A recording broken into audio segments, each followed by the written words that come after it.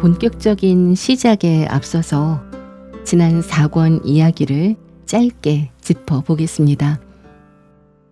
향문천과 영호충이 매장이라는 곳에 갔었잖아요. 거기서 술, 바둑, 그림, 검은고 각자 하나씩의 제대로 미쳐있는 4명의 장주들을 만나서 기이한 내기를 벌였었죠. 그러다가 영호충이 지하 감옥에 갇히게 되는데 거기서 예전에 강호를 뒤흔들었던 신비로운 인물인 임아행을 마주하게 됩니다. 영호충은 그 어둡고 캄캄한 뇌호간에서 철판에 새겨진 절세의 내공 신법을 우연히 익히게 되는데요. 그러면서 자신도 모르는 사이에 엄청난 고수로 거듭나게 되죠. 결국 스스로 쇠사슬까지 끊어내고 감옥을 탈출할 준비를 마치는 것까지가 지난번의 내용이었습니다. 자, 청년 고수가 된 영호충의 앞날은 과연 어떻게 될지 다음 5권도 계속 들어보겠습니다.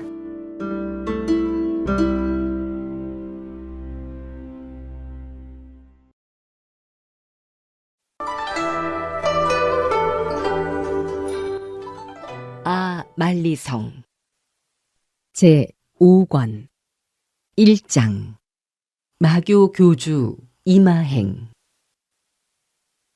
달이 중천에 두둥실 걸렸으니 밤이 깊었다.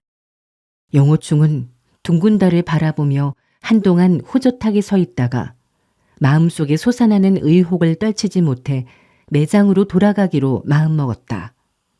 가서 알아보고 만약 임선배가 간악한 사람이 아니라면 그를 구출할 생각이었다. 그는 즉시 매장을 향해 걸어갔다. 고산 위로 올라가 경사진 언덕으로부터 숲을 지나니 교교한 정적에 감싸인 매장이 나타났다. 영호충은 조심조심 담으로 접근해 갔다. 10여 동의 건물은 모두 암흑에 잠겨 있었고 오른쪽에 있는 한 건물에서만 불빛이 새어나오고 있었다. 그 집의 창 밑으로 조심스럽게 접근해 가니 곧 창노한 목소리가 들렸다. 황종공, 네 죄를 알겠느냐? 목소리가 매우 준엄했다. 영호충은 황종공 같은 사람에게 과연 어느 누가 이런 말을 할 수 있을까 하고 매우 기괴하게 생각하여 몸을 낮추고 창틈으로 안을 들여다보았다. 방 안에는 4사람이서 4개의 의자에 앉아 있었는데 3사람은 5, 60세쯤 되어 보이는 노인들이었고 1사람은 중년 부인이었다. 4사람은 모두 흑삼에 황대를 두르고 있었다. 황종공, 독피롱, 단청생 3사람은 등이 창을 향한 채 4사람 앞에 시립하고 서 있었다.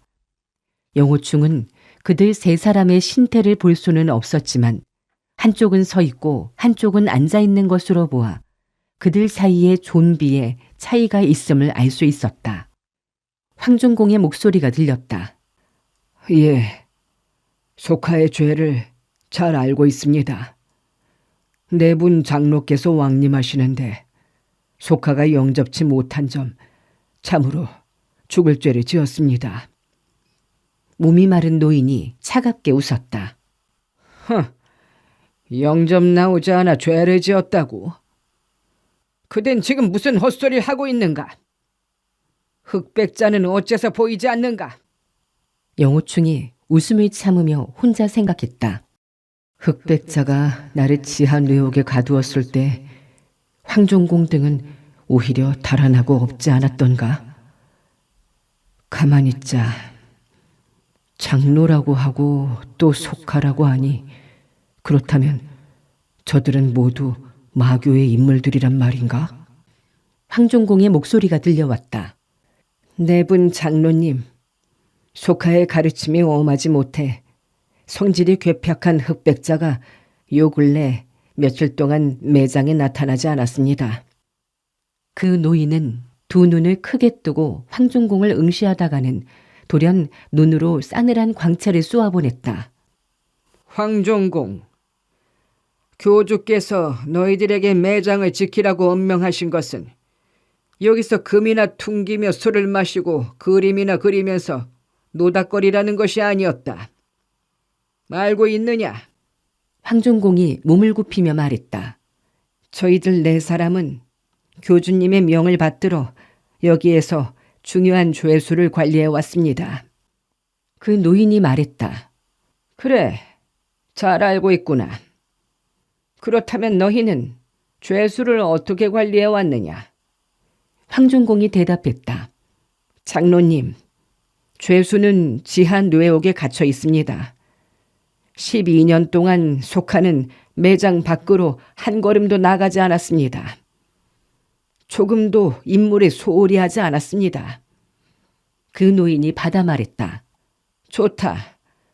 그대들은 매장 밖으로 한 발자국도 나가지 않았고 임무를 게을리하지 않았다니 잘했다. 네 말대로라면 그 죄인은 지하 뇌옥에 아직 있겠지? 황종공이 대답했다. 예, 그렇습니다. 그 노인이 고개를 들어 천정을 쳐다보며 돌연 올빼미처럼 웃어대니 그 웃음소리가 얼마나 큰지 천정에서 우수수 먼지가 떨어져 내렸다. 그는 잠시 말없이 묵묵히 있다가 다시 입을 열었다. 좋아. 그 죄인을 데려오너라. 내 눈으로 확인해야겠다. 황종공이 말했다. 네 분 장로님의 양해를 바랍니다. 교주님의 명이 교주님을 제외하고는 어떤 사람에게도 죄인을 보여주지 말라고 하셨습니다. 만약 이를 어기면 그 노인이 품속에서 무엇인가 꺼내어 높이 쳐들면서 일어섰다. 나머지 3명의 장로도 모두 곧 자리에서 일어났는데 신태가 매우 공손했다. 영호충이 자세히 바라보니 그것은 길이가 약 반척쯤 되는 새까만 나무였는데 윗면에 글자가 새겨져 있는 매우 기이하게 생긴 물건이었다. 황종공 등 3사람이 몸을 황급히 굽혔다. 교주님의 흑목 영패가 있으니 교주님이 직접 오신 것과 다름없습니다. 속하 명을 받들겠습니다. 그 노인이 말했다. 그래, 너는 가서 죄인을 데리고 오너라. 황종공이 머뭇거리며 말했다. 그 죄인은 수족이 정동사슬로 묶여 있어 이곳까지 데리고 올 방법이 없습니다. 그 노인이 냉소하며 말했다. 너는 지금까지 줄곧 말도 안 되는 소리로 우리 속여왔다. 네게 묻겠는데 그 죄인이 정동사슬에 묶여 있다면 도대체 어떻게 도망할 수 있었느냐? 황종공이 놀라 소리쳤다. 그 죄인이 도망갔다고요? 절대 그럴 리 없습니다. 죄인이 지하 뇌옥에 있는 것을 조금 전에도 속화가 봤습니다. 그런데 그가 어떻게 도망갈 수 있다는 말입니까? 그 노인은 안색이 부드러워지며 말씨가 온화해졌다. 그 죄인이 지하 뇌옥에 갇혀 있다면 그대들을 문책할 까닭이 없지. 매우 미안하오. 그는 즐거운 표정을 지으며 자리에서 일어나 천천히 그들에게로 걸어갔다. 그들 3사람에게 미안하다는 듯 예를 올리려 하는 것 같더니만 갑자기 손을 뻗어 황종공의 어깨를 내리쳤다. 독피롱과 단청생은 급히 몇 걸음 뒤로 물러나며 피하려 했다. 그들의 동작도 매우 빨랐지만 그 노인의 출수는 너무나도 빨라 팍팍 단청생과 독피롱의 오른쪽 어깨에 차례로 노인의 손이 적중했다. 노인의 3번째 출수는 얼굴에는 웃음을 띄우며 몰래 암습했기 때문에 황종공과 같은 만만찮은 고수도 피할 수 없었다. 독피롱과 단청생은 그 무공 수준에 있어서 상당한 차이가 있었기 때문에 눈치를 챘다 하더라도 피할 수 없었을 것이다. 단청생이 큰 소리로 외쳤다. 포장로, 우리가 무슨 잘못을 저질렀소이까? 왜 우리에게 이런 독소를 펼쳤습니까? 그 목소리에는 참을 수 없는 고통이 배어나왔고 울분이 서려 있었다. 포장로가 천천히 대답했다. 교주님께서 여기서 죄인을 지키라고 엄명하셨는데 그 죄인이 도망가 버렸으니 너희들은 죽어 마땅하지 않겠느냐? 황종공이 대답했다. 그 죄인이 참으로 도망갔다면 속하 죽음으로써 사죄할 것이나 만약 그 죄인이 지하 뇌옥에 그대로 갇혀 있다면 포장로께서 우리에게 독형을 가하신 것에 승복할 수 없소이다. 황종공은 말을 하면서 이마에서는 땀이 비오듯이 흘렀고 중심을 잡지 못하고 몸이 비틀거렸다. 영호충은 창 밖에서 이 모습을 보고 포장로의 한 번 손짓이 얼마나 악랄하기에 황종공과 같이 무공이 고강한 사람이 저 지경일까 하고 생각하니 등골이 오싹해졌다. 포장로가 말했다. 너희들이 다시 지하 뇌옥에 가보고 만약 죄인이 분명히 거기 있다면 나 포대추는 너희 세 사람에게 100배 사죄할 것이고 또 즉시 남사수의 형벌을 풀어주겠다. 황종공이 승복했다. 좋소이다. 네 분께서는 여기서 잠시 기다리고 계십시오. 그는 곧 독피롱 단청생과 함께 걸어나갔다. 영호충이 보기에 그들 세 사람은 방문을 나서며 계속해서 몸이 떨리고 있었는데 마음속의 격동 때문인지 남사수의 형벌 때문인지 알 수가 없었다.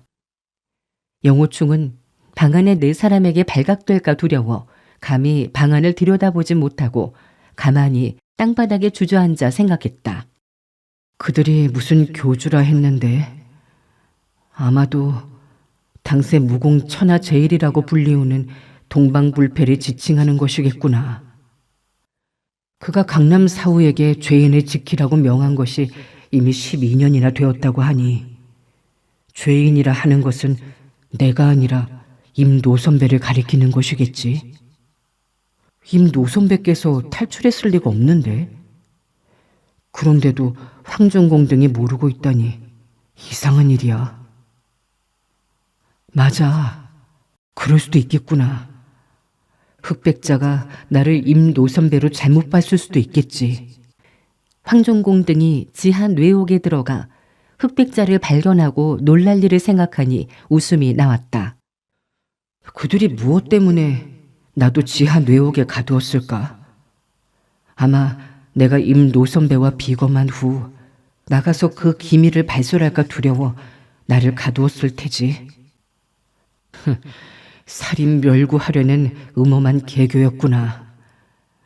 지금쯤 남사수라는 독형으로 고통을 받고 있을 테니 그놈들 괴로움 좀 당해봐라. 4명의 장로는 방 안에서 한마디도 하지 않고 앉아 있으니 영호충 또한 숨소리도 크게 낼 수 없었다. 비록 벽을 사이에 두고 있긴 하지만 거리가 가까워 숨소리만 크게 내도 발각될 우려가 있는 상황이었다. 고요한 정적을 깨고 아 하는 구슬픈 비명소리가 들려왔다. 그 소리에는 고통과 공포가 담겨 있어 이같이 깊은 밤에 들으니 왠지 모르게 모골이 송연했다. 영호충은 그 비명이 흑백자의 목소리임을 알아듣고 측은한 생각이 들었다. 비록 자기를 암산하려다 이렇게 보복을 당했지만 포대추의 수중에 떨어지게 되었으니 큰 곤경에 빠진 것이 분명했다. 이어서 발걸음 소리가 가까워지더니 황종공 등이 방으로 돌아왔다. 영호충이 창틈으로 안을 들여다보니 독피롱과 단청생이 좌우에서 흑백자를 부축하고 있었다. 흑백자의 얼굴은 하얗게 질려 있었고 두 눈은 초점을 잃어 얼마 전에 정광이 넘치던 모습과는 판이하게 달랐다. 황종공이 머리를 조아리며 말했다. 네 분 장로님, 그 죄인은 과연 도망가고 없었습니다. 속하 장로님들 앞에서 자결하겠습니다. 그는 이미 상황이 어쩔 수 없다는 것을 깨달은지라 목소리가 착 가라앉은 것이 조금도 동요의 기색을 보이지 않았다. 흑백자는 장중에 없다고 하더니 어떻게 나타났느냐? 대체 어찌된 일이냐? 황종공이 대답했다. 어찌된 연유인지 소카도 그 까닭을 알 수가 없습니다. 저희들 네 사람이 금기서화에 빠져 인물이 소홀히 했기에 그 죄인이 도망갈 수 있었는가 봅니다. 포대추가 찬찬히 말했다. 우리 네 사람은 교주님의 명을 받들어 그 죄인이 탈주한 진상을 밝히려 온 것이다. 너희들이 조금도 거짓 없이 사실대로 보고한다면 우리들이 교주님께 자비를 베푸시도록 간청해 보겠다. 황종공이 길게 한숨을 내쉬며 말했다. 교주님의 자비, 장로님의 돌보심이 있다 해도 저희들이 무슨 면목이 있어 목숨을 부지하겠습니까? 죄인이 탈주할 수 있었던 연유를 소카도 알지 못하니 소카 역시 죽어서도 눈을 감지 못하겠습니다. 포장로,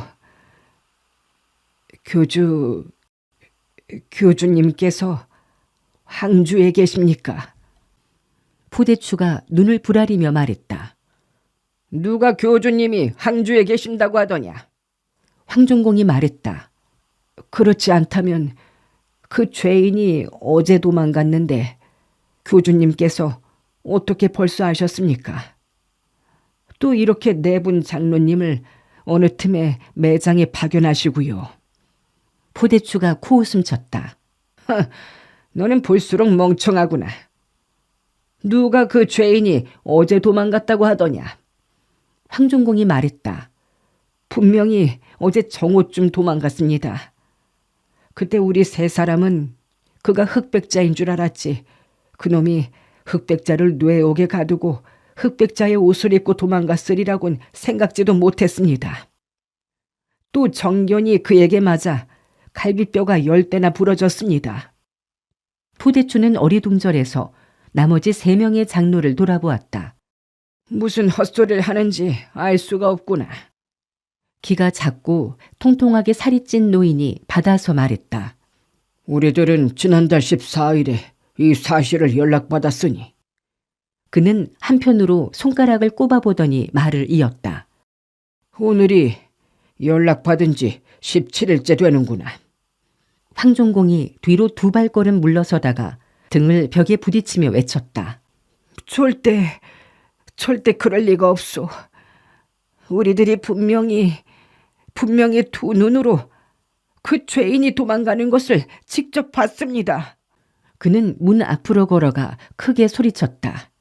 시령이 정견을 데리고 오너라. 멀리서 시령이의 대답 소리가 들렸다. 예, 분부 시행하겠습니다. 포대추가 흑백자 앞으로 걸어가 가슴을 잡고 그를 일으켜 세우니 수족이 덜렁덜렁 매달려 있는 것이 전신의 관절이 모두 끊어져 마치 가죽자루를 뒤집어 씌워놓은 것 같았다. 포대추가 얼굴에 공포의 빛을 띄우며 손을 놓아버리니 흑백자는 땅에 쓰러져 일어날 줄 몰랐다. 다른 한 명의 체격이 건장한 노인이 말했다. 맞아. 이것은 그 노인네의 수법이야. 그의 흡성 대법은 상대의 전신 정력을 모두 고갈시켜버리지. 그의 말소리 역시 부르르 떨리는 것이 극도의 공포감이 배어 있었다. 포대추가 흑백자에게 물었다. 너는 언제 그에게 당했느냐? 흑백자가 더듬거리며 말했다. 저는 분명히 어제 그에게 오른쪽 발목을 잡혔는데 전혀 힘을 쓸 수가 없었습니다. 그래서 그가 하는 대로 가만히 보고 있을 수밖에 다른 도리가 없었습니다. 포대추가 이상하다는 듯이 얼굴 근육을 실룩거리고 눈을 가느다랗게 좁히며 물었다. 그리고는 어떻게 하더냐? 흑백자가 말을 이었다. 그는 소카를 철문에 네모난 구멍으로 잡아당겨 감옥 속으로 잡아당긴 후 소카의 옷을 벗기고 또 손과 발에 수갑을 채우고는 그 구멍으로 빠져나갔습니다. 포대추가 미간을 찌푸리며 말했다. 어제라. 어째서 어제란 말이냐? 그 땅따란 노인이 말했다. 수족에 채워져 있던 수갑은 정동으로 만든 것인데 어떻게 끊었을까? 흑백자가 모호하게 고개를 설레설레 저었다. 저도 모르겠습니다. 독피롱이 말했다.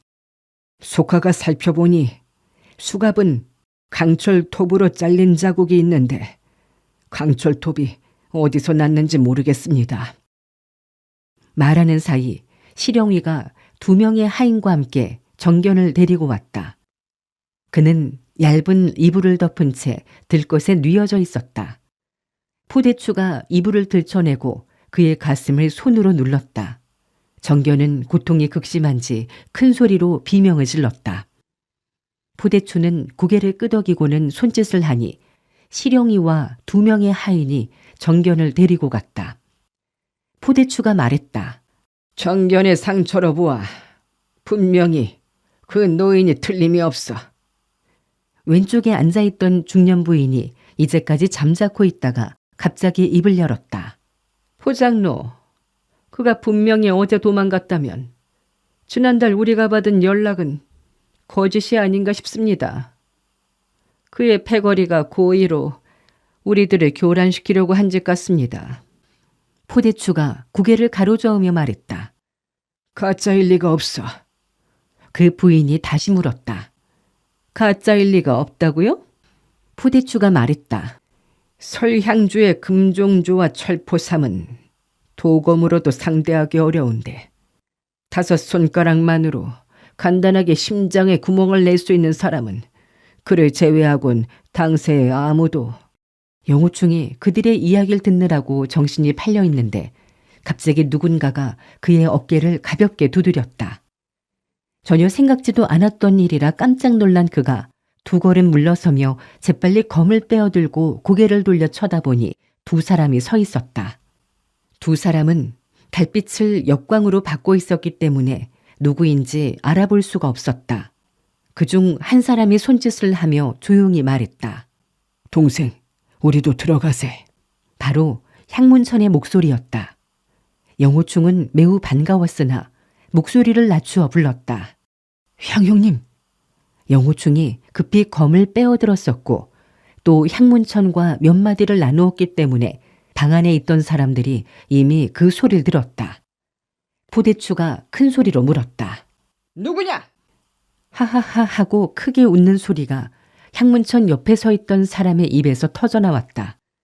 그의 웃음소리에 기왓장이 왈그닥거렸고 귀가 윙윙 울려 영호충은 가슴과 배에서 기혈이 들끓어올라 말도 제대로 할 수 없었다.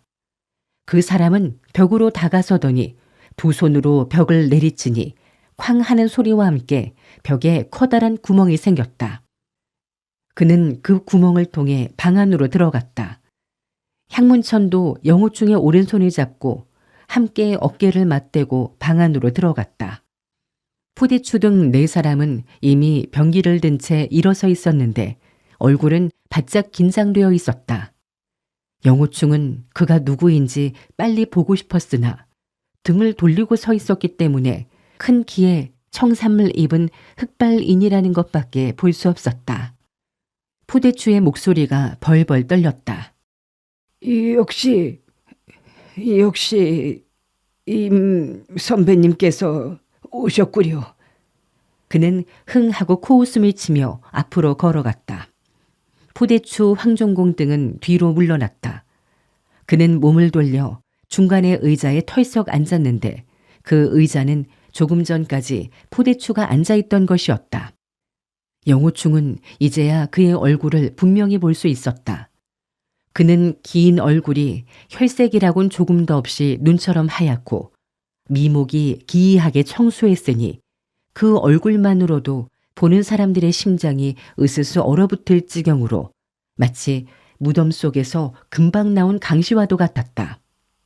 그는 향문천과 영호충에게 손짓하며 말했다. 향형제, 영호형제, 이리 와서 앉으시게. 영호충은 그의 목소리를 듣고는 놀람과 기쁨이 뒤섞인 마음으로 물었다. 당신은 임노 선배님이십니까? 그가 가볍게 미소 지으며 고개를 끄덕였다. 그러하네.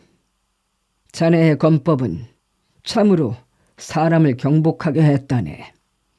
영호충이 외쳤다. 노 선배님께선 참으로 뇌옥에서 탈출하셨군요. 오늘 제가 노 선배님을 구출하려고 왔는데. 그가 웃으며 말했다. 자네가 나를 구출하려 했다고? 향 형제, 저 소녀는 의기가 있는 사람이구려. 향문천은 영호충의 손을 잡아 그의 오른쪽에 앉히고 자신은 왼쪽에 앉으며 말했다. 영호 형제는 드물게 용기가 대단한 소년이옵니다. 큰 그릇을 타고난 대장부라 할 만합니다. 그가 웃으며 말했다. 영호 형제, 자네를 서호 및 흑내에 2달 동안이나 가두어 둔 것은 참으로 미안한 일일세. 이제야 영호충은 약간의 실마리를 잡을 수 있었지만 사건의 전말을 모두 짐작하진 못했다. 임노 선배는 영호충을 바라보며 자애롭게 웃음 지었다.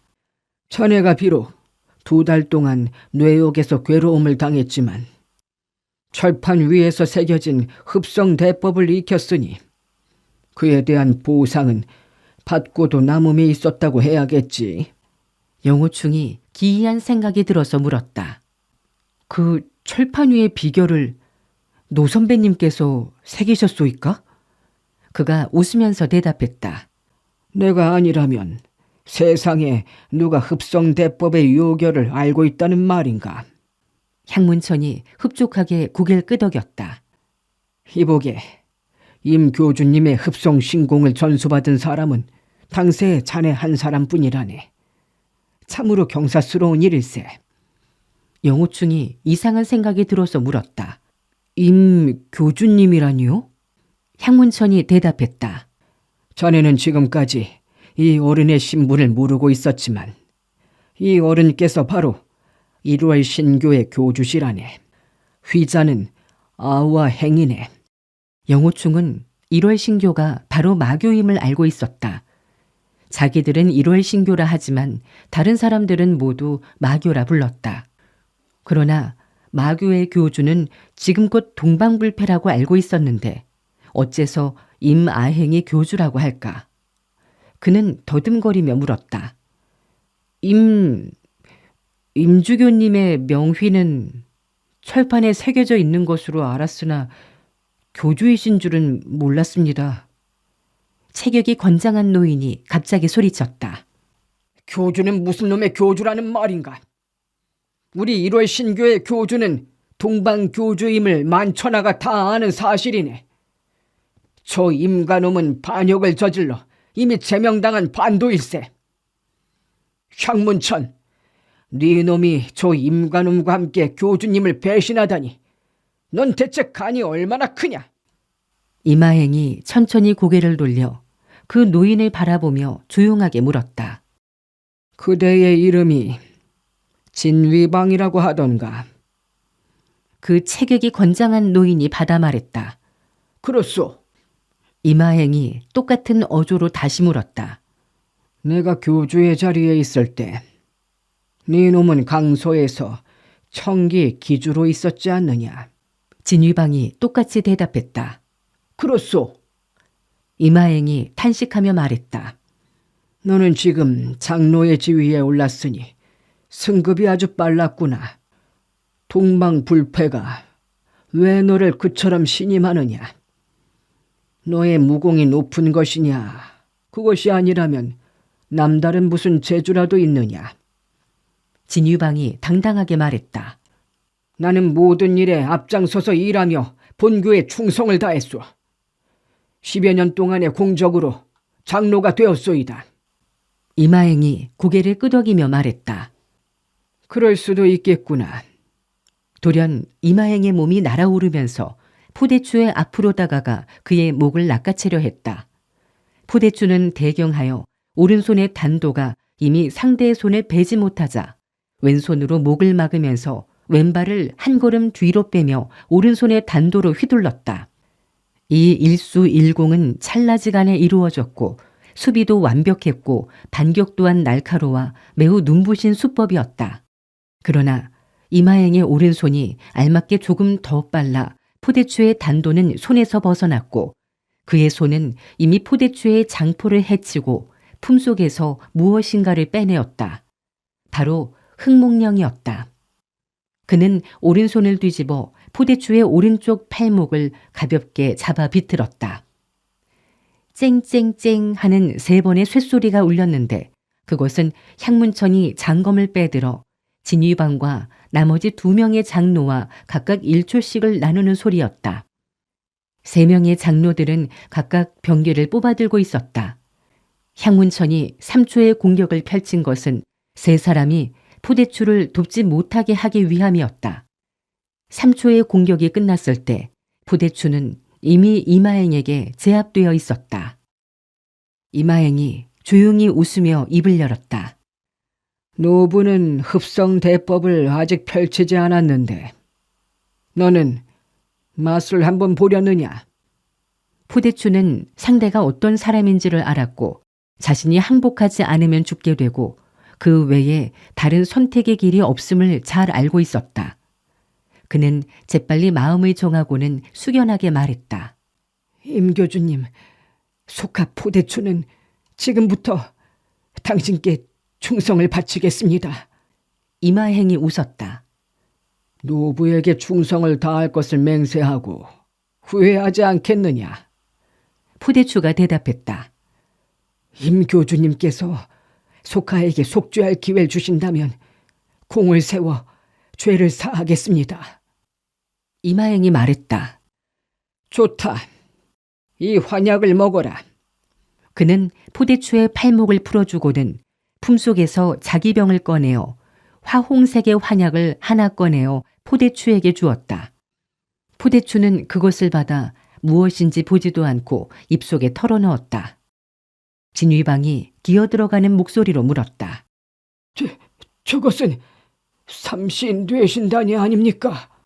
이마행이 고개를 끄덕이며 말했다. 그러하다.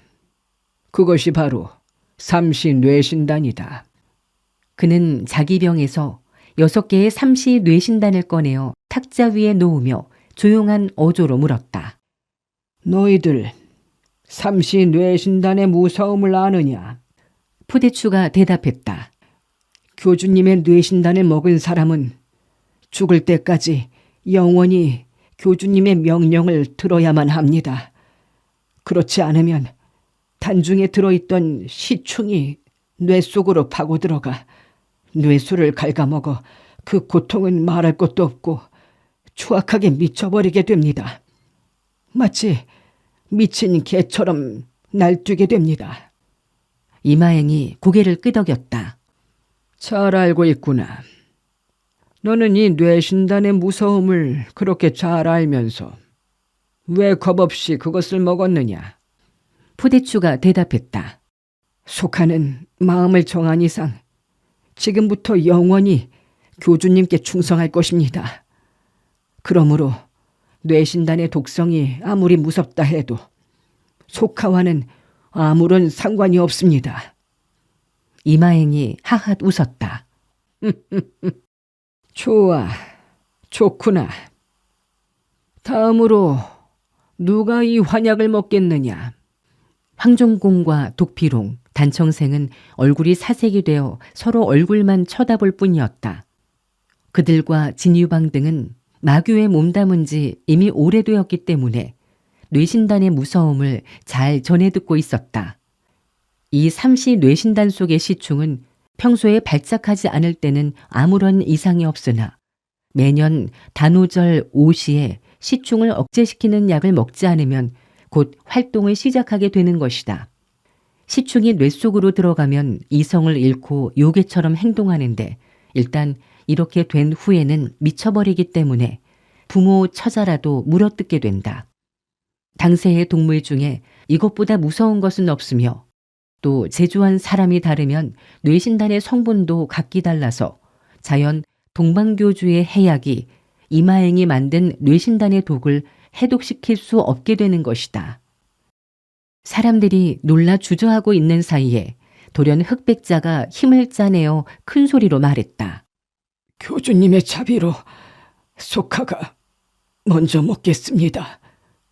이렇게 말하고 그는 겨우 탁자까지 비틀거리며 기어가 뇌신단을 집으려 했다. 이마행이 옷소매를 가볍게 펄럭이니 흑백자는 뒤로 벌렁 넘어져 벽에 머리를 부딪혔다. 이마행이 싸늘하게 웃었다. 무공을 잃어 폐인이나 다름없는 너로 인해 이 신단 하나를 낭비할 수는 없다. 그는 고개를 돌리며 말했다. 진위방 왕성 삼상랑, 너희들은 이 신단을 먹고 싶지 않느냐? 중년부인 삼상랑이 허리를 굽히며 말했다. 속하, 오늘 이후로 교주님께 충성을 다 바치며 절대 배신하지 않을 것을 맹세합니다. 땅따란 왕성이 이어 말했다. 속하도 교주님을 받들겠습니다. 이 두 사람은 탁자로 걸어와 신단 하나씩을 집어서 삼켰다. 이 두 사람은 이마행이 어떠한 사람인지를 잘 알고 있었기에 그가 뇌옥을 탈출하여 그들 앞에 다시 모습을 드러낸 이상 그들이 취할 수 있는 방도는 다만 한 가지밖에 없다는 것을 명확하게 알았다. 그러나 진위방은 이마행이 교주의 지위에 있을 때 강서의 몇 개 현을 관장하는 낮은 지위에 있었기 때문에 이마행의 광세 기절한 무공을 볼 기회가 없었다. 본인은 그 약을 먹을 생각이 없소. 그는 당당하게 말하고 벽에 난 구멍으로 몸을 빼 나가려 했다. 이마행은 눈가에 주름을 잡으며 잔잔하게 웃었을 뿐 그를 제지하지 않았다. 그가 구멍을 막 빠져나가려 할 때 향문천의 왼손이 가볍게 흔들리더니 소매 속에서 가느다란 흑색 채찍이 뻗어져 나갔다. 진위방의 비명소리가 들렸는데 이미 채찍이 왼쪽 발목에 감겨 그는 허수아비처럼 엎어져 있었다. 이 채찍은 굵기가 엄지손가락만큼도 되지 않았으나 진위방은 채찍에 발목이 묶여 일어날 수가 없었다. 이마행이 명했다. 삼상랑, 뇌신단 한 개의 껍데기를 벗기도록 하여라. 삼상랑이 예 하고 대답하고는 탁자 위에 뇌신단 하나를 집어 홍색의 껍질을 벗기니 회색의 작은 환약이 나왔다. 이마행이 말했다. 저놈에게 먹여라. 예. 삼상랑은 공손하게 명을 받들어 진위방에게 걸어가서 말했다. 입을 벌려라. 진위방은 몸을 돌려 삼상랑에게 일장을 날려 대항하려 했다. 그의 무공은 삼상랑에 비해 조금 뒤떨어졌으나 그렇게 많은 차이가 나는 것은 아니었다. 그러나 발이 채찍에 묶여 있고 어느 사이에 혈도가 제압당해 손에 힘이 빠져 있었다. 삼상랑은 왼발로 그의 손목을 걷어차고 오른발을 날려 진위방의 가슴을 똑바로 찼다. 그리고 오른발을 빠르게 놀려 그의 어깨 부근을 연거푸 3번 가격해 꼼짝도 못하게 제압해 놓고 왼손으로 그의 얼굴을 비틀고 오른손으로 껍질을 벗긴 신단을 털어넣었다. 그리고 오른손으로 목을 가볍게 치니 윽소리를 내며 신단이 진위방의 목으로 넘어갔다. 영호충은 푸대추의 말을 듣고 삼시 뇌신단 속 시충의 활동을 일정 기간 동안 약물로 억제하고 있다는 것을 알았다. 삼상랑이 벗긴 홍색 약껍질이 바로 시충을 억제하는 약재였다. 또 삼상랑이 약을 먹이는 동작이 너무나 익숙해 보였기에 영호충은 속으로 생각했다. 저 부인의 손속은 참으로 매섭구나. 영호충은 삼상랑이 이마행에게 충성을 맹세하는 뜻으로 평생의 절기를 펼치며 솜씨를 보인 것임을 몰랐다. 이마행은 조용히 미소 지으며 고개를 끄덕였다. 삼상랑은 일어서서 얼굴에 아무런 감정도 비치지 않고 공손히 한쪽 옆에 가서 시립했다. 이마행은 황종공 등 3사람을 이윽히 바라보았다. 둑피롱은 한마디 말도 없이 그 뇌진단을 꿀꺽 삼켰다. 단청생은 무슨 말인지 모르지만 혼자 중얼거리다가 끝내 그 신달을 삼켰다.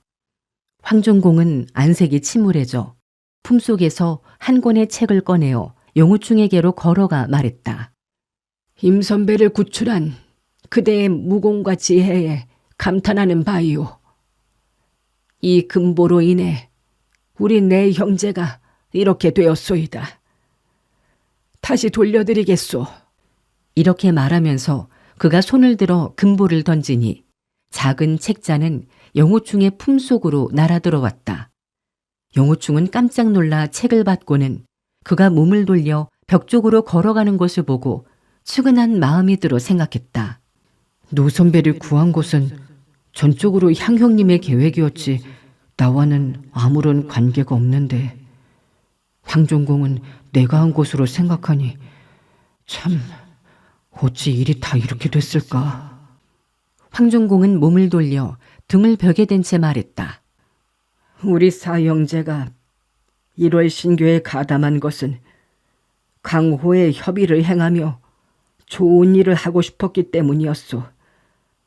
그러나 임교주는 성격이 포악해 자기 마음대로 행동하여 우리 형제의 뜻을 이룰 수가 없었소. 임교주의 뒤를 이은 동방교주는 간신배들을 총애하여 본교의 전배 노 형제분들을 제거했소. 그래서 우리 사형제는 흑목에서 벗어나 사람들과 다투지 않고 서호를 벗삼아 금으로 마음을 달래며 조용히 지냈소. 12년 동안 청복도 누릴 만큼 누렸소. 세상에 살아있다는 것 자체가 기쁨보단 근심이 많을 것이니 본래 이렇게. 여기까지 말한 황종공의 몸이 천천히 앞으로 기울어졌다. 독피롱과 단청생이 대형하고 외치며 뛰어가 그를 부축하니 심장에 비수가 박혀 있고 두 눈을 둥그렇게 뜬 채로 이미 숨이 끊어져 있었다. 독피롱과 단청생이 대형을 외치며 흐느껴 울기 시작했다. 왕성이 큰 소리로 꾸짖었다. 저놈은 교주님의 명을 따르지 않고 자결했으니 죽어서 마땅한 놈이다. 그렇게 너희 두 놈은 어찌 교주님 안전에서 시끄럽게 구는 게냐? 단청생이 얼굴에 노기를 띄우고 왕성에게 다가가 그를 치려했다. 왕성이 소리쳤다. 아니, 네 놈이 감히 배신을 하겠다는 것이냐? 단청생은 이미 자기도 뇌신단에 먹었다는 것이 생각나자 임교주의 명을 어길 수가 없었다. 고개를 숙이고 눈물을 닦을 수밖에 없었다. 이마행이 말했다. 시체와 저 폐인을 밖으로 드러내고 술과 안주를 내오도록 해라. 오늘은 노부가 향형제, 영호형제와 함께 취하도록 마셔야겠다. 독피롱이 예 하고 대답하고는 시체를 들고 밖으로 나갔다. 이어서 하인들이 술상을 차리고 6개의 의자를 놓았다. 포대추가 하인들에게 명했다. 술잔과 젓가락은 3개만 놓아라. 우리들이 어찌 감히 교주님과 함께 술을 마시겠느냐. 이렇게 말하면서 그는 하인들과 함께 잡리를 거들었다. 이마행이 말했다. 밖에서 너희들끼리 술을 마시고 음식을 들도록 해라. 포대추 왕성 삼상랑이 일제히 허리를 굽히며 말했다. 교주님의 배려에 감격할 뿐입니다. 그들은 뒷걸음질로 천천히 방에서 물러나갔다. 영호충은 황종공이 자결하는 것을 보고는 그가 의열남하라는 것을 깨달았다. 또 그 전에 그가 소림사의 방증대사에게 자신의 병을 고쳐주도록 부탁하겠다고 했던 일을 생각하니 자신에게 호의를 품었던 사람의 죽음을 보고 가슴이 아팠다. 향문천이 웃으며 말했다. 소재, 도대체 어떤 기연으로 교주님의 흡성대법을 전수받았는가? 그 이야기를 듣고 싶어 이 형은 안달이 나네.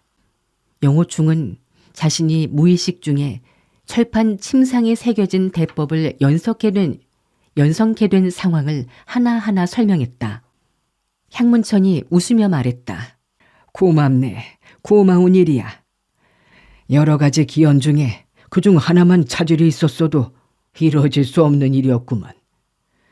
자네의 의형이 된 것이 나는 매우 자랑스럽네. 이렇게 말하면서 그는 술 한 잔을 쭉 비웠다. 이마행과 영호충도 한 잔씩을 비웠다. 이마행이 웃으며 말했다. 사실 그것은 대단히 위험한 일이었네. 내가 처음에 철판에 신공의 구결을 새긴 것은 후곡에 수감되어 있으면서 너무나 지루하여 심심풀이로 한 것이지 다른 의도가 있었던 것은 아니었네. 신공의 구결은 물론 한자도 틀림이 없는 진짜지만 내가 지도해 산공을 돕지 않는 이상 그 대법을 연성하려고 하면 10중 8구 주화인마에 빠지게 되어 있다네. 이 신공을 연성하는 데엔 두 차례의 커다란 난관이 있으니 그 첫 번째 난관은 전신의 내력을 한 줌도 없게 해서 단전에 한 가닥의 내력도 모이지 않도록 텅텅 비게 하는 점에 있다네. 내력이 완전히 없어지지 않으면 혈도가 막혀서 곧 주화 인마에 빠져 가벼워도 전신 마비가 되고 심하면 경맥이 거꾸로 흘러 순식간에 칠공으로 피를 흘리며 죽게 된다네. 이 신공은 장안된 지 이미 수백 년이 지났지만 연성한 사람은 한 손을 꼽을 만큼도 되지 않는다네. 연성한 사람이 적은 이유가 바로 이 산공의 과정이 매우 위험하기 때문일세. 영호 형제는 이미 내공을 모두 상실한 상태였기 때문에 다른 사람들에겐 가장 위험하고 어려운 과정을 조금도 힘들이지 않고 자기도 모르는 사이에 넘어갔던 것일세. 산공한 후에는 또 다른 사람의 두터운 진기를 흡수해 자신의 단전에 모아 기경팔맥으로 이 진기를 줄기줄기 흘려보내야만 하는데 이 과정도 매우 위험하다네. 자신은 내력이 한 줌도 남지 않은 상태에서 다른 사람의 두터운 진기를 흡수하는 것인데 어찌 이 과정이 위험하지 않겠는가. 영호 형제는 이 과정에 있어서도 몸속에 이미 여러 고수들의 정련된 진기가 주입되어 있었기 때문에 이 난관도 쉽게 넘어설 수 있었다네. 영호 형제, 자네가 이 두 가지 극성의 위험을 가볍게 넘기고 대법을 연성한 것은 다만 하늘의 오묘한 뜻이라고 할 수밖에 없다네. 영호충의 손에는 식은땀이 배어나고 있었다. 영호충이 한숨을 쉬었다. 다행히 내력을 상실했었기 망정이지 그렇지 않았더라면 큰일이 날 뻔했었군요. 향형님, 임 노선배께서 도대체 어떻게 탈출하셨는지 소재는 아직도 잘 모르겠습니다. 향문천이 껄껄 웃으면서 품속에서 무엇인가를 꺼내어 영호충의 손에 건네주며 물었다. 이것이 무엇인지 아는가? 영호충은 자신의 손에 놓여진 딱딱한 공 같은 것이 바로 그 전에 자기가 이마행에게 전해주었던 물건임을 알 수 있었다. 손바닥을 펴보니 구리 구슬 위에는 작은 구리 단추가 박혀 있었다. 영호충이 그 구리 단추를 움직여 보니 매우 가느다란 강철실이 나왔다. 구리 구슬 속에 들어있던 강철실에는 깨알같이 작은 톱날이 박혀 있었으니 매우 교묘하게 만들어진 강사 쇠톱이었다. 영호충이 깜짝 놀라 소리쳤다. 노 선배님의 수족을 묶고 있던 수갑을 자르는 데 쓴 것이 바로 이 톱이었군요. 이마행이 웃으며 답했다. 노부는 그때 소리내어 웃으면서 내력을 소리에 담아 5사람을 모두 혼절시키고 난 다음에 수갑을 끊었지. 노부는 이렇게 했는데 자네는 그 뒤 흑백자를 어떻게 요리했는가? 영호충이 웃으며 말했다. 노 선배님과 후배가 옷을 갈아입었고 또 후배의 손과 발에는 정동수갑이 채워져 있었기 때문에 황종공 등이 아무런 의심도 하지 않았겠죠. 향문천이 고개를 끄덕였다. 이것만으론 황종공과 흑백자를 속이기도 쉽지 않았으나 그들이 의아했을 때 교주님과 나는 이미 매장을 벗어난 뒤였지. 흑백자 등은 내가 남겨두었던 기보와 서화에 정신이 팔려서 다른 일은 아예 신경 쓰지도 않았었지. 영호충이 감탄했다. 형님의 계책은 참으로 놀랍소이다. 그러나 그는 내심 이런 의문이 들었다. 형님은 모든 안배를 하고서 일을 벌렸구나. 그렇다면 임노선배를 탈출시킨 지 오래되었으면서도 어찌에 나를 구해주지 않았을까? 향문천은 그의 안색을 보고 그 속마음을 눈치채고 웃으면서 말했다. 소재, 교주님을 탈출시킨 후 우린 할 일이 너무나 많아서 자네를 구하러 오늘에야 오게 되었다네. 그런데 자네는 전화위복으로 개세의 신공을 익히게 되었으니 그 고생을 보상받고도 남음이 있었네. 형의 입장으로 미안하게 그지없었으나 이젠 하나도 미안할 것이 없어졌다네. 그는 이렇게 말하면서 세 사람의 술잔에 술을 따르고 스스로 한 잔을 비웠다. 이마행이 하핫대소했다. 노부는 아직도 미안하게 생각하네. 영호충이 웃으며 말했다. 미안하긴 뭐이 미안합니까? 도리어 후배가 두 어른께 감사해야 하죠. 후배는 난치에 내상을 입어 치료할 길이 없어 죽을 날짜만 꼽고 있었는데 노 선배님의 신공을 연성한 뒤 내상이 치료되어 생명을 건졌고 무공 또한 기이하게 고강해졌습니다. 세 사람은 마음이 흔쾌해서 함께 크게 웃어댔다. 향문천이 말했다. 12년 전 교주님께서 돌연히 실종되자 동방불패가 교주의 지위를 찬탈했소이다. 저는 내막을 짐작하고 있었지만 울분을 참으면서 지낼 수밖에 없었습니다. 최근에야 교주님께서 갇혀있는 곳을 알아내어 온갖 준비를 빈틈없이 갖춘 후에야 구출하게 된 것이죠. 제가 흑모계를 내려오자 동방불패는 무슨 낌새를 눈치채고 사람을 보내 저를 죽이려 했고 또 갖가지 술수를 풀어놓아 정파의 인물들로 하여금 저를 죽이도록 안배했습니다. 소재, 그날 심곡 아래에서 자네가 내공을 상실한 연유를 듣고는 자네 체내의 여러 가지 괴이한 진기의 충돌을 해소시킬 수 있는 방법이 당세엔 교주님의 흡성 대법밖에 없다고 이 형은 확신했었네. 그래서 교주님을 구한 연후에 자네에게 신공을 전수해 주실 것을 간청해 드리려고 했었네. 그런데 이 형이 간청할 기회도 주지 않고 교주님께서는 이미 그 신공을 자네에게 전수하셨다네. 이 얼마나 묘한 일인가. 세 사람은 다시 함께 웃으면서 건배했다. 영호충은 마음속으로 생각했다. 향 형님이 나를 이용해서 임노 선배를 구출하긴 했지만 거기에는 나의 생명을 구하려는 의도도 있었구나. 그 전에 계곡을 떠날 때 형님은 내 병을 고칠 수 있다고 말씀하셨지. 나는 내 중상을 치료할 사람이 강남 사우들인 줄로만 알았지. 하물며 이번 일에 나는 별로 힘을 쓴 것도 없었으니 그러한 계세의 신공을 전해받을 만한 아무러한 까닭도 없는 셈이로구나. 그는 향문천의 호의를 생각하며 감격할 따름이었다. 10여 잔의 술을 마신 후 영호충은 이마행의 여러 가지 이야기를 듣고 그가 식견이 매우 광범하고 평생 보기 드문 대영웅 호걸임을 느끼게 되었다. 방금 전에 진위방, 황종공, 흑백자 등에게 악랄한 수단을 펼치는 것을 보고 좋은 인상을 받지 못했으나 그와 이야기를 나누는 동안 걸출한 영웅의 행동은 일반적인 척도로 평가할 수 없다는 것을 깨닫고는 마음속에 품고 있던 좋지 않은 감정이 점점 사라졌다.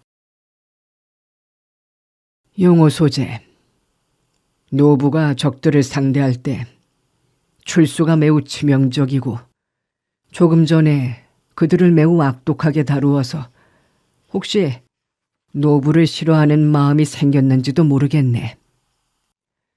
그러나 자네는 노부가 소호 아래에 있는 흑뇌에 얼마나 오랜 세월 동안 갇혀 있었는지를 한번 생각해 보게나. 자네도 그 속에서 있었으니 짐작할 것일세. 그들이 자네에게 어떻게 대하던가. 이런 일을 당하고도 적과 반도들에게 자비를 베풀 수 있겠는가? 영호충이 그렇다는 듯이 고개를 끄덕이다가 갑자기 무슨 일이 떠올랐는지 벌떡 일어서며 말했다. 노 선배님께 청이 있습니다. 노 선배께서 후배의 간곡한 청을 들어주셨으면 합니다. 이마행이 물었다. 무슨 청인가? 영호충이 말했다. 처음 노 선배님을 만나던 날 황종공의 말을 들었는데 만약 노 선배님께서 탈출해 강으로 나가시면 화산파는 멸문의 화를 입을 것이라고 했습니다. 또 노 선배님께서도 저의 사부님을 만나면 그냥 두지 않겠다고 말씀하셨습니다. 만약 노 선배님께서 화산파를 쓸어 없애려 하신다면 아마 그 누구도 이를 막을 수 없겠지만 이마행이 말했다. 향소제의 말을 들으니 자네의 사부는 자네를 화산파에서 제명했다고 했네. 노부는 이번에 악불군이 이끄는 화산파를 멸문시켜 무림에서 그 흔적도 남지 않도록 만들어서 자네의 원한을 풀어주려 하네. 영호충이 고개를 저으며 말했다. 후배는 어려서 부모님을 잃고 사부님, 사모님의 은혜를 입어 이렇듯 성장했기에 말은 비록 사부와 제자 사이지만 실제로는 부모 자식과도 같습니다. 사부님이 후배를 제명하신 것은 첫째로는 저의 잘못 때문이고 둘째로는 그간에 오해가 있었기 때문입니다. 후배는 절대로 사부님을 원망하지 않습니다. 이마행이 껄껄 웃었다. 악불군은 자네에게 무정하게 대했는데 자넨 도리어 그를 감싸는구먼. 영호충이 말했다. 후배가 노 선배님께 청하고자 하는 것은 노 선배님께서 아량을 베풀어 저의 사부님, 사모님과 화산파의 제자들에게 손을 쓰시지 말아달라는 간청입니다. 이마행의 신색이 엄숙하게 변했다. 노부가 흑뇌에서 빠져나오는 데 있어서 자네의 힘이 컸으나 흡성대법을 전수하여 생명을 건져주었으니 서로 아무런 빚이 없다고 할 수 있네. 노부가 다시 강호에 나선 이상 반드시 해결해야만 할 은원이 아직 너무 많아서 자네에게 약속할 수가 없네. 이후로 노부의 행동을 구속하지 말게나. 영호충은 그의 엄숙한 신색을 보고 그 말을 듣고 악사부가 곤경을 벗어날 수 없음을 알고 초조한 심정이 곧 얼굴에 나타났다. 이마행이 하하 웃으면서 말했다. 소형제, 잠시 앉아보게. 지금 노부에게 믿을 수 있는 직이라고는 자네와 향소제, 이렇게 두 사람밖에 없네. 자네가 부탁하는 일이니 깊이 고려해 보겠네. 이렇게 하기로 하지. 한 가지는 약속할 수 있네. 금후 화산파의 제자를 만나더라도 그들이 노부에게 불경스럽게 행동하지 않는다면 노부 역시 그들을 건드리지 않겠네. 그리고 그들을 훈계할 때도 자네 앞에서 할 것이며 언제나 손속에 오픈의 사정을 두겠네. 어떠한가? 영호충은 매우 기뻤다. 그렇게 해주신다면 후배 감격할 뿐입니다. 노 선배님께서 어떤 분부를 하시더라도 어기지 않겠습니다. 이마행이 말했다. 나는 자네들 두 사람과 금난 형제의 의를 맺고 싶네. 그래서 우리 형제는 즐거움도 괴로움도 함께 하세. 향소제는 1월 신교의 광명좌사, 자네는 광명우사가 되는 게 어떻겠는가? 영호충은 이 말에 소스라치게 놀랐다. 이러한 희세의 고인이 형제의 의를 맺자는 일도 놀라웠지만 마교에 가담할 생각은 해보지도 않았기 때문이었다. 어려서부터 사부님과 사모님에게 마교의 악행에 대해 많은 이야기를 들어왔기 때문에 자신이 비록 사문으로부터 제명당해 강호의 사문도 없는 떠돌이가 되었지만 마교에 가담한다는 것은 생각할 수도 없는 일이었다. 갑자기 마음이 어지러워진 영호충은 대답할 수가 없었다. 이마행과 향문천은 말없이 그를 지켜보고 있었기 때문에 갑자기 방안이 쥐죽은 듯이 조용해졌다. 한참 후에야 영호충이 비로소 입을 열었다. 어찌 저 같은 마락 후진이 노 선배님과 감히 형제가 될 수 있겠습니까? 또 지금은 비록 사문에서 제명당했으나 언제인가 사부님께서 저를 다시 받아주실 것이오니 노 선배님의 뜻에 감격할 따름이오나. 이마행이 담담하게 웃었다. 자넨 노부를 1월 신교의 교주라고 생각하는가? 지금 세상에서 1월 신교의 교주는 동방불패라고 누구나 알고 있다네. 그 사람은 무공에 있어서도 노부에게 뒤지지 않고 종횡하는 지모에 있어서는 노부보다 뛰어나다고 해야겠지. 그는 수하에 수많은 부하들을 거느리고 있어서 노부와 향소제 2명만으로 그들을 상대해서 교주의 지위를 되찾는 것은 마치 계란으로 바위를 치는 격이라 할 수 있네. 자네가 노부와 결의 형제를 맺지 않으려는 것도 이해할 수 있는 일일세. 자, 우리 술이나 마시고 그 이야기는 없었던 것으로 하세. 영호충이 말했다. 교주의 자리를 어떻게 동방불패가 찬탈했고 또 노 선배님께서 어떻게 흑로에 갇히게 되셨는지 후배는 전혀 알 수가 없습니다. 후배에게 저간의 사정을 말씀해 주시지 않겠습니까? 이마행이 고개를 저으며 씁쓸한 표정으로 말했다. 호수 밑에서 12년을 갇혀 있으면서 세상 명리나 권위에 대한 용념이 사라졌네. 나이가 들수록 마음이 약해지는구먼. 그는 한 잔 술을 가득히 부어 마시고는 하핫 크게 웃었으나 그 웃음소리에는 서글픔이 서려 있었다. 향문천이 말했다. 소재, 그때 동방불패가 나를 잡으려 보낸 사람들의 악랄함을 자네도 보았지 않는가? 만약 그때 자네가 나서지 않았더라면 나는 이미 이 한 목숨을 잃었을 것이네. 자네 마음속엔 정파와 마교의 구분이 있는 것 같은데 그때 수백여 명이 우리 2사람을 합공할 때 무슨 정파와 마교의 구분이 있던가? 정파 중에는 물론 올바른 사람도 있지만 비열하고 간악한 무리들도 많이 섞여 있는 것이라네.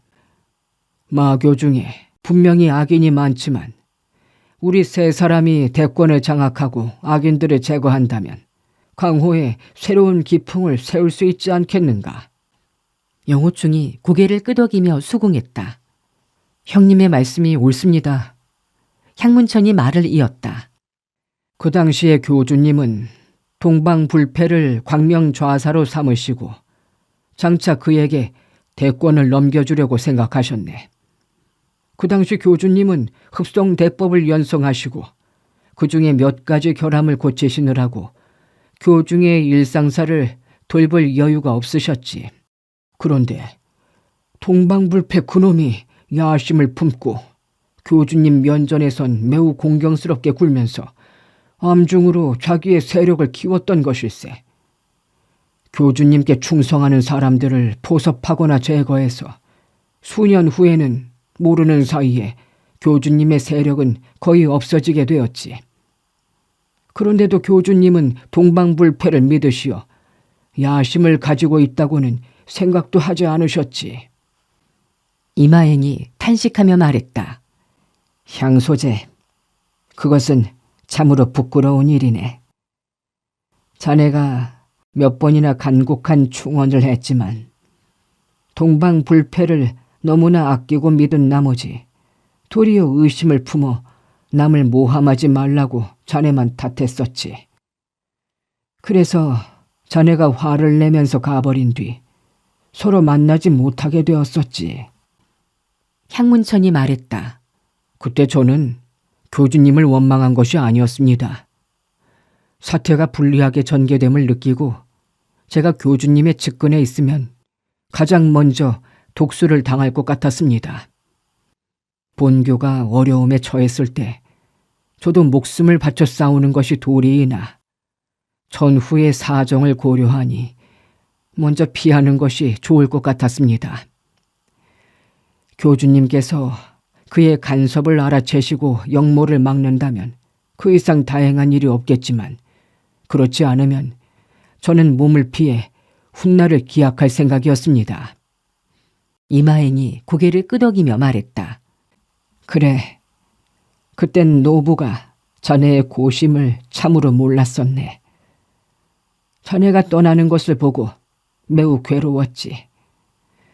그때 연공이 아주 중요한 단계에 접어들었기 때문에 내가 심신에 다른 여유가 없었기 때문일세. 그런데 그때 동방불패는 노부를 찾아와 너무 심려하지 말라고 위안을 주곤 했지. 그래서 노부는 그의 간계에 넘어가서 본교의 진산 비급, 규화 보전을 그에게 전수해주고 말았다네. 영호충은 규화보전이라는 말을 듣고 아하는 탄성을 질렀다. 향문천이 물었다. 소재, 자네도 규화 보전을 알고 있는가? 영호충이 대답했다. 사부님이 말씀하시는 것을 들은 적이 있습니다. 그 박대 정심한 무학 비급이 교주님의 수중에 있었을 줄은 몰랐습니다. 이마행이 말했다. 오랫동안 규화 보전은 1월 신교의 진교 지보로서 전대 교주가 다음 때 교주에게 전수해 왔네. 그때 나는 침식도 있고 흡성 대법을 연성하느라고 다른 일을 생각도 하기 싫어서 그랬는지 동방불패에게 교주자리 물려주려고 생각했었네. 규화 보전을 전수받았다는 것은 오래지 않아 교주의 지위에 오른다는 것을 뜻하는데 동방불패처럼 총명한 사람이 무엇 때문에 그렇게 조급하게 반역을 저질러 가면서까지 교주자를 찬탈했는지를 지금도 모르겠네. 조금만 기다리면 자연히 자기가 교주가 될 텐데 말이야. 그는 아직까지 그 까닭을 알 수 없다는 듯이 눈살을 찌푸린 채 생각에 잠겼다. 향문천이 말했다. 첫째, 교주님이 언제 정식으로 교주자를 물려줄지 기다릴 수가 없었고, 둘째, 갑자기 큰 변화가 있을지도 모르기 때문에 방심할 수 없었기 때문입니다. 이마행이 말했다. 모든 일이 순조롭게 진행되고 있었는데 또 갑자기 무슨 변화가 있을 수가 있단 말인가. 정말 이해할 수 없는 일이야. 내가 흙내에서 곰곰이 생각해봐도 다른 일은 모두 이해할 수 있겠는데 왜 그가 조금 더 기다리지 않고 반란을 일으켰는지 아직까지 알 수가 없다네. 원래 그는 내가 자네에게 교주의 자를 물려줄까 싶어 자네를 경계하고 있었지. 그러나 자네는 이미 다른 길을 가고 있었기 때문에 신경 쓸 일이 없었으니 기다리기만 했으면 되는 일인데 말이야. 향문천이 말했다. 동방불패가 난을 일으켰던 그해 단오절 연회에서 아가씨께서 하셨던 말을 기억하고 계십니까? 이마행이 고개를 갸우뚱하며 물었다. 단오절에? 그 아이가 무슨 말을 했는데? 그게 이 일과 무슨 관계가 있는가? 난 전혀 기억나지 않네. 향문천이 천천히 설명했다. 교주님은 아가씨를 어린아이로만 여기셨습니다만 아가씨의 총명함은 참으로 장성한 어른들보다 뛰어났습니다. 그때 아가씨는 7살이었는데 모두 모인 자리에서 사람 수를 헤아리더니 갑자기 교주님께 물었지요. 아버지, 매년 단오절 잔치 때마다 왜 한 사람씩 줄어들죠? 그러자 교주님께서 놀라며 물으셨죠. 무엇이 1년에 한 명씩 줄어든다는 것이냐? 그러자 아가씨가 말씀하셨죠. 제 기억으론 작년에는 11명이었고 그 전해에는 12명이었는데 지금은 하나, 둘, 셋 모두 10명이잖아요. 이마행이 한숨을 내쉬며 말했다. 그렇구나. 그때 그 말을 듣고 나는 매우 불쾌했지. 1년 전에는 학현재가 처형당했고 또 1년 전에는 구장로가 감숙에서 원인 모르게 죽었는데 지금 생각하니 모두 동방불패의 독계에 걸린 것이었어. 또 1년 전엔 문장로가 쫓겨나 숭산파, 퇴산파, 형산파 고수들의 합공을 당해 죽었는데 그것 또한 동방불패의 모계였어.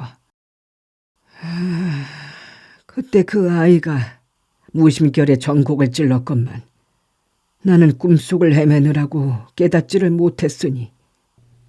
그는 잠시 묵묵히 있다가 술 한 잔을 들이키고 다시 입을 열었다. 이 흡성대법은 북송년간의 수요파가 창시한 무공인데 북명신공과 화공대법으로 나뉘어져 있었네. 그러다가 후에 그것이 하나로 합해져 흡성대법이라 불렸는데 주로 화공대법을 계승한 것일세.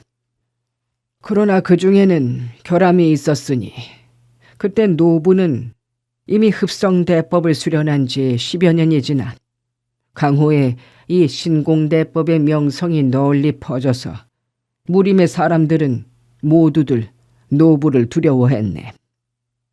그러나 노부는 이 신공에 몇 가지 중대한 결함이 있음을 알게 되었네. 처음엔 그것이 나타나지 않다가 나중에야 그 화가 나타나기 시작했지. 그 몇 년간 노부는 그 결함으로 인해 빨리 무슨 수를 쓰지 않으면 결국은 뼈를 깎는 듯이 고련한 그 대공으로 인해 스스로 목숨을 잃게 되었으니 그때 다른 사람에게서 흡수한 내력이 돌연 몸속에서 부작용이 일어났다네. 그 내력이 많을수록 그 부작용은 더욱 많았다네. 영호충은 여기까지 듣자 그것이 매우 위험스러운 일이었다는 것이 납득이 갔다. 이마행이 말을 이었다. 그때 내 몸속에는 이미 10여 명 정파 고수의 공력이 흡수되어 있었다네. 그러나 그 10여 명 고수들은 각기 다른 문파 출신이어서 그 내력의 성질도 각기 달랐으니 그 내력을 하나로 융합해 내 것으로 고르게 흡수하지 못하면 나는 신복에 난치의 중환이 생기는 상황이었네. 그래서 그 몇 년 동안을 나는 밤낮으로 그것만 궁리하고 있었네. 그날 단오절에도 비록 술을 마시며 담수하고 있었지만 내심은 양교 22개혈과 양류 32개혈, 이 쉬운 4개 혈도를 어떻게 하면 마음대로 운용할 수 있을까 하고 궁리하고 있었다네. 그래서 그 아이의 말을 듣고 처음엔 불쾌했으나 곧 잊어버렸지. 향문천이 말했다. 저도 줄곧 이상하게 생각해 왔습니다. 교주님께서는 매우 신중하시오. 다른 사람이 한마디만 해도 그 속뜻을 알아차리시고 실수하지 않으셨습니다. 그런데 그 몇 년 동안은 동방불패의 간교한 음모도 전혀 깨닫지 못하시고 또 매일 이마행이 웃으며 말했다. 또 마치 혼이 빠진 사람 같았다는 말이지. 향문천이 고개를 끄덕였다. 그렇습니다. 아가씨께서 그렇게 말하자 동방불패가 하하 웃으며 너스레를 쳤으니 아가씨는 사람들이 많은 것이 좋은가 보지. 내년엔 더 많은 사람들을 초대해 북적거리게 해야겠는걸. 하고 그는 만면에 웃음을 지으며 말했지만 그의 눈엔 우려의 기미를 느낄 수 있었습니다. 그때 동방불패는 교주님께서 이미 자신의 속셈을 알고 자기를 시험하고 있다고 생각했을 것입니다. 교주님의 평소의 신통력을 알고 있는 그로서는 그렇게 생각하는 것이 당연한 일이었죠. 이마행이 미간을 찌푸리며 탄식했다. 그해 단오절에 그 아이가 했던 말을 지금까지 기억하지 못했다가 이제야 생각이 나는구나. 맞아. 동방불패가 그 말을 듣고 반드시 의심이 들었겠구나. 향문천이 말했다. 아가씨께서 자라면서 갈수록 총명해져서 혹시 교주님께서 교주의 자리를 아가씨에게 물려주지 않을까 걱정했을 수도 있습니다. 그래서 그는 위험을 무릅쓰고라도 난을 일으킬 수밖에 없었던 것입니다. 이마행이 고개를 끄덕이며 한숨을 내쉬었다. 지금 그 아이가 내 곁에 있다면 우리가 이렇게 외롭고 쓸쓸하지는 않을 텐데. 향문천이 고개를 돌려 영호충을 찬찬히 바라보며 말했다. 소재, 교주님의 말씀에 의하면 흡성대법에는 중대한 결함이 있다고 하셨네. 내가 알기론 교주님께서 흑뇌에 12년간 수감되어 계시면서 쉬지 않고 연구하시어 신공의 결함을 해결하셨네. 교주님, 그렇지요. 이마행은 검은 수염을 한번 쓸어내리고 득이에 찬 웃음소리를 터뜨렸다. 그렇다네. 이젠 다른 사람의 공력을 흡수하더라도 내 마음대로 사용할 수 있고 그 반발력을 걱정하지 않아도 된다네. 영호 형제, 깊이 숨을 들이쉬고 옥침혈과 단중혈에서 진기가 빠져나가지 않는가 시험해보게나. 영호충은 그의 말대로 숨을 들이쉬었더니 과연 옥짐혈과 단중혈에서 진기가 조금씩 빠져나가는 것이 느껴져 안색이 미미하게 변했다. 이마행이 말했다. 자네는 이제 조금 연성한 상태여서 아직 느낄 수 없을지도 모르겠네. 그러나 옛날에 내가 이 문제를 해결치 못했을 때는 이 두 곳 혈도에서 진기가 들끓어 천지가 뒤집히는 것 같았고 정말 견디기 힘들었다네. 다른 사람들 보기엔 그냥 가볍게 호흡하는 것처럼 보여도 내 귓속은 말이 질주하고 천둥이 치는 듯이 쿵쾅거리는 소리가 줄곧 들렸네. 내 몸에 그러한 변고가 없었다면 아무리 동방불패라 해도 그의 힘으로 어떻게 역모를 성공시킬 수 있었겠는가. 영호충은 노인의 말에 10분 공감할 수 있었고 또 향문천이 이런 이야기를 끄집어낸 것은 자기더러 대법의 세세한 운용 방법도 전수해 달라고 청하라는 뜻이었다. 그러나 1월 신교에 가입치 않겠다고 하고서 그런 부탁을 할 수는 없는 일이었다. 그는 마음속으로 생각했다. 이 흡성 대법은 다른 사람의 공력을 흡수해서 사용하는 무공이다. 이런 사악한 공부는 더 이상 배우지 않는 것이 좋겠다. 만약 배운다고 해도 좀처럼 펼치지 않으면 되겠지. 나는 체내의 여러 징계를 해소하지 못해서 이렇게 된 것이니 내 생명은 처음부터 포기했던 바가 아니었던가. 내가 살기 위해 다른 사람에게 해를 입힐 수는 없는 일이지. 그는 화제를 바꾸며 물었다. 노 선배님, 후배에게 한 가지 의심스러운 일이 있습니다.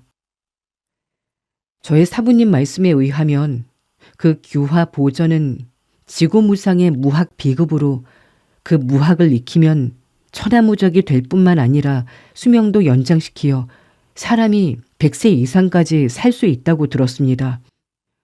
그런데 노 선배께서는 그 보전의 무공을 익히지 않으시고 무엇 때문에 위험한 흡성 대법을 연성하셨습니까? 이마행이 담담하게 웃으며 고개를 저었다. 그 까닭은 다른 사람에게 말할 성질의 것이 아니라네. 영호충이 얼굴을 붉히며 사죄했다. 후배가 실례를 했습니다. 향문천이 말했다. 소재, 교주님은 이미 연세가 많으시고 또 이 형의 나이도 적지 않네. 만약 자네가 본교에 가담한다면 교주의 자리는 응당 자네가 이어받게 되네. 자네의 1월 신교에 대한 인상이 좋지 않다면 자네가 교주가 된 다음에 교규를 숙정하고 천하의 선행을 베풀면 되지 않겠는가? 영호충은 그의 말에 감격했다. 이마행은 왼손으로 술잔을 들어 탁자 위에 탁 놓고는 오른손으로 술주잔잘 들어 술을 가득 부으며 말했다. 수백 년 동안 우리 1월 신교나 정교의 여러 문파는 하늘을 같이 할 수 없는 원수의 사이였네. 자네가 계속 고집을 부리며 본교에 가입지 않으면 자네의 내상도 완치할 길이 없을 뿐 아니라 자네의 사부 사무와 화산파의 제자들 노부가 마음만 먹으면 화산파를 무림에서 흔적이 없도록 만드는 것도 별로 어려운 일이 아니라네. 자네와 우리가 오늘 여기에서 만난 것도 커다란 기원이라면 기원이니 만약 자네가 노부를 따르겠다면 건배를 해주게나. 다분히 협박의 뜻도 들어있는 이 말에 영호충은 화가 치솟았으나 차분한 목소리로 대답했다. 노 선배님과 형님, 후배가 내상으로 생명이 위급한 상황에서 무의식 중에 교주님의 신공 대법을 익혔습니다. 그러나 이후로는 그 대공을 되도록 연성치 않아서 후배는 원래의 상태로 돌아갈 것이니 그것은 아무런 부담이 될 수 없습니다. 후배는 자신의 생명을 그렇게 중시하지 않습니다. 그리고 생사는 하늘에 달려있는 것이니 이제 작별을 고할까 합니다. 화산파는 개파한 지 수백 년간 당당히 지속해 왔으니 어느 한 사람에 의해 그렇게 쉽사리 무너지리라곤 생각되지 않습니다. 두 어르신의 깊으신 후의는 후배 가슴에 담아두겠습니다. 오늘의 이야기는 여기서 마치고 그럼 차후에 다시 뵙겠습니다.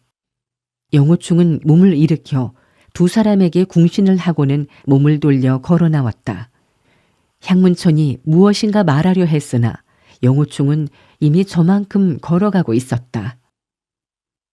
영호충이 매장을 나오니 시원한 바람이 상쾌하게 불어왔다. 고개를 들어보니 잔월이 버드나무에 걸려 있었고 호수에는 달빛이 비치어 은은한 빛의 무리를 이루고 있었다. 그는 호숫가에 우두커니 서서 생각에 잠겼다. 임교주에게 있어서 가장 중요한 일은 동방불패와 격돌에 교주의 자리를 되찾는 것이니 성급하게 화산으로 찾아가진 않겠지. 그러나 사부님, 사모님이나 사제들이 사정을 모르니 혹시라도 그와 충돌한다면 큰일이 일어난다. 내가 이 사실을 알려서 미리 방비하도록 해야겠지. 그들이 복주에서 돌아왔는지 모르겠구나. 여기서 복주는 멀지 않으니 우선 거기로 가보아야겠구나. 이미 떠났다면 가는 길에 만날 수도 있겠지. 영호충은 사부가 자신의 제명을 무림에 공포한 것을 생각하니 가슴이 쓰라렸다.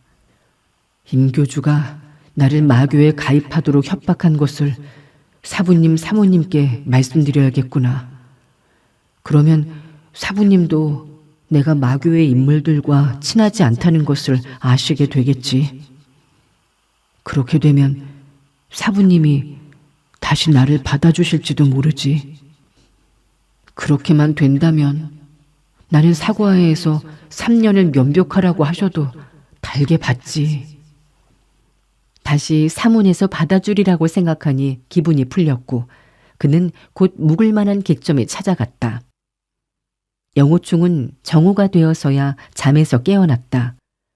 사부님, 사모님을 만날 때까지 여기저기를 찾아다녀야 할 텐데 영영이 조천초등에게 자기를 죽이라고 명했으니 귀찮지 않으려면 다시 분장을 해야만 했다. 어떤 모습으로 분장할까 생각하며 방에서 나와 마당으로 나오는데 와락 물줄기가 쏟아졌다. 영호충이 곧 피하면서 앞쪽을 바라보니 군관 한 명이 나무 쇠숫대알 들고 서서 성난 눈으로 쳐다보면서 거칠게 소리쳤다. 네 놈은 눈도 없느냐? 내가 물을 버리는 것도 보지 못하느냐? 영호충은 세상에 이다지 무례한 작자가 있을까 하고 생각하며 자세히 살펴보니 그 군관은 나이가 대략 40대쯤 되어 보였고 얼굴에는 수염이 가득했고 복장으로 보아 교위인 것 같은데 배를 내밀고 거드름을 피우고 있었다. 그 군관이 다시 큰 소리 쳤다. 보긴 뭘 봐? 영호충의 머리에 갑자기 기발한 생각이 떠올랐다. 군관으로 분장하면 매우 재미있겠구나. 그렇게 하고 다니면 무리민들이 나를 주목하지 않을 거야. 그 군관이 다시 큰 소리 질렀다. 웃어? 왜 웃는 거냐?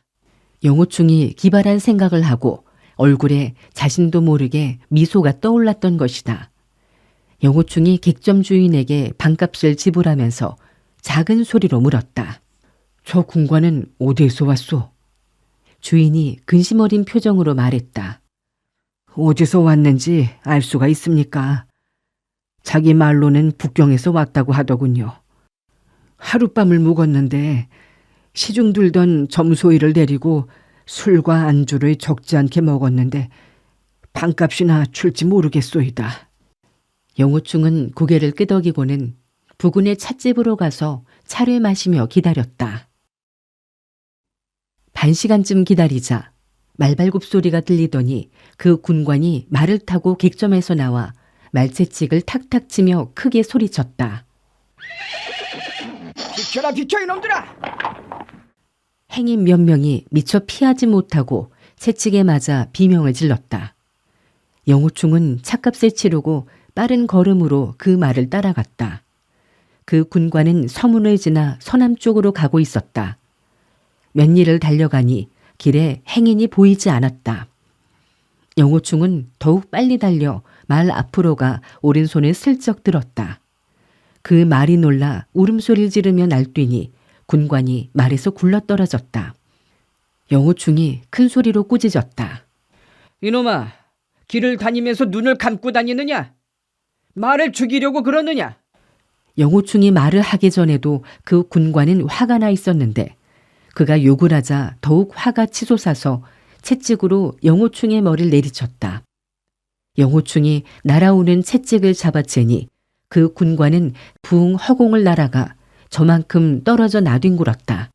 영호충이 왼발로 그의 가슴을 밟으면서 말했다. 야 이놈아, 니깟 놈이 감히 군관 행세를 하며 양민을 괴롭히느냐? 그 군관이 품속에서 봉암 소리를 끄집어냈는데 윗면에 병부상서 대당 정인이라는 인장이 찍혀 있었고 고신이라는 글자가 적혀 있었다. 봉투를 열어보니 두꺼운 종이 한 장이 나왔는데 병부상서의 위임장으로 하북 창주의 5천덕을 복주 천주부 참장으로 임명한다고 되어 있었다. 영호충이 웃으며 말했다. 네 놈이 참장이었구나. 네 놈이 5천덕이냐? 그 군관은 얼굴이 시뻘겋게 되어서 큰 소리로 외쳤다. 빨리 나를 일으켜라. 네 놈이 대담하게도 조정의 군관에 무욕하다니. 왕명이 두렵지도 않느냐? 입으로는 계속 호통을 쳤으나 이미 그 기세는 죽어 있었다. 영호충이 웃으면서 손가락을 들어 그의 머리를 찔러 혼절시켰다. 영호충은 그의 의복을 벗기고 주머니를 열어보니 은자 몇백 냥과 금원보가 들어있었다. 이 돈은 모두 저 군관이 양민들에게서 빼앗은 것일 테니 주인에게 돌려주기는 어려울 것 같고 내가 5천덕 참장 행세를 하며 술이나 마셔야겠구나. 이런 생각을 하니 웃음을 참을 수가 없었다. 그는 곧 옷을 벗고 참장에 군복, 가죽구두, 칼 등을 자기가 걸치고는 벗은 옷으로는 그 군관의 손을 묶고 입을 막았으며 단도를 뽑아 그의 수염을 깨끗이 깎아주곤 웃으면서 말했다. 수염을 깎고 보니 아주 미남이구려. 그는 대로로 나와 아까 그 군관이 타던 말에 올라타고 채찍을 휘두르며 소리쳤다. 비켜라 비켜 이놈들아! 눈도 없느냐? 용호충은 한바탕 웃으며 남쪽으로 달려갔다. 저녁 때가 되어서야 객점에 들었는데 주인과 점소이가 참장님, 창장님 하면서 연신 굽실거렸다. 다음 날 새벽, 영호충이 복권으로 가는 길을 묻고 은자 오전을 주자 그들은 문 밖까지 나와 그를 환송했다. 영호충은 객점을 떠나면서 마음속으로 생각했다. 너희들이 운이 좋기를 바란다. 가짜인 나를 만났으니 만약에 진짜 참장 오천덕이 여기 오게 되면 고생 꽤나 하게 될 거다. 영호충은 가게에서 거울과 풀을 사서 성을 나와 후미진 곳에 이르자 나무에 거울을 걸쳐놓고 수염을 붙였다. 반 시간이나 걸려서 수염을 다 붙이고 거울을 들여다보니 얼굴에 진짜 수염이 난 것 같아 웃음이 터져나왔다. 그는 남쪽으로 말을 달려 금화부에 이르니 그 말씨가 중주와 달라 알아들을 수가 없었다. 다행히도 사람들은 그를 군관으로 여겨 관화로 이야기했기 때문에 아무런 어려움이 없었다. 그는 이제까지 이렇게 많은 돈을 가져본 적이 없었기에 흥청망청 술을 마시며 즐겼다. 다만 체내의 여러 가지 징기가 각곳에 경맥으로 밀려들어와서 때때로 단전이 뜨끔거리고 머리가 어지러질해지며 구토 증세가 있었다. 게다가 흑백자의 징기마저 더해져 전보다도 훨씬 상세가 심해진 것 같았다. 몸속이 징기가 충돌하고 발작할 때마다 그는 무의식 중에 이마행이 철판에 새겨놓은 대로 운공하여 단전에 비웠다. 여러 가지 징기가 단전에서 빠져나가기만 하면 곧 정신이 맑아지고 편해졌으니 매번 이렇게 하면 자신의 내력이 점점 쌓이기 때문에 발작할 때마다 그 고통도 점점 심해지는 것이었다. 나의 생명이 하루밖에 더 살지 못한다 해도 이미 나는 약속을 어기고 임교주의 신공을 유용하게 쓰고 있구나. 이날 오후 그는 선하령에 이르렀다. 산길이 점점 험해지고 갈수록 높아져 고개 위에는 인적이 드물었다. 다시 20여리를 달려가니 황량한 산이 첩첩이었고 인가도 보이지 않았다. 하늘을 보니 이미 밤이 깊어 바깥에서 하룻밤을 노숙할 수밖에 없었다. 문득 절벽 밑을 보니 작은 동굴이 하나 있었는데 그 안이 바싹 말라 있어서 말을 나무에 묶어두고 동굴에 건초를 깔아 하룻밤을 지낼 준비를 했다. 단전에 다시 기혈이 충돌하자 영호충은 곧 앉아서 행공했다. 고통도 점점 더해갔지만 이마행이 전수해준 그 신공 또한 매번 연공할 때마다 기분이 더욱 상쾌해졌다. 행공을 마치자 전신이 편안하기가 마치 구름 위에 떠있는 신성 같은 기분이었다. 그는 숨을 몰아쉬고 일어서서 씁쓸하게 웃음지었다. 그날 내가 임교주에게 무공절학 규화 보전을 두고 무엇 때문에 흡성대법을 수련했는가 하고 물었을 때 대답해주지 않은 이유를 이제야 알겠구나. 이 흡성대법은 한번 익히기 시작하면 자연히 그만둘 방법이 없는 것이로구나. 이런 것을 생각하다가 영호충은 갑자기 무엇이 생각난 듯이 얼굴색이 변했다. 사모님이 이야기해 주신 묘인들이 독충을 키우는 것과 내 경우가 비슷하구나. 묘인들이 독충을 키우고 나서야 그 해를 안다고 했지. 다 크고 나면 독충은 버리기도 힘들어서 다른 사람을 해치지 못하면 주인도 해친다고 했지. 나는 독충을 키우는 묘인꼴이 되어가는 것이 아닐까.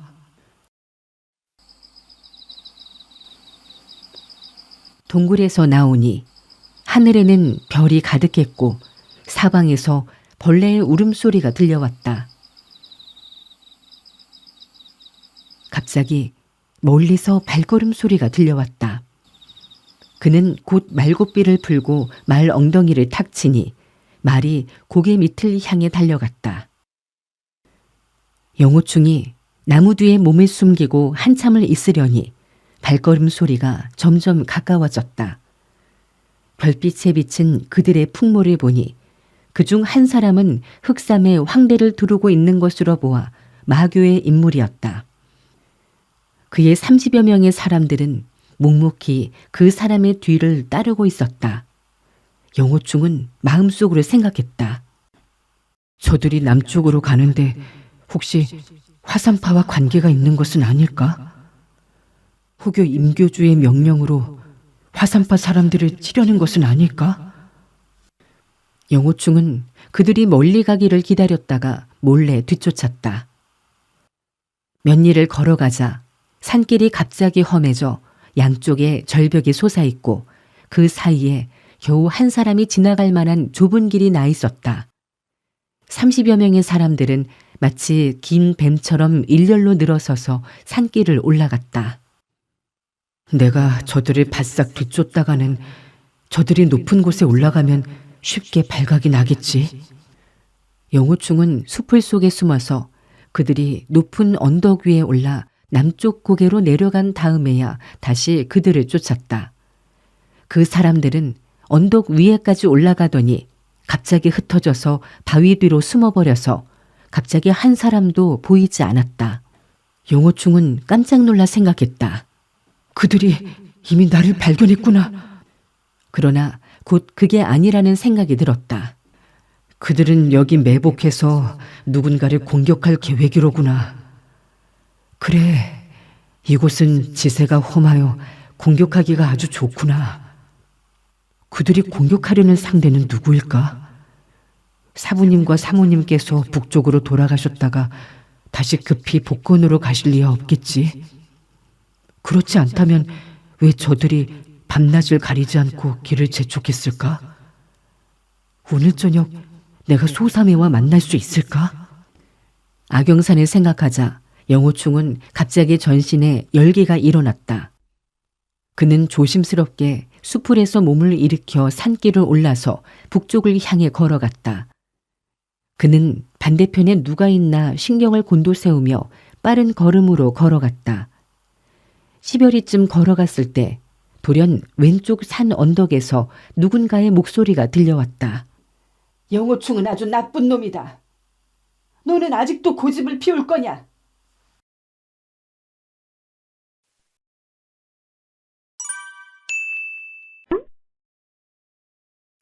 이장 항산의 여승들.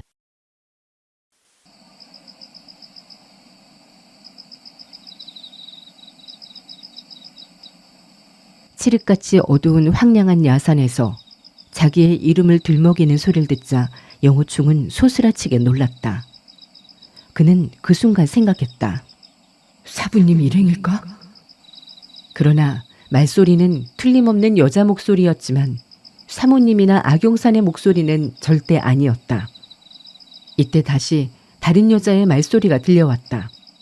그러나 그 말소리는 워낙 먼 데서 들려온 데다 낮아서 똑똑히 들을 수가 없었다.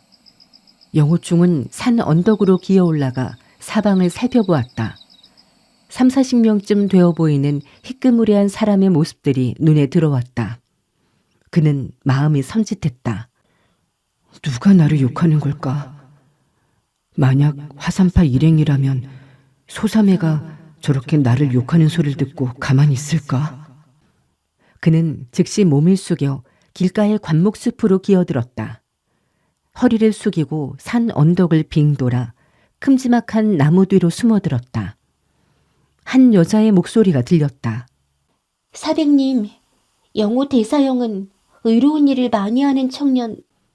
여자의 말소리에 영호충은 갑자기 머리가 띵하면서 맑고 고운 눈동자와 수려한 생김새의 여자 얼굴이 환히 떠올랐다.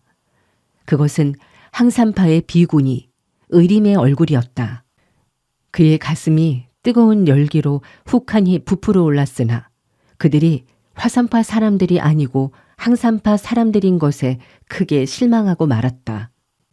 영호충은 심신이 크게 격동되어 의림의 다음 말들을 똑똑히 듣지 못했다. 처음에 소리쳤던 날카롭고 창노한 여자 목소리가 노한 듯이 말했다. 너는 나이도 아직 새파랗게 어린 것이 무슨 고집이 그렇게 세냐? 화산파 장모 낙선생의 서신이 거짓말일 리가 있겠느냐? 그분이 천하에 전한 서신에 의하면 영호충 이 반도가 마교 사람들과 결탁했기에 파문했다는 것이었다. 어찌 그가 억울한 누명을 썼다고 하겠느냐? 영호충이 이전에 너를 구해준 것도 작은 은혜를 베풀어 우리들을 마교에 끌어들이려는 의림이 끼어들었다. 사백님, 그것은 작은 은혜가 아니에요. 영호 대사형은 자기의 목숨을 돌보지 않고 창노한 음성이 호통쳤다. 너는 아직도 그를 영호 대사형이라고 부르느냐? 그 사람은 아마도 심기가 깊은 악적일 게다. 선한 사람인 양 위장해서 너희들 어린 여아들을 속인 것이야. 강호의 인심은 험악하여 온갖 교활함에 춤을 춘단다. 너희들 같이 어리고 견식이 없는 아이들은 쉽게 속게 마련이겠지. 의림이 말했다. 사백님 말씀을 명심하겠습니다. 그렇지만 영호 대사... 그녀는 사형이란 말을 차마 하지 못하고 억지로 참았다. 그렇지만 어떻다는 거냐? 노인이 카랑카랑하게 되묻자 의림은 뭔가 심히 마음에 걸리는지 응답을 못했다. 그 노인이 다시 단호하게 입을 열었다. 숭산 좌맹주의 서신에 의하면 마교가 대거 민지방에 들어가 복주 임가의 벽사건보를 탈취하려고 한단다. 좌맹주는 우리 우악권파가 일제히 힘을 합쳐 그들의 음모를 막아야 한다는 것이다. 그 요마들이 건보를 얻으면 무공이 크게 증진될 것이고 그렇게 되면 우악권판 죽어서 제대로 묻힐 곳도 없게 될 테니 말이다. 다만 다행한 일은 복주 임가의 아들이 악선생 문화로 들어갔으니 건보를 자연스레 화산파가 얻었으면 하는 점이다. 한데 마교는 괴계가 많은 데다 영호충은 화산파 출신이니 그 내정을 소상히 알 것이다. 우리들의 처한 입장이 10분 불리하다.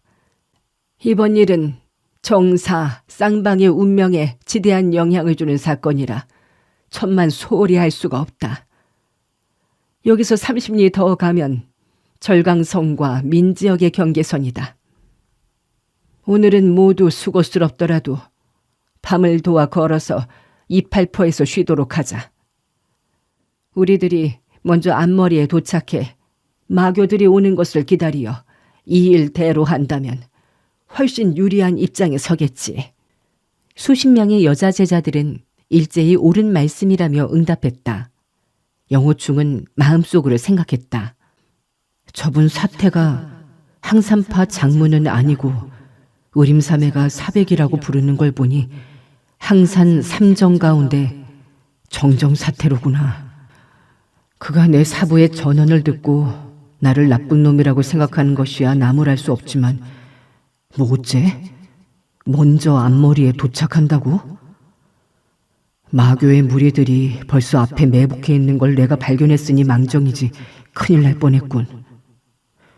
하지만 이 사실을 저들한테 어떻게 알린다지? 정정사태의 말소리가 다시 들렸다. 이제 민지방에 들어가면 사방에 적이 있을 것이므로 만사 조심해야 한다. 객점의 점소이나 찻집의 일꾼도 마교에 끈아풀인 것은 말할 것도 없고 풀숲에도 적이 숨어 있을 것이다.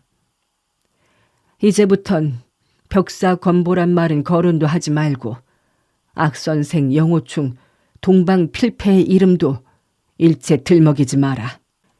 영호충은 마교교주 동방불패가 신공이 천하무적이라 자칭 불패라 함을 알고 있었다. 그러나 정파 사람들은 간혹 그를 들먹일 때 필패라고 부르는 것이다. 자신들의 기계를 올리어 적을 멸하겠다는 위풍을 드러내기 위한 수법이다. 한데 자신의 이름을 사부 및 동방불패와 함께 거론하는 것을 들으니 쏜웃음이 저절로 흘러나왔다.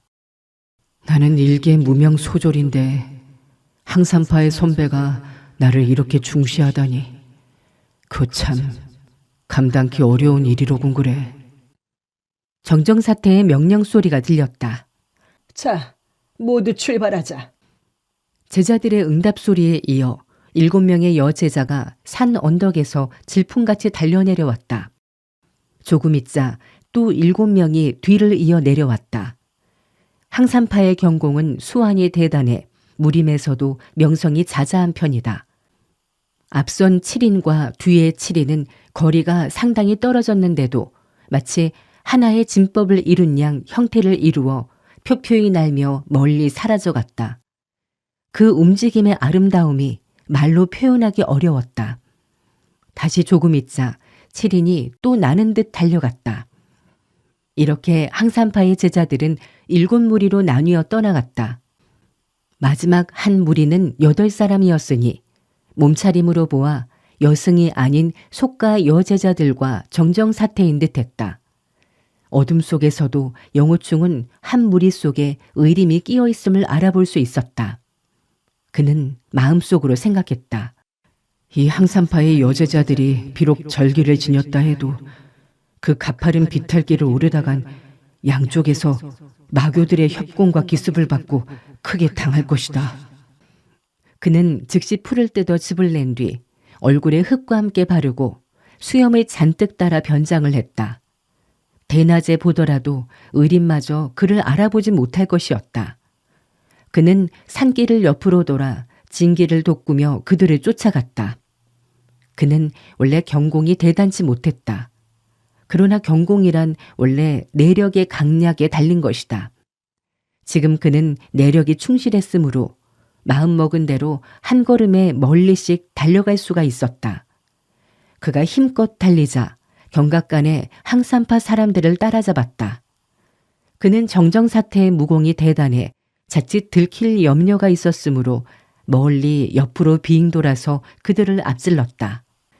항산파의 앞에 나서자 그는 더욱 속도를 가했다. 그동안 오랫동안 꾸물거린 탓인지 달은 이미 중천에 떠 있었다. 영호충은 가파른 비탈길 아래에 도착하자 조용히 서서 귀를 기울였다. 아무 소리도 들리지 않았다. 내 친히 마교들이 매복하는 것을 옆에서 보지 않았으면 이처럼 흉엄무쌍한 위기 속에서도 이를 알아차리지 못했겠구나. 그는 천천히 걸어서 두 봉우리가 맞붙은 언덕에 가서 앉았다. 그곳은 마교들이 매복한 곳에서 1, 2 정도 떨어진 장소였다. 마교들은 아마 나를 보았을 것이다. 그러나 풀을 쳐서 뱀을 놀라게 하는 게 싫어서 손을 쓰지 않은 모양이다. 한참 기다려야 했으므로 그는 벌렁 땅바닥에 드러누웠다. 이윽고 언덕 아래에서 발자국 소리가 은은히 들려왔다. 영호충은 생각을 굴렸다. 가장 좋은 것은 마교 무리들의 유인에 한바탕 싸우는 일이다. 그러면 항산파 사람들이 자연 알 것이 아닌가? 그는 자문자답하듯 혼자 중얼거렸다. 노부는 평생에 가장 싫어하는 것이 몰래 남을 치는 일이다. 왜 떳떳하게 칼과 창으로 멋지게 싸우지 못하고 숨어서 남을 암습하려는 거냐? 그건 정말로 제일로 치사하고 더러운 짓이란 말씀이다.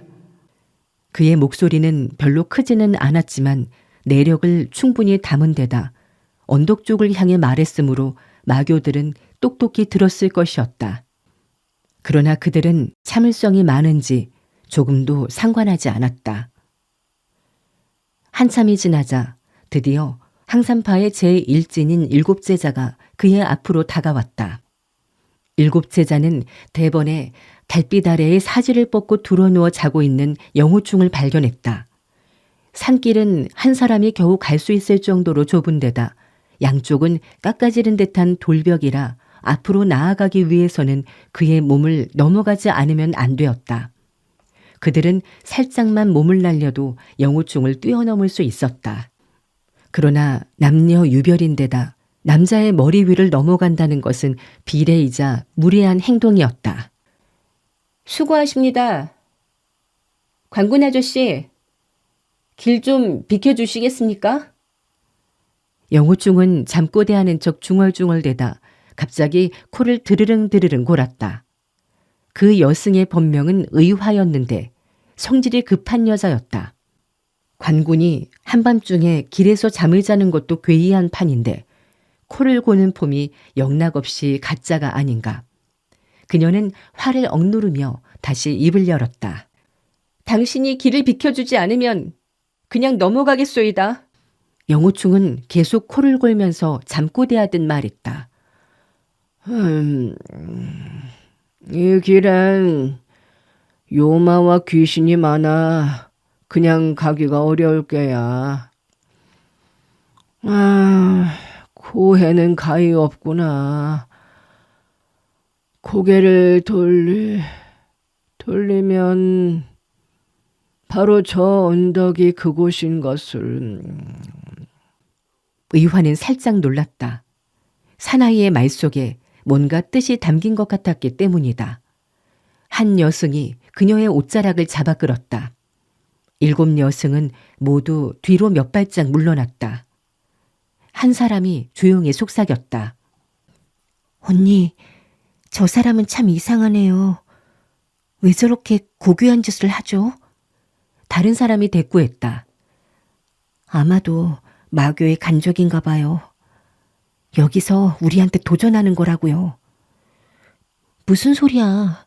마교가 저렇게 조정의 군관으로 변장할 리가 없어. 의화가 사제들의 말을 끊고 단호히 말했다. 그런 거 따질 것 없다. 다시 경고해도 길을 비키지 않으면 우리들은 뛰어서 넘어가면 된다. 그녀는 씩씩하게 앞으로 걸어 나와 호통쳤다. 당신 정말 길을 안 비키면 우리는 죄를 지을 수밖에 없습니다. 영호충은 허리를 쭉 펴면서 느릿느릿 일어나 앉았다. 그는 의림이 혹 자기를 알아볼까 두려워 그들을 등지고 앉아 양쪽 벼랑에 손을 짚고 흔들흔들 술 취한 사람처럼 몸을 흔들어댔다. 좋은 술이었어, 좋은 술. 이렇게 맛 좋은 술을 또 언제 마셔볼까? 바로 이때 항산파의 제2진 제자들이 도착했다. 한 속가 제자가 물었다. 의화 언니, 저 사람 여기서 뭐 하는 거예요? 의화는 이마살이 잔뜩 찌푸리며 대답했다. 무슨 짓을 하는지 누가 알겠니? 영호충이 큰 소리로 주절댔다. 금방 개 한 마리를 아주 큰 놈으로 잡아먹었더니 뱃속이 꾸룩꾸룩 하는구나. 술을 너무 많이 먹었나? 왜 이렇게 토하려고 그러지? 정말 토하려고 이러나? 그는 계속 토할 듯 목청을 가르릉거렸다. 항산파의 여자 제자들은 기겁을 하고 뒤로 물러났다. 그들은 이마를 온통 찌푸리고 코를 막으며 호들갑을 떤다. 영호충은 꽥꽥 토하는 신용을 하지만 실제로 토하지는 않았다. 항상 제자들이 한참 수그이를 하고 있는데 제3진이 막 도착했다. 청아하고 부드러운 말소리가 영호충의 귓전을 때렸다. 이 사람 참 많이 취했나 봐. 불쌍도 해라. 좀 쉬게 해줘요. 그리고 나서 우리가 가도 늦지 않잖아요.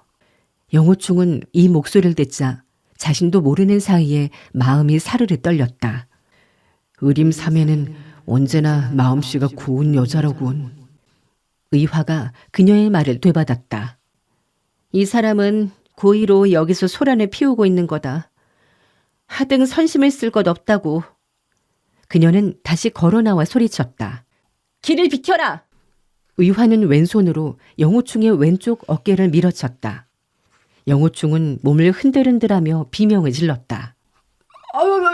아이고, 젊은 여자가 생사람 잡네. 그는 앞으로 몇 걸음 허둥대며 걸어갔다. 비척대고 걷는 품이 낭패한 꼴이었다. 그러나 그의 몸은 자연스럽게 좁은 산길을 꽉 메워 뒤에서 오는 사람은 그의 머리 위를 넘어가지 않으면 안 되게 되었다. 그렇지 않으면 넘어갈 방도가 없었다. 의화는 그를 쫓아가며 호통쳤다. 길을 비키라고! 비켜! 예. 비키고 말급쇼. 영호충은 절절매는 신용을 하며 또 몇 걸음 걸어갔다. 하나 그는 갈수록 길을 꽉 메우고 몸을 높이 돋우어 다른 사람이 도저히 지나갈 수 없게 만들었다. 돌연 영호충이 큰 소리로 아우성을 쳤다. 아이고, 큰일 났다. 어이, 위에 매복해 있는 친구들, 정신 바짝 차려야겠어. 당신들이 기다리는 사람들이 지금 도착했단 말씀이야. 지금 빨리 쳐내려와서 기습하면 한 사람도 안 놓칠 수 있다고. 의화 등은 이 말을 듣자 즉시 뒷걸음질 쳤다. 한 사람이 말했다. 이곳은 지세가 기이하고 험해서 적이 매복했다 습격하면 정말 막아내기 힘들겠어요.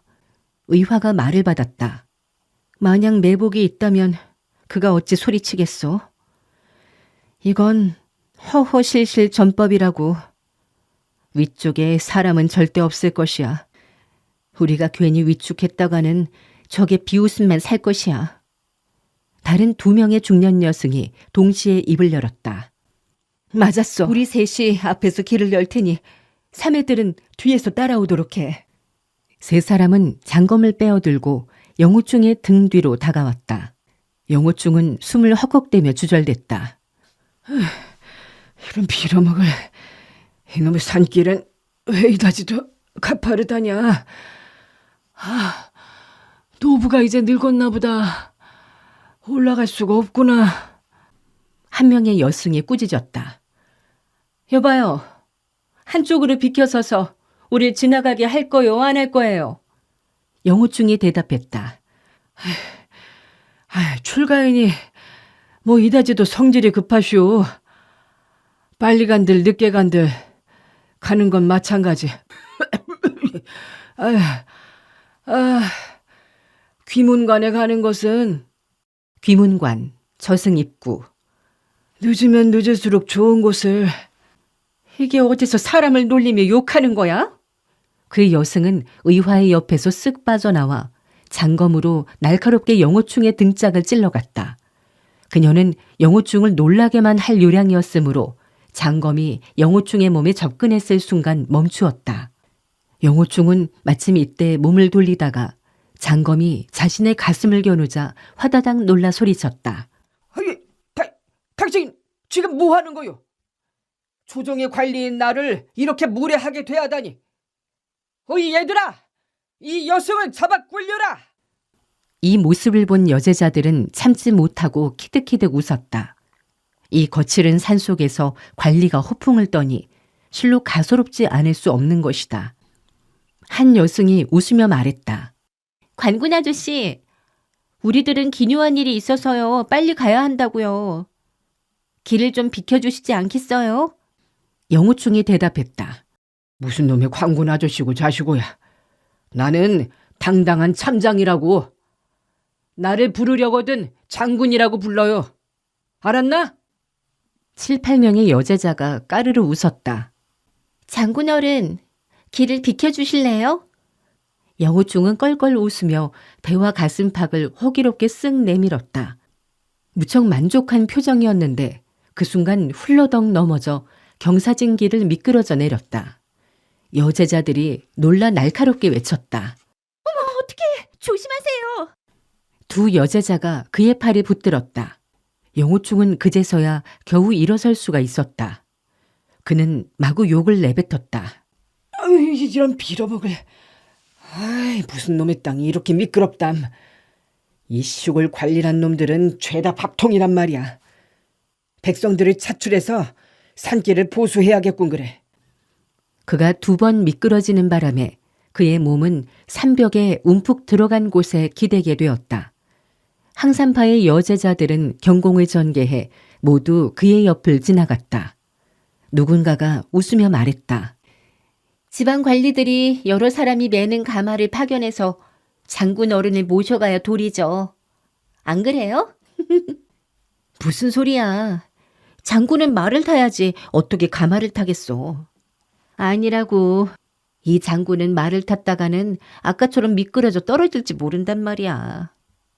영호충이 노한 척 악을 썼다. 헛소리 하지 마. 내가 말도 못할 줄 알아? 지난날 그 빌어먹을 짐승이 마구 날뛰는 바람에 말에서 미끄러져 떨어졌지만 그건 예외에 불과하다고. 여제자들은 깔깔대며 웃고는 바람처럼 가파른 언덕을 올라갔다. 영호충은 날렵한 몸매의 의림이 자기 옆을 스쳐가는 것을 즉각 알아챌 수 있었다. 그는 후다닥 그녀의 뒤를 따랐다. 그러자니 그는 다시 뒤에서 달려오고 있는 항산파 제자들의 길을 막는 꼴이 되었다. 그는 헉헉대며 둔중하게 발걸음을 내딛고 있었는데 세 걸음도 못 가서 2번이나 미끄러졌다. 영호충은 엉금엉금 기어 일어나 또 달려가곤 했다. 겉으로 보기에야 엉성하기 짝이 없었으나 실상은 상당히 민첩하게 움직이고 있었다. 뒤쪽에 있는 한 여제자가 키득대며 놀렸다. 여보세요, 장군 대위님. 당신은 정말 하루에 몇 번이나 넘어지시나요? 의림이 뒤돌아보며 말했다. 의청 언니, 너무 장군을 독촉하지 마세요. 마음이 급한 데다 언덕이 가팔라서 넘어지는 거니까 놀려대지 마세요. 영호충은 그녀의 호수처럼 맑고 큰 눈과 마주쳤다. 마치 맑은 호숫물이 넘실대는 것처럼 서글서글했고 하얀 얼굴이 달빛을 받아 선녀인 양 눈이 부시니 이 세상 사람 같지가 않았다. 그 옛날 청송파 제자들의 추적을 피해 형산성에서 그녀의 품에 안겨있던 모습을 뇌리에 떠올렸다. 지금 생각하니 너무나 아름다웠던 순간이었다. 그리고 잊을 수 없는 추억이었다. 그녀가 지금처럼 자신을 응시하던 생각을 하자 가슴이 미어지듯 뭉클했다. 이 언덕에 강적이 매복해 있어 그녀를 해치려 하면 내 목숨을 버리는 한이 있더라도 꼭 구해줘야 한다. 의림은 영호충의 2눈이 자신을 가만히 쳐다보자 못생긴 군관이 괜히 측은해서 생긋 웃어주었다. 그녀는 영호충을 향해 고개를 끄덕이고는 다시 입을 열었다. 의청 언니, 이분 장군이 다시 넘어지면 재빨리 꽉 붙들어 주세요. 의청이 웃으며 대답했다. 그거 얼마나 무거운데 내가 붙들 수 있겠니? 본래 항산파의 계율은 아주 엄해서 여제자들은 함부로 외인과 웃으며 이야기를 나눌 수 없었다. 그러나 영호충은 워낙 바보처럼 보였고 우스꽝스럽게 생겼으므로 이를 나무랄 선배도 가까이 없는 차제라 그를 상대로 키득거리며 즐기는 것이었다. 사실 별로 탓할 것도 없는 우스갯소리였고 또 어두운 밤길을 가는 데는 안성맞춤의 이야기거리였다. 영호충이 노한 척 소리쳤다. 당신네들 여자 중들이 말을 함부로들 하는구려. 난 당당한 장군이라고. 내 옛날 전장터에서 적을 섬멸할 때 얼마나 위풍이 당당하고 살기가 넘쳐 흘렀는지 모른다고. 그때 당신네 아녀자들이 날 보았다면 무조건 존경했을 텐데 말씀이야. 이따위 시시한 산길 따위가 무슨 문제가 된다는 거야. 뭐째? 몇 번이나 넘어지느냐고? 말을 함부로 짓거리지 말라고. 아차, 이거 큰일 났구나. 그는 발로 돌멩이를 잘못 찼는지 몸을 허청댔다. 2 손이 허공에서 허위적대며 뭔가 붙들고 싶은 양 어지럽게 휘저었다. 그의 등 뒤를 따라오던 여제자들이 놀라 비명을 질렀다. 이 찰나 의림이 재빨리 돌아서며 그를 붙들었다. 영호충은 잽싸게 손을 뻗어 의림의 손에 부여잡았다. 그제서야 영호충은 겨우 바로 설 수가 있었다. 그야말로 낭패한 꼬락선이었다. 그를 따르던 여제자들은 참지 못하고 까르륵대며 웃었다. 영호충이 그래도 큰 소리쳤다. 에헤이, 이 가죽구두는 산길을 걷기엔 너무 무겁구먼 그래. 당신들 같은 마해를 신었으면 절대로 넘어지지도 않았을 거야. 다시 말해서 넘어지지도 않고 미끄러지지도 않고 그래서 하나도 우습지 않았을 거라 이 말씀이야. 의림이 잡은 손을 놓으며 입을 열었다. 맞아요. 장군께서 가죽구두를 신으셨기 때문이에요. 그곳으로 산길을 가기엔 불편하니까요. 영호충이 말을 받았다. 그렇지만 불편은 해도 이 구두는 위풍이 얼마나 당당하다고. 당신들 같은 일반 백성들이야 마해나 초해를 신겠지만 초해, 집신. 나 같은 사람이야 체면상 그런 것을 신을 수가 없지. 여제자들은 그가 곧 죽어도 체면을 따지자 어이가 없어 또다시 서로 돌아보며 웃고 말았다. 이때 늦게 출발한 항산파 여제자들의 일대가 또다시 산 아래에 도착하고 있었다. 선두는 이미 언덕 최정상을 올라가고 있는 중이었다. 영호충이 큰 소리로 주절댔다. 이 일대는 도적질 하려는 산적들이 많답니다. 느닷없이 사람을 쳐서는 돈이랑 물건이랑 몽땅 빼앗아 간다고요. 당신네들 출가한 사람들이야 은자를 몇 푼 갖고 있지 않겠지만 어렵게 생긴 돈을 뺏기지 않도록 아주 조심하시라고요. 의청이 웃으며 대답했다. 우리 대장군께서 여기 계신데 산족들이 어찌 감히 나타나서 분탕질을 치겠어요? 그 말이 끝나자마자 돌연 위쪽에서 두 여제자가 비명을 질렀다. 그녀들은 떼굴떼굴 산 아래로 굴러내려왔다. 두 제자가 급히 그녀들을 붙들어 안았다. 의화가 소리쳤다. 모두 엎드려라. 암기를 조심해라. 순간 항산 제자들은 모두 납작 엎드렸다. 영호충이 뻣뻣이 선 채로 화가 나서 욕을 퍼부었다. 대담한 도적들이로고. 이놈들, 너희는 본 장군이 여기 계신 줄도 모르느냐? 의림이 그의 팔을 잡아당기며 급히 말했다. 빨리 엎드려요.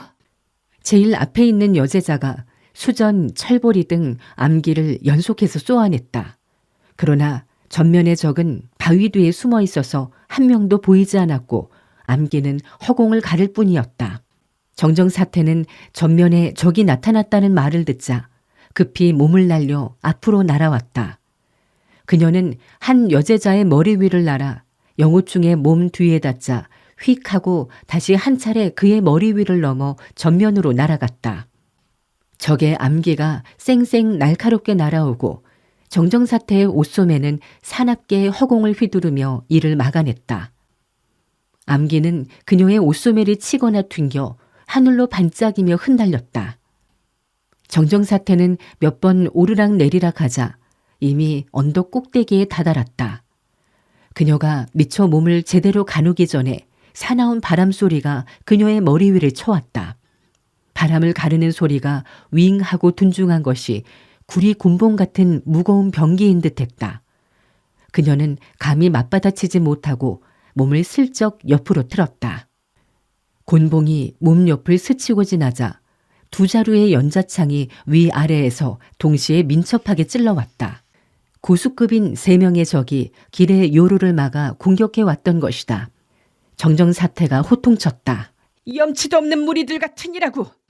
그녀는 장검을 빼어들어 쌍창을 막아냈다. 구리곤봉이 다시 허리를 쓸어왔다.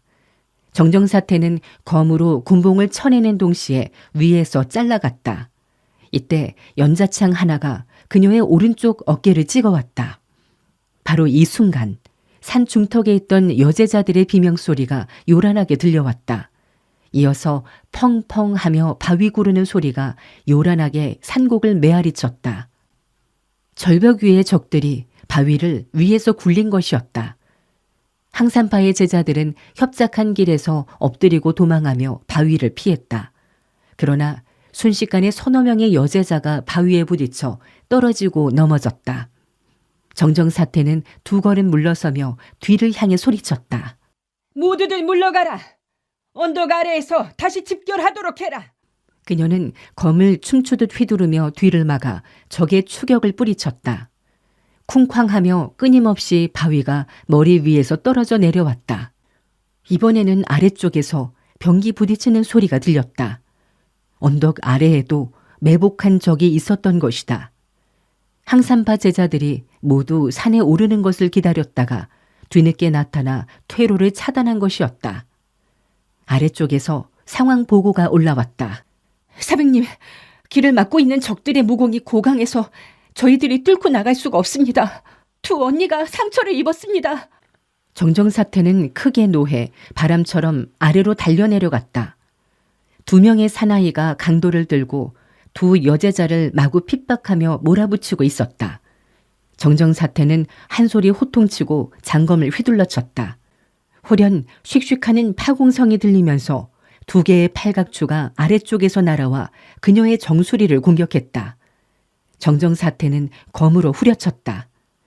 팔각추 하나는 아래쪽으로 가라앉았으나 다른 하나는 머리 위에서 거세게 장검과 마주쳤다. 정정사태는 마음속으로 깜짝 놀랐다. 대단한 어깨 힘이로고. 만약에 평지 같았으면 이렇게 무디게 부딪혀오는 무공쯤이야 안중에도 두지 않고 쉽사리 옆으로 피할 수 있었겠지만 지금은 산길이 좁아 정면 충돌하는 방법밖에 없었다. 적의 2자루 팔각추는 매섭게 춤추며 번갈아 날아들었는데 어둠 속에 보이는 것이라곤 어두컴컴한 검정 안개뿐이었다. 정정사태는 정묘한 검법을 제대로 펼쳐내지 못하고 그저 뒤로 일보 물러나며 언덕을 되올라가는 수밖에 없었다.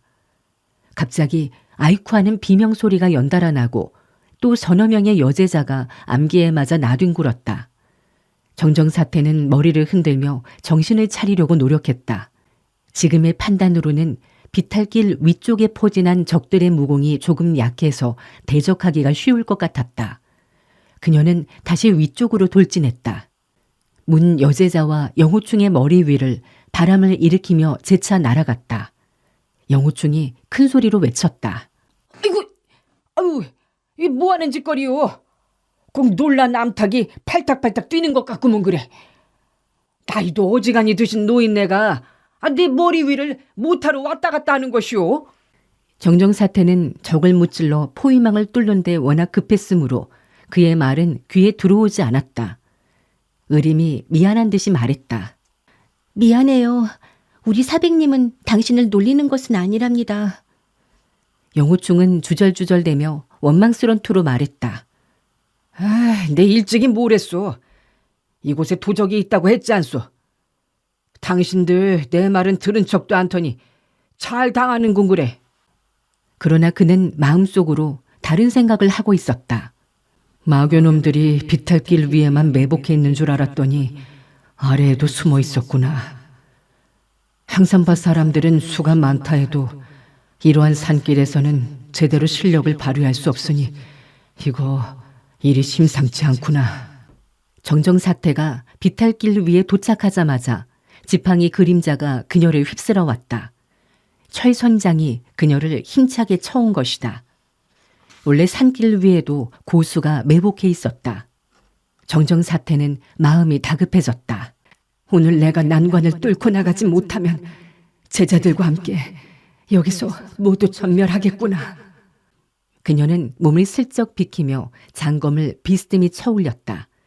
철선장이 아슬아슬하게 그녀의 몸을 스쳐갔다. 정정사태는 장검과 함께 몸통채로 내다르며 철선장을 휘두르던 뚱뚱한 두타에 부딪혀갔다. 이 일초는 극히 위험한 수법으로 생명을 돌보지 않고 양패구상하려는 타법이었다. 두타는 미처 응수하지 못하고 선장을 회수하고 도중 그녀의 일검을 맞고 말았다. 장검은 두타의 어깨 아래쪽지를 순식간에 찔러 들어갔다. 그러나 두타는 이에 굴하지 않고 큰 소리로 고함을 지르며 주먹으로 장검을 내리쳤다. 장검은 두동강이가 났으나 그의 손은 선혈로 피범벅이 되었다. 정정사태가 소리쳤다. 빨리 검을 가져오너라. 의화가 날래게 달려와 검을 옆으로 뉘어 정정사태에게 바쳤다. 사백님, 검을 받으세요. 정정사태가 검을 받으려는 순간 2자루의 연자창이 의화와 정정사태를 찔러왔다. 의화는 후다닥 검을 들어 연자창을 막아쳤으나 상대는 매섭게 의화를 몰아붙여 그녀는 어쩔 수 없이 다시 비탈길 아래로 떠밀려 장검을 정정사태에게 넘겨줄 수 없었다. 위에서는 세 사나이가 정정사태를 에워싸고 공격했다. 두 사람은 칼을, 한 사람은 한 쌍의 판관피를 쓰고 있었다. 정정사태는 맨손으로 항산파의 천장 장법을 펼쳐 네 자루의 병기와 맞섰다. 그녀는 나이가 이미 육순에 가까웠으나 몸놀림은 그 가볍기가 깃털과 매 한 가지로 묘하고 빨랐다. 마교의 세 고수가 합력하여 공격했지만 적수공권의 노 여승을 당장 이기지는 못했다. 의림은 불안에 떨며 어쩔 줄을 몰라 발을 동동 굴렀다. 어머나, 이를 어쩌나, 이를 어째. 영호충이 큰 소리쳤다. 저까지 쬐그만 도적들이 무슨 걱정이요. 자, 길을 비키라고. 길을 비켜. 본상군이 도적들을 모두 잡아버리겠소. 의림이 급히 말했다. 안 돼요. 그들은 엉터리 좀도적이 아니에요. 모두 무공이 대단하다고요. 당신 한 번 올라갔다간 한 칼에 목숨을 잃을 거예요. 영호충이 가슴팍을 툭툭 치며 앙연히 소리쳤다. 청천백이라에. 한데 말을 뱉어놓고 보니 지금은 대낮이 아니라 희뿌옇게 새벽이 다가오는 무렵이었다. 그는 잽싸게 어슴푸레한 하늘을 쳐다보곤 말을 계속했다. 요 도적들이 감히 길을 막고 여승들을 겁탈하려 들다니. 더군다나 연약한 출가인들을 능욕해? 임금의 법도도 무섭지 않다는 말인가? 의림이 답답해서 설명했다. 우리들은 일반 부녀자도 아니고요. 적들은 길을 막고 우릴 겁탈하려는 것도 아니란 말이에요. 알았어. 어쨌든 알았다고. 근데 저놈들을 모두 박살내버릴 거야. 영호충은 성큼성큼 걸어서 위로 올라갔다. 여제자들은 돌벽에 바싹 붙어 있었으므로 영호충은 그녀들을 스치며 지나갔다. 영호충은 비탈길 꼭두에 올라서자 요도를 빼내려고 했다. 그러나 칼이 칼집에서 빠지질 않았다. 그는 욕지거리를 퍼부었다. 이런 빌어먹을. 칼이란 놈도 지랄을 하나. 아니면 녹이 쓸었나. 아하, 장군의 칼에 녹이 쓸었으니 어떻게 적을 잡는다는 말인고.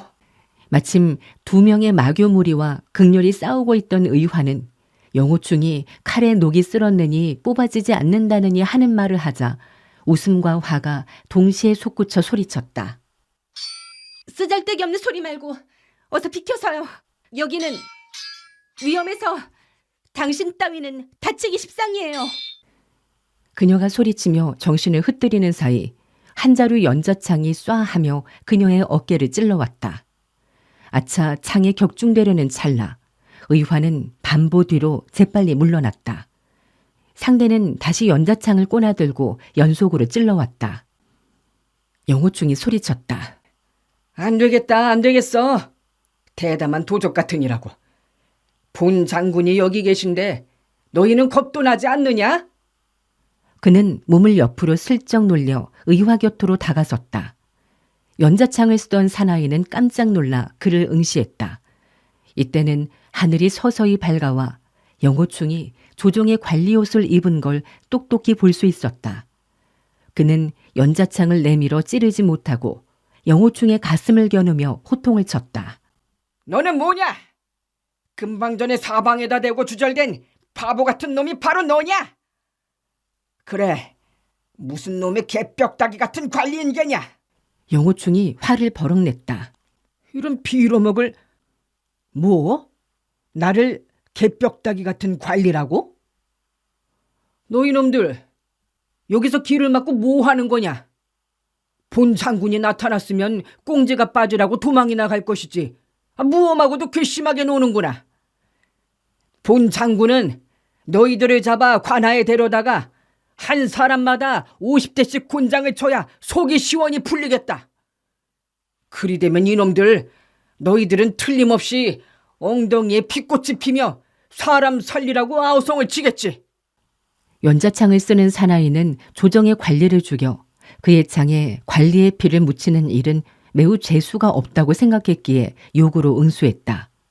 구린내 나는 똥대가리 놈은 썩 꺼지거라. 다시 주접을 떨면 노부가 그 개벽다기 같은 몽둥이에 뻥뻥 구멍 3개를 뚫어주겠다. 영호충이 살펴보니 정정사태는 금세 질 것 같지는 않았고 마교 사람들은 더 이상 암개를 발사하거나 바위를 굴리지는 않아 큰 위험은 없었다. 그도 지지 않고 큰 소리로 호통쳤다. 겁도 없는 도적이로군. 이놈들, 빨리 무릎 꿇고 절을 하며 빌지 못할까? 혹 그러면 집에 있을 너희 80 노모를 생각해서 가볍게 보아줄지 모르겠다. 그렇지 않다면 네 놈들의 대가리를 모두 싹둑싹둑 잘라서. 항상파의 제자들은 그의 말을 듣자 모두 이마를 찌푸리고 고개를 절레절레 저었다. 이 사람은 겁도 없는 것이 미치광인가 봐.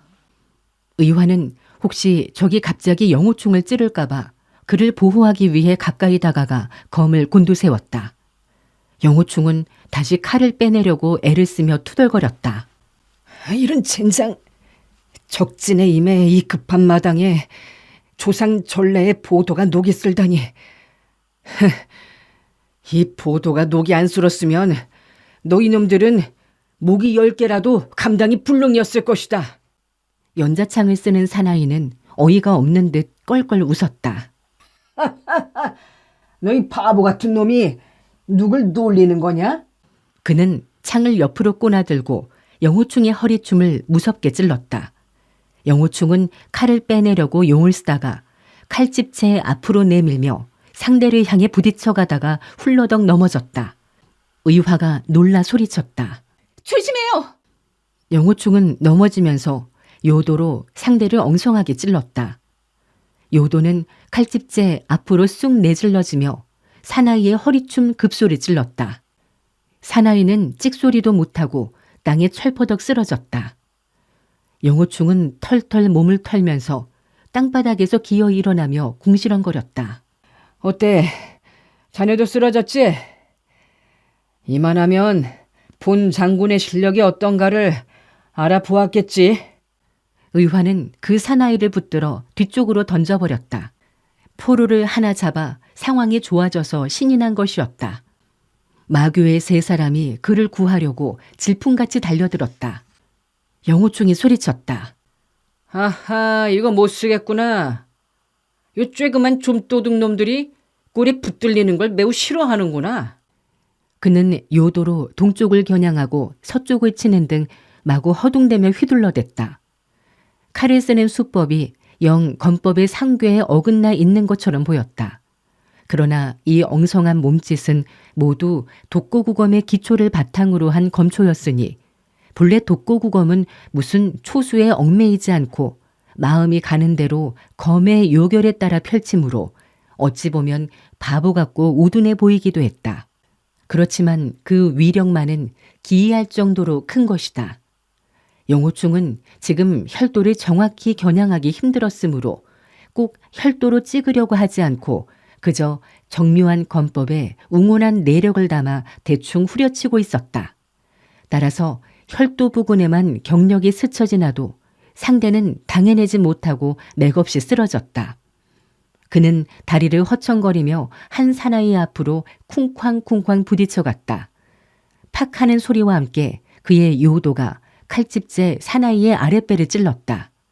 사나이는 숨을 크게 몰아쉬다 풀썩 쓰러졌다. 영호충은 아이쿠 하는 비명소리 지르고 뒤로 한 차례 펄쩍 뛰었다. 이번에는 칼자루가 한 사나이의 어깨쪽지를 쳤다. 그 사나이는 땅에 풀썩 쓰러져 대굴대굴 몇 바퀴를 굴러갔다. 영호충은 그 사나이의 다리에 몸이 엉켜 허우적거렸다. 이런 빌어먹을. 그가 몸을 빼내는 순간 칼집은 또 한 사나이를 도륙했다. 그 사람은 정정사태를 합공하던 3 사나이 중에 한 고수였다. 영호충의 칼집에 등짝이 찔리자 사나이의 단도가 하늘로 튕겨올랐다. 정정사태는 승기를 타고 장을 밀어쳤다. 장은 펑 하고 사나이의 가슴에 적중됐다. 사나이는 선혈을 분수처럼 뿜으며 즉사했다. 영호충이 놀란 듯 소리쳤다. 조심하시오, 조심해. 그가 몇 걸음 뒤로 물러나는 바람에 등짝이 판관필을 쓰는 사나이의 정면에 노출되었다. 사나이는 판관필로 영호충의 척추를 일격했다. 영호충은 허둥대며 앞으로 띠뚝띠뚝 걸어갔다. 그 사이 그의 칼집에 얻어맞은 2명의 마교 사람이 땅바닥에 픽픽 나가 떨어졌다. 이를 보자 판관필을 쓰는 사나이는 화가 나서 질풍같이 영호충에게 달려들었다. 영호충이 놀라 소리쳤다. 어이구 무서워라. 영호충은 허둥대며 도망치고 사나이는 끈질기게 추격했다. 갑자기 영호충이 걸음을 멈추고 허리를 굽히자 칼집이 뾰족히 어깨 위로 솟아올랐다. 사나이는 영호충이 도망치는 도중 홀연 멈춰설 줄은 상상도 못했으므로 즉각 임기응변할 수가 없었다. 달려가던 속도에 어쩌지 못하고 그의 가슴과 배가 영호충의 칼집에 세차게 부딪히고 말았다. 사나이는 망연한 표정으로 방금 벌어진 일을 믿을 수 없다는 듯 멍청이 서 있다가 서서히 땅바닥으로 가라앉았다. 영호충은 천천히 몸을 일으켜 주위를 돌아보았다. 비탈진 정상에서의 싸움은 이미 끝나고 항산파 제자들 중 거의 반이 벌써 정상에 올라와 있었다. 이들은 마교의 무리들과 대치에 서 있었으며 나머지 제자들도 신속히 산에 오르고 있었다. 영호충이 큰 소리로 호통쳤다. 이놈의 산적들아! 감히 본 장군이 여기 계신 걸 보고도 너희는 아직까지 무릎을 꿇고 항복을 하지 않느냐? 정말 괘씸하고 괴이하고 기이한 일이로다. 그는 요도를 춤추듯 휘두르며 호갈소리와 함께 마교의 무리 속으로 지쳐 들어갔다. 마교의 교중은 즉각 칼과 창을 꼬나들고 그와 접전해 버렸다. 이를 본 항산파 제자들이 그를 도우려는데 영호충이 비명소리 지르며 마교 교중들 속에서 뛰쳐나왔다. 무섭다 무서워. 정말 무시무시한 산적들이구나. 아이고. 그는 마교 무리에서 빠져나와 몇 걸음 걸어 나오다 진창을 잘못 디뎌 훌러덩 넘어졌다. 이 순간 칼집이 퉁기며 자신의 이마를 세차게 때렸고 영호충은 금세 기절하고 말았다. 다만 그가 마교 무리 속을 한번 들어갔다 나오는 사이 이미 5명의 마교 사람들이 그에게 얻어맞고 쓰러져 있었다. 쌍방은 이런 변화에 모두 깜짝 놀랐다. 의화와 의청이 동시에 달려가며 소리쳤다. 장군, 괜찮으세요? 영호충은 2 눈을 꼭 감고 깨어나지 못한 양 아무 대답도 하지 않았다. 마교의 두령격인 노인은 순식간에 자기 쪽 고수 1명이 죽고 11명이나 되는 사람이 저 미치광이 같기만 한 관군에게 얻어맞고 쓰러지는 것을 보자 크게 놀라고 있었다. 더군다나 조금 전 영호충이 자기들 속으로 비틀거리며 뛰어들었을 때 자신이 직접 그를 생포하려다 오히려 칼집에 한 방을 맞았을 때는 기절초풍할 듯이 놀랐었다. 그것이 요행급소가 아니었기 망정이지 큰일 날 뻔했던 것이다. 아무리 생각해봐도 이자의 수법은 무섭게 한량없고 치고 휘두르는 방위가 고귀한 것이 평생에 처음 보는 긴 고수로 여겨졌다. 도대체 어느 정도 무공이 높은지를 측량키도 어려울 정도였다. 하물며 자기 쪽에 쓰러진 사람 가운데 5명이나 포로로 잡혀 있으므로 이제는 더 이상 싸워봤자 승산이 없을 것 같았다. 그가 사태가 이미 좋지 않다는 것을 계산하고 즉시 낭낭하게 말을 걸었다. 정정사태. 당신 내 암기를 맞은 제자는 극독에 중독되어 있어. 해약이 필요하오 필요하지 않소. 사실 정정사태는 이미 암기에 맞은 제자들이 혼미한 상태에서 검은 피를 마구 흘리고 있는 것으로 보아 극독에 중독된 것을 알고 있었다. 노인의 말을 듣자 즉각 그 뜻을 알아들었다. 우리 해약과 포로를 맞바꿉시다. 노인이 고개를 끄덕이며 뭐라고 몇 마디 하자 한 사나이가 자병 하나를 정정사태에게 가져다 정중히 바쳤다. 정정사태는 자병을 접수하며 엄숙히 말했다. 해약이 효력이 있으면 사람들을 풀어드리겠소이다. 그 노인이 대답했다. 좋소이다. 항산파의 정정사태는 시건하는 사람이 아닐 터이니 믿겠소이다. 그가 손짓하자 마교 사람들은 사상자를 보살피며 서쪽 산길로 내려갔다. 순식간에 한 사람도 남지 않고 모두 사라져버렸다. 영호충이 유유히 깨어나며 신음했다. 아유, 아파라. 아유. 그는 이마에 톡 붉어진 혹을 쓰다듬었다. 그 산적들은 다 어디로 도망쳤소이까? 의화가 킥하고 웃으며 대답했다. 당신 장군님은 참으로 이상한 양반이로군요. 금방 적진에 뛰어들어 어쩌면 그렇게 요행스럽게도 적들을 놀라게 했을까요? 영호충이 껄껄 너털웃음을 터뜨렸다. 어떻소? 근사하지 않소? 대장군이 한 번 나서기만 하면 위풍이 팔방에 떨치니 그까지 산적들이야 망풍 귀순하지 않을 수 없는 바이라.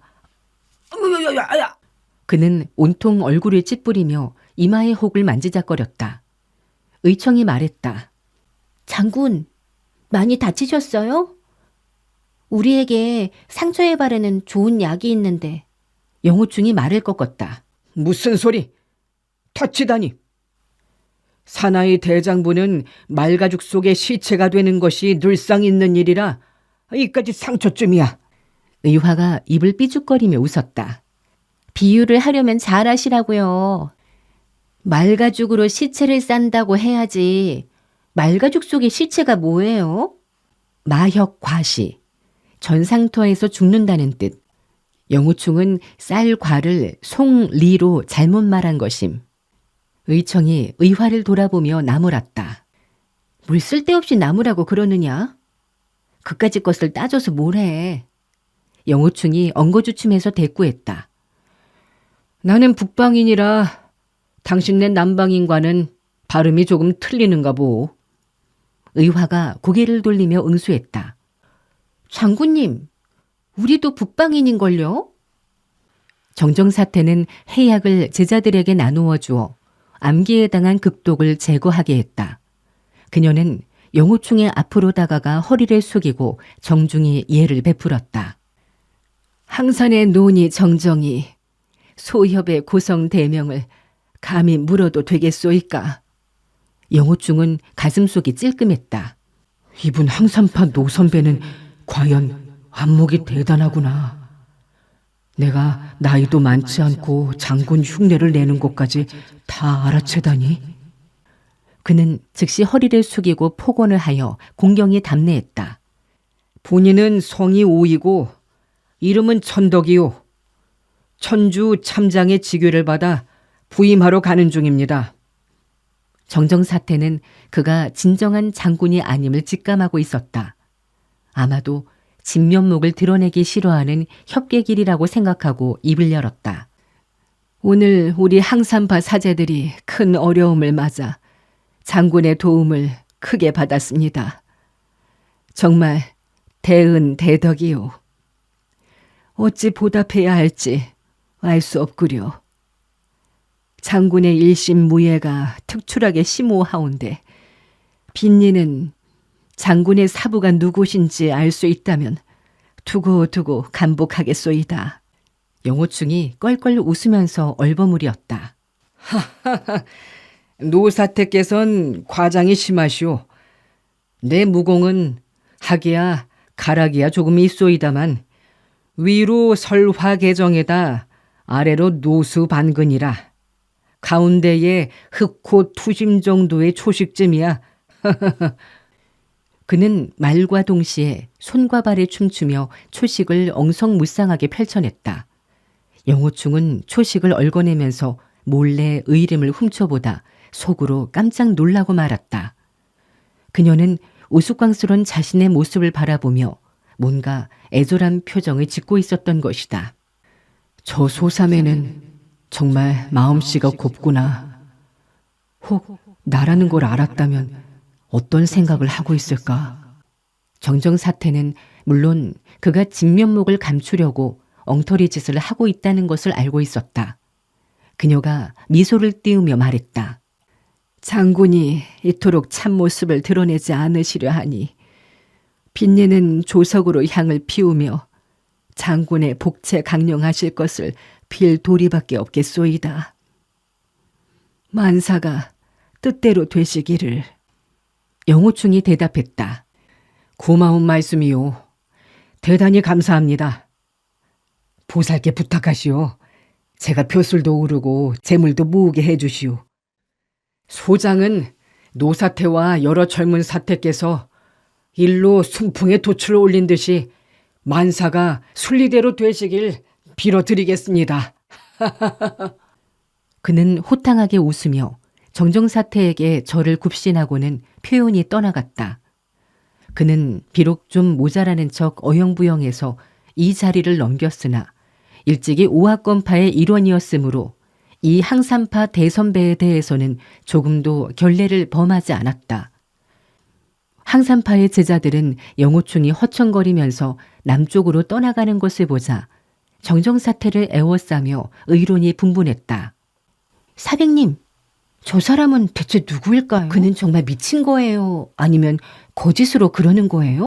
그는 참으로 무공이 높은 고인인가요? 아니면 운이 좋아서 적을 우연히 많이 쓰러뜨린 것인가요? 제가 보기에 그는 장군이 아닌 것 같아요. 나이도 많지 않고요. 안 그래요? 정정사태는 한숨을 푹 쉬고는 암기에 맞은 제자들을 둘러보았다.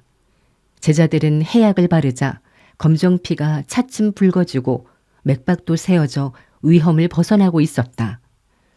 그들 항산파 사람들은 강호의 어느 문파보다도 치상 영약에 정통하고 있었다. 해약이 틀림없음을 확인한 그들은 즉시 5명의 마교 사람들의 혈도를 풀어 석방해 주었다. 정정사태가 말했다. 모두 저 나무 아래에서 잠시 쉬도록 하자. 그녀는 홀로 큰 바위에 좌정하고 눈을 감은 채 깊이 생각했다. 그 사람이 마교 무리에 부딪혀 들어갔을 때 마교의 수령인 장로가 직접 손을 썼다. 그런데도 그는 전혀 개의치 않았고 혈도를 치는 것이 아님에도 불구하고 마교 고수들을 순식간에 5명이나 도륙했다. 사용하는 초식으로도 그의 사문을 짐작할 수가 없다. 현금의 무림에 이처럼 엄청난 무공을 가진 젊은이가 있다니 도대체 누구인지 어느 고인의 문하인지 알 수가 없구나. 그가 적인지 우리의 벗인지 알 도리가 없지만 우리 항산파에게는 천만다행한 일이었다. 그녀는 한참 묵상에 잠겼다가 제자에게 명해 붓과 먹을 가져오게 했다. 그녀는 얇은 비단에 편지 한 통을 쓰고는 제자에게 분부했다. 의질, 전서구를 가져오너라. 의질이 등에 지고 있는 대바구니에서 한 마리 전서구를 꺼냈다. 정정사태는 얇은 서신을 돌돌 말아 작은 죽통에 넣고는 뚜껑을 닫고 칠을 한 뒤 불로 지져 봉했다. 그녀는 죽통을 비둘기의 왼발에 달고 마음속으로 조용히 묵도를 했다. 편지가 무사히 도착하기를 비는 것이다. 하늘에 날아오른 비둘기는 북쪽으로 향해 점점 멀어지더니 이윽고 하나의 점이 되어 끝내는 시야에서 사라졌다. 정정사태는 편지를 쓰고 비둘기를 놓아보낼 때까지 행동 하나하나를 무척 느리고 신중하게 했다. 방금 전 많은 적과 비호처럼 싸우던 때와는 전혀 달랐다. 그녀는 비둘기가 멀어져 하나의 점으로 보이다가 아예 보이지 않게 되었음에도 마냥 북쪽을 바라보고 있었다. 제자들은 어느 누구도 입을 열지 못했다. 조금 전에 한바탕 싸움에서 그 이상 막측한 장군이 끼어들어 우스꽝스럽기 짝이 없었지만 사실 국면은 흉엄하기 그지없었고 가까스로 죽음 속에서 살아나왔음을 각자 모두 절실히 감지하고 있었던 것이다. 이윽고 정정사태가 몸을 돌리더니 15, 16세쯤 되어 보이는 소녀를 손짓으로 불렀다. 소녀는 벌떡 일어나 그녀의 앞으로 나아가 무릎을 꿇었다. 사부님. 정정사태는 가볍게 그녀의 머리를 쓰다듬었다. 견아, 아까는 무서웠었지. 소녀는 고개를 끄덕였다. 무서웠어요. 다행히 그분 장군이 용감하게도 그 악인들을 혼내줬어요. 정정사태는 조용히 미소 지었다. 그 장군은 용감한 것만이 아니라 무공이 측량할 수 없이 높으신 분이었단다. 그 장군이 무공이 세다고요? 제가 보기엔 아주 엉터리 같았어요. 자칫 잘못해서 자기 이마까지 칼집으로 다쳤잖아요. 더구나 그의 칼은 녹이 쓸어 빼지도 못했는데요, 뭐. 소녀 진견은 정정사태가 거둔 직전 제자이다. 총명하고 영리해서 사부로서 무척 귀여워하고 있는 아이였다. 항산파 여제자 중에는 출가한 여승이 6할이고 나머지 4할이 속가제자이다. 그들 중에는 중년 부인도 있고 5, 60세의 파파도 있지만 진견은 항산파 제자 가운데 가장 어렸다. 모든 제자들은 정정사태와 소사매가 이야기를 나누자 천천히 그들을 애워쌌다. 의화가 끼어들어 한마디 했다. 그는 어떻게 해서 그렇게 엉망진창으로 무공을 펼쳤을까요? 상승 무공을 숨기고 하나도 노출하지 않으며 가장할 수 있다면 그건 참으로 측량할 수 없이 고명한 수법이 아니에요?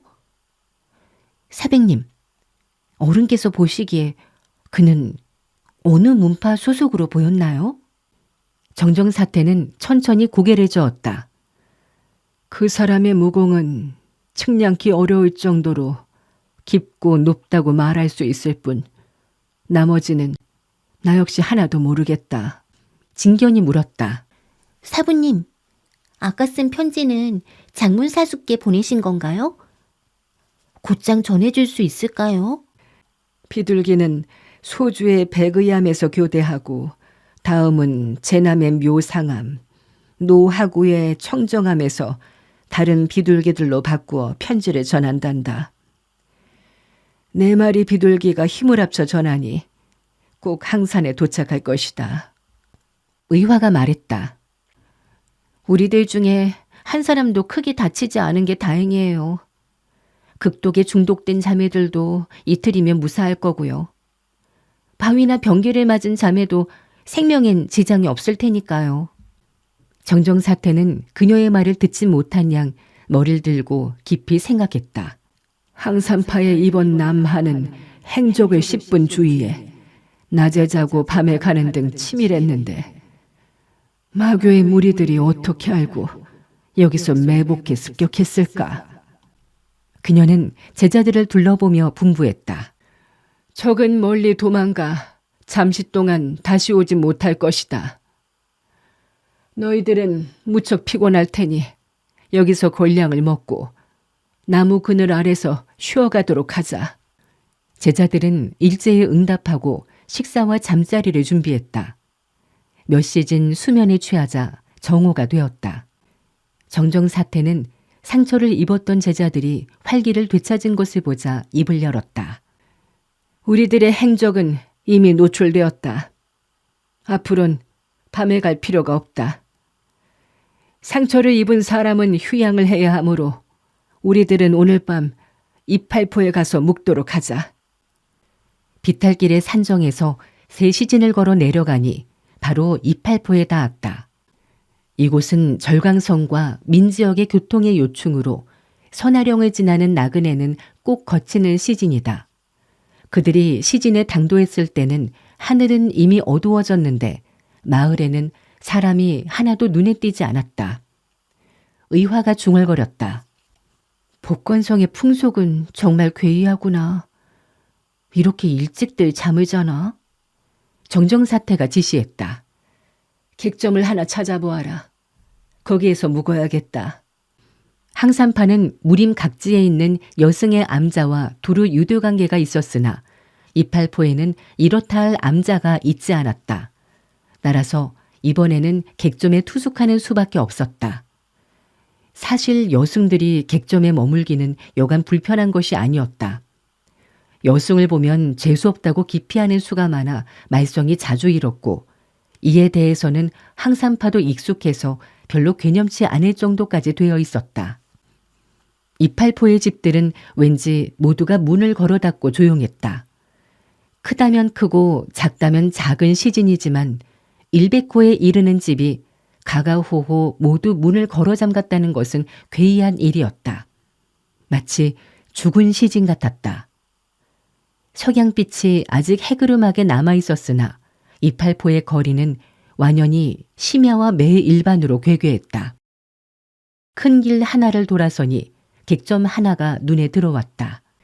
하얀 천에 선한 객점이라고 쓰여 있었다. 한데 이 객점도 대문이 꼭꼭 잠겨 있고 사람 소리 하나 들리지 않았다. 여제자 정학이 앞으로 쓱 나아가 문을 두드렸다. 이 정학은 속가제자로 둥근 얼굴에 늘상 웃음을 잃지 않아 누구에게나 호감을 주는 여자였다. 지나가다 만나는 사람과 대화하길 좋아했고 그로 인해서 여승은 재수없다는 인상을 지워주는데 한 몫을 단단히 하곤 했다. 정학은 잠깐씩 사이를 두고 여러 차례 문을 두드렸다. 그러나 시종 아무 응답이 없었다. 정학이 소리쳐 불렀다. 객점에 누구 없어요? 문을 열어주세요. 문을 열어줘요. 그녀의 목소리는 원래 청아하고 성량이 풍부한 데다 무공을 익혔으므로 멀리까지 들릴 것이었다. 그러나 객점 안으로부터 아무런 응답이 없었다. 괴이한 상황이 아닐 수 없었다. 의화가 앞으로 나아가 대문에 귀를 대고 엿들어 보았지만 객점 안은 아무 소리도 들리지 않았다. 그녀가 돌아서며 말했다. 사백님, 객점에는 한 사람도 없습니다. 정정사태는 은근히 뭔가 잘못되어 가는 것을 느끼고 있었다. 객점은 새로 단장한 것이 틀림없고 대문도 깨끗이 단장한 것이 결코 휴업을 할 리가 없었다. 정정사태가 입을 열었다. 우리들은 다른 데로 가보도록 하자. 시진에 이 객점 하나만 있지는 않을 것이다. 10여 채의 집을 지나가자 남한 객점이 나타났다. 정학이 대문을 두드렸으나 역시 마찬가지로 아무런 응답이 없었다. 정학이 말했다. 의화 언니, 우리 안에 들어가 살펴봅시다. 그러지. 두 사람은 담을 넘어 안으로 들어갔다. 정학이 소리쳐 불러보았다. 아무도 안 계십니까? 아무런 회답이 없자 두 사람은 검을 빼어들고 어깨를 나란히 하여 객당으로 들어갔다. 이어 뒤편의 주방, 마곡간, 객방 등을 일일이 살펴보았지만 사람의 흔적이 없었다. 다만 탁상과 의자에는 먼지가 없고 차 항아리 속의 차가 아직도 온기가 있는 것이 얼마 전까지 사람이 있었던 것이 분명했다. 정학이 대문을 열고 정정사태 등에게 상황을 설명했다. 모두가 입맛을 쩝쩝 다시며 이상하게 여기는 것이었다. 정정사태가 말했다. 너희들은 7사람이 한 무리가 되어 시진의 각처를 두루 살펴보아라. 도대체 무슨 일이 있었는지 말이다. 7이서 절대 흩어지지 말고 일이 있거든 휘파람을 불어 신호를 하도록 해라. 제자들은 명령을 듣자 7명씩 짝을 지어 각기 객점을 나섰다. 그들이 쾌보러 걸어가니 객당은 정정사태 혼자만 덩그러니 남게 되었다. 처음에는 제자들의 발자국 소리가 은은히 들려왔으나 이내 소리 한 점 없는 정막 속에 쌓이고 말았다. 너무나 고요한 것이 그야말로 모골이 송연할 정도였다. 한 마을이 사람 소리도 없고 개 짖는 소리, 닭 우는 소리마저 들리지 않는다면 그 얼마나 기이한 일인가. 정정사태는 자신도 모르게 가슴이 후루루 떨리고 마음속에 걱정이 뭉게구름처럼 일었다. 마교들이 무슨 음독한 함정을 파놓은 것은 아닐까. 어린 여제자들이라 강호의 경력이 없어 괴계에 빠져 일망타진당할 염려가 있구나. 그녀는 문 밖으로 급히 뛰어나가 사방을 휘둘러 보았다. 동북쪽에 사람 그림자가 어른거리고 서쪽현의 민가에 뛰어드는 몇 사람이 모두 봉파 제자인 것을 확인하자 그때서야 겨우 마음이 놓였다. 조금 있자 제자들이 모두 돌아와 보고했다. 시진에는 한 사람도 없다는 똑같은 보고였다. 의화가 말했다. 사람이 없는 것은 그렇다 치더라도요. 짐승까지 한 마리도 없어요. 의청이 입을 떼었다. 하지만 사람들이 떠나간 건 얼마 되지 않나 봐요. 사람들이 허겁지겁 은자를 가져가느라고 그랬는지 상잣곽이나 농해문이 함부로 마구 열려 있더군요. 정정사태가 고개를 끄덕이며 물었다. 그래, 너희들은 어떻게들 생각하고 있느냐? 의화가 대답했다. 제자가 생각하기엔 마귀의 요물들이 마을 사람들을 쫓아버린 것 같습니다. 머지않아 대거 공격해오지 않을까요? 그렇지 않다. 마귀의 요물은 우리와 일대 격전을 치렀다. 그것으로 일단은 충분한 것이다. 너희들은 그들이 두려우냐? 제자들이 일제히 소리쳤다. 아닙니다. 무슨 말씀을요? 마교를 항복시키고 요물을 멸하는 것이 우리들 불문제자가 해야 할 일이 아니겠어요? 그렇다. 우리들은 이 객점에서 묵도록 하자. 식사를 하고 다시 의논하자꾸나.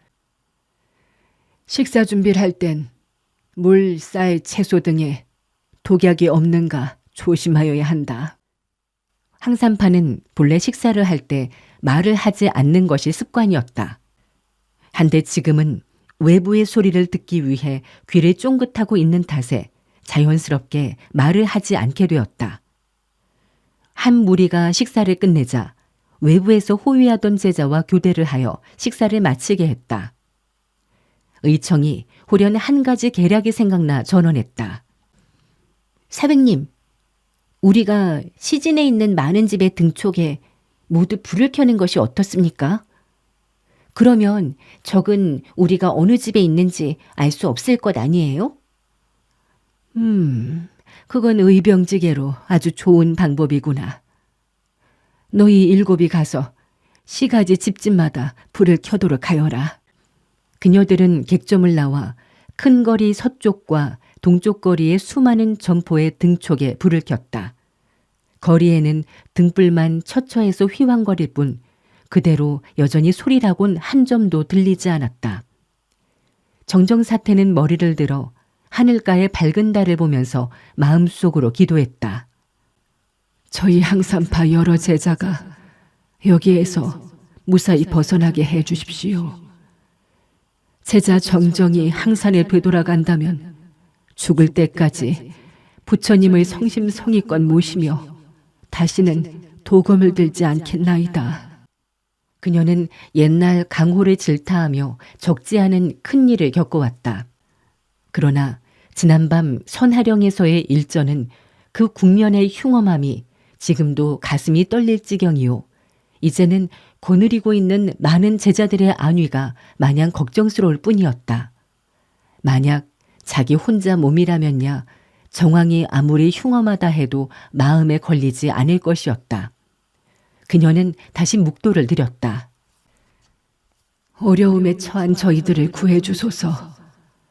저희 항산파 모두가 이번에 화를 입어야 한다면 제자 정정 한 사람한테 그 모든 재앙을 내리소서. 사람을 죽인 제반 업보는 그저 이 늙은 제자 한 사람이 마땅히 감당해야 하오리다. 바로 이때 동북 쪽에서 여자의 울부짖는 소리가 처연하게 들려왔다. 살려주세요! 살려줘요! 세상이 기이할 정도로 적막한 속에 여자의 날카로운 비명소리는 유난히도 처절하게 들렸다. 정정사태는 파르르 눈꺼풀이 떨렸다. 목소리가 본파제자는 아닌 것이 다행스러웠다. 그녀는 동북 쪽을 눈을 모아 응시했다. 특별한 동정이 없었다. 그녀는 의청 등 7명의 제자에게 명해 소리나는 곳을 정탐케 했다. 한참이 지났는데도 의청 등은 영 소식이 없었다. 의화가 말했다. 사백님, 제자와 6 사매가 살펴보고 오겠습니다. 정정이 고개를 끄덕이자 의화는 6 제자와 함께 소리난 쪽으로 급히 달려갔다.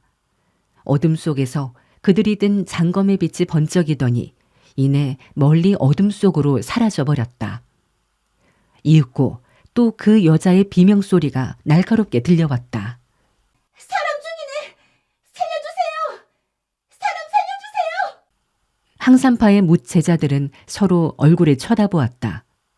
어디서 무슨 일이 벌어지고 있고 의화와 의청 일행은 어찌 되었다는 말인가.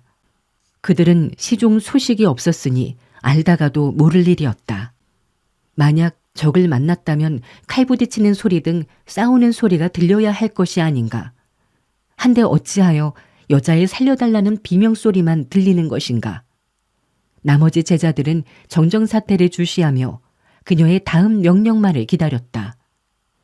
정정사태가 입을 열었다. 우수, 네가 6 사매를 데리고 가보아라. 무슨 일이 있으면 즉각 돌아와서 보고해라. 우수는 40여 세가 되는 중년 부인이다. 원래 항산 배구남에서 정한사태를 시중드는 아녀자였었는데 그녀의 충심한 마음을 높이 사서 정한이 제자로 거두어 들였다. 이번에 정정사태를 따라 나온 것이 강호애의 첫걸음이다. 우수는 허리 굽혀 예를 하고는 6 사매를 거느리고 동북쪽으로 달려갔다. 그러나 이들도 큰 바다에 돌멩이를 던진 양 아무 회보가 없었다. 정정사태는 갈수록 놀라움이 커졌다. 적은 뭔가 함정을 파고 제자들을 유인하여 하나하나 사로잡고 있고 그렇다고 해서 조금의 동정도 없으니 괴이하고 놀라울 뿐이다. 이제 사람을 살려달라는 여자의 처절한 비명소리도 다시는 들리지 않았다. 정정사태가 입을 뗐다. 의질과 의진, 너희들은 여기 남아 상처를 입은 사매와 사절을 돌보아라. 어떠한 고귀한 일이 있더라도 객점을 떠나서는 아니 된다. 적의 조호 이산지계에 빠지지 말아야 한다. 의질과 의진이 허리 굽혀 예를 하며 명령을 받았다. 정정사태는 정학, 의림, 진견 등 나이 어린 3 제자에게 손짓했다. 너희들 셋은 나를 따라오너라. 그녀는 장검을 빼어들고 동북쪽으로 달려갔다. 정정사태가 가까이 다가가 보니 집들이 일렬로 서 있었다. 시커먼 어둠 속에 불빛도 없고 한 점 소리도 없었다. 정정사태가 우렁찬 목소리로 호통쳤다. 마교의 요물들아, 여기 있거들랑 빨리 나와서 사생 결단하자. 숨어서 몰래 귀신놀이 하는 것이 이 무슨 해괴한 짓이란 말이냐. 집안에서는 아무러한 대답이 없다. 정정사태는 대문 하나를 발로 세차게 걷어찼다. 꽈당하며 대문의 문고리가 부서지고 문이 안쪽으로 활짝 열렸다. 집안은 칠흑같이 어두워 사람이 있는지 알 수가 없었다. 정정사태는 감히 들어가지 못하고 소리쳐 물었다. 의화, 의청, 우수야, 너희들 내 말소리가 들리느냐? 그녀의 목소리는 우렁차게 멀리까지 퍼져갔다. 조금 있자 가느다란 메아리만 울려 퍼졌다. 희미한 메아리가 사라지자 주인은 다시 정적으로 되돌아갔다. 정정사태가 뒤를 보며 말했다. 너희들 셋은 나한테 꼭 붙어 절대 떨어지지 말아라. 그녀는 검을 들고 집을 한 바퀴 빙 돌아가며 살폈다. 아무 이상이 없었다. 그녀는 지붕 위로 올라가 사방을 살폈다. 미풍도 불지 않는 밤이라 나뭇가지 하나 흔들리지 않고 있었다. 차가운 달빛은 거무튀튀한 기왓장 위에 밝은 빛만을 비춰주고 있었다. 밤 풍경만 놓고 보면 옛날 항산에서 달빛 아래의 밤길을 걸을 때와 흡사했다. 그러나 항산의 밤은 평안한 고요함이었고 지금은 으스스한 살기가 언제 뿜어나올지 모르는 괴이한 밤이었다. 정정사태는 드물게 높은 무공을 일신에 지니고 있었으나 적이 시종 진면목을 드러내지 않으므로 정말 속수무책이었다. 그녀는 초조하고 또 후회스러웠다. 마교의 요물들이 귀계가 많음을 알고서도 아이들을 나누어 내보내다니. 돌연 마음이 철렁 내려앉았다. 그녀는 후다닥 지붕 위에서 내려와 경공을 전개해 남한객점으로 급히 되돌아갔다. 그녀가 소리쳐 불렀다. 의진, 의진, 별일 없느냐? 객점에서는 아무 대답하는 사람이 없었다. 그는 쏜살같이 안으로 달려들어갔다. 객점에는 이미 아무도 없었다. 침상 위에 누워있던 몇몇 부상당한 제자들도 간 곳이 없었다. 이제는 그토록 수양이 깊은 정정사태로서도 마음을 진정할 수가 없었다. 그녀의 검끝은 촛불 아래에서 끊임없이 덜덜 떨리어 검날에 비치는 삼광이 사방으로 번뜩이었다. 그녀 자신도 그 삼광을 보며 자신이 떨고 있음을 알 수 있었다. 도대체 수십 명의 제자가 돌연 소리도 없이 어디로 연기처럼 사라졌단 말인가. 이건 대체 무슨 연고이고 또 어쩌면 좋단 말인가. 순식간에 그녀의 입술은 바싹바싹 타오르고 전신의 근골에서 힘이 쏙 빠져 움직이지도 못할 지경이었다. 그러나 이러한 공포도 한순간일 뿐 그녀는 다시 호흡을 깊이 들이쉬며 단전에 힘을 모았다. 정신이 맑아지고 머릿속이 시원해졌다. 그녀는 잽싸게 객점의 방과들을 모두 조사했다. 추호도 단서가 될 만한 것은 없었다. 그녀가 소리쳤다. 아가, 현아, 너희들은 어디에 있느냐? 그러나 어둠 속에서 자기의 외침만이 메아리칠 뿐 정학, 진견, 의림 세 제자마저도 일체 응답이 없었다. 이거 참으로 좋지 않구나. 그녀는 객점 밖으로 나가 다시 한번 불러보았다. 대문 밖은 달빛만 교교할 뿐 새 어린 제자들은 종적도 볼 수 없었다. 이러한 큰 변고에 정정사태는 이제 놀라움보다도 반대로 분노가 끌어올랐다. 그녀는 지붕 위로 뛰어올라 외쳤다. 마교의 요마들아, 나와서 나와 사생결단하자. 무슨 귀신놀이 하는 것이냐? 그녀가 여러 차례 외쳐보아도 사방은 조용할 뿐 조그만 소리도 나지 않았다. 그녀는 이제 마구 욕을 퍼붓기 시작했다. 그러나 이래 보아도 저래 보아도 역시 아무 대답도 없었다. 마치 이팔포에는 오로지 그녀 혼자 남아있는 것 같았다. 정정사태는 아무런 방법이 없는가 하고 숨을 내려쉬는 순간 뇌리에 번쩍 스치는 것이 있었다. 그녀가 낭낭하게 소리쳤다.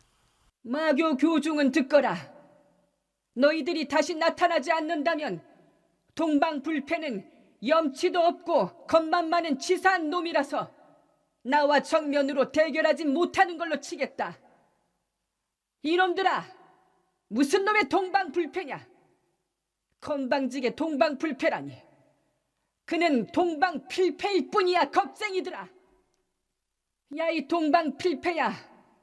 겁이 나거든 나타나지 말고 꿀일 말고 꺼지거라.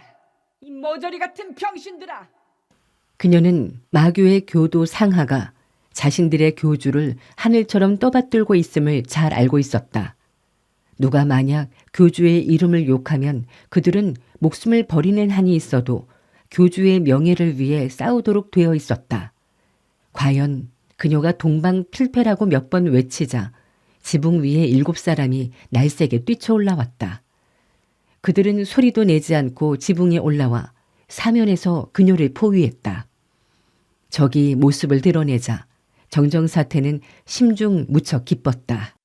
너희들 요마들이 결국엔 논의의 욕을 견뎌내지 못하고 나타났구나. 내 난도 분시돼서 죽는다 해도 너희들 꾸락선이 한번 못 보고 허둥대는 것보다 훨씬 낫구나.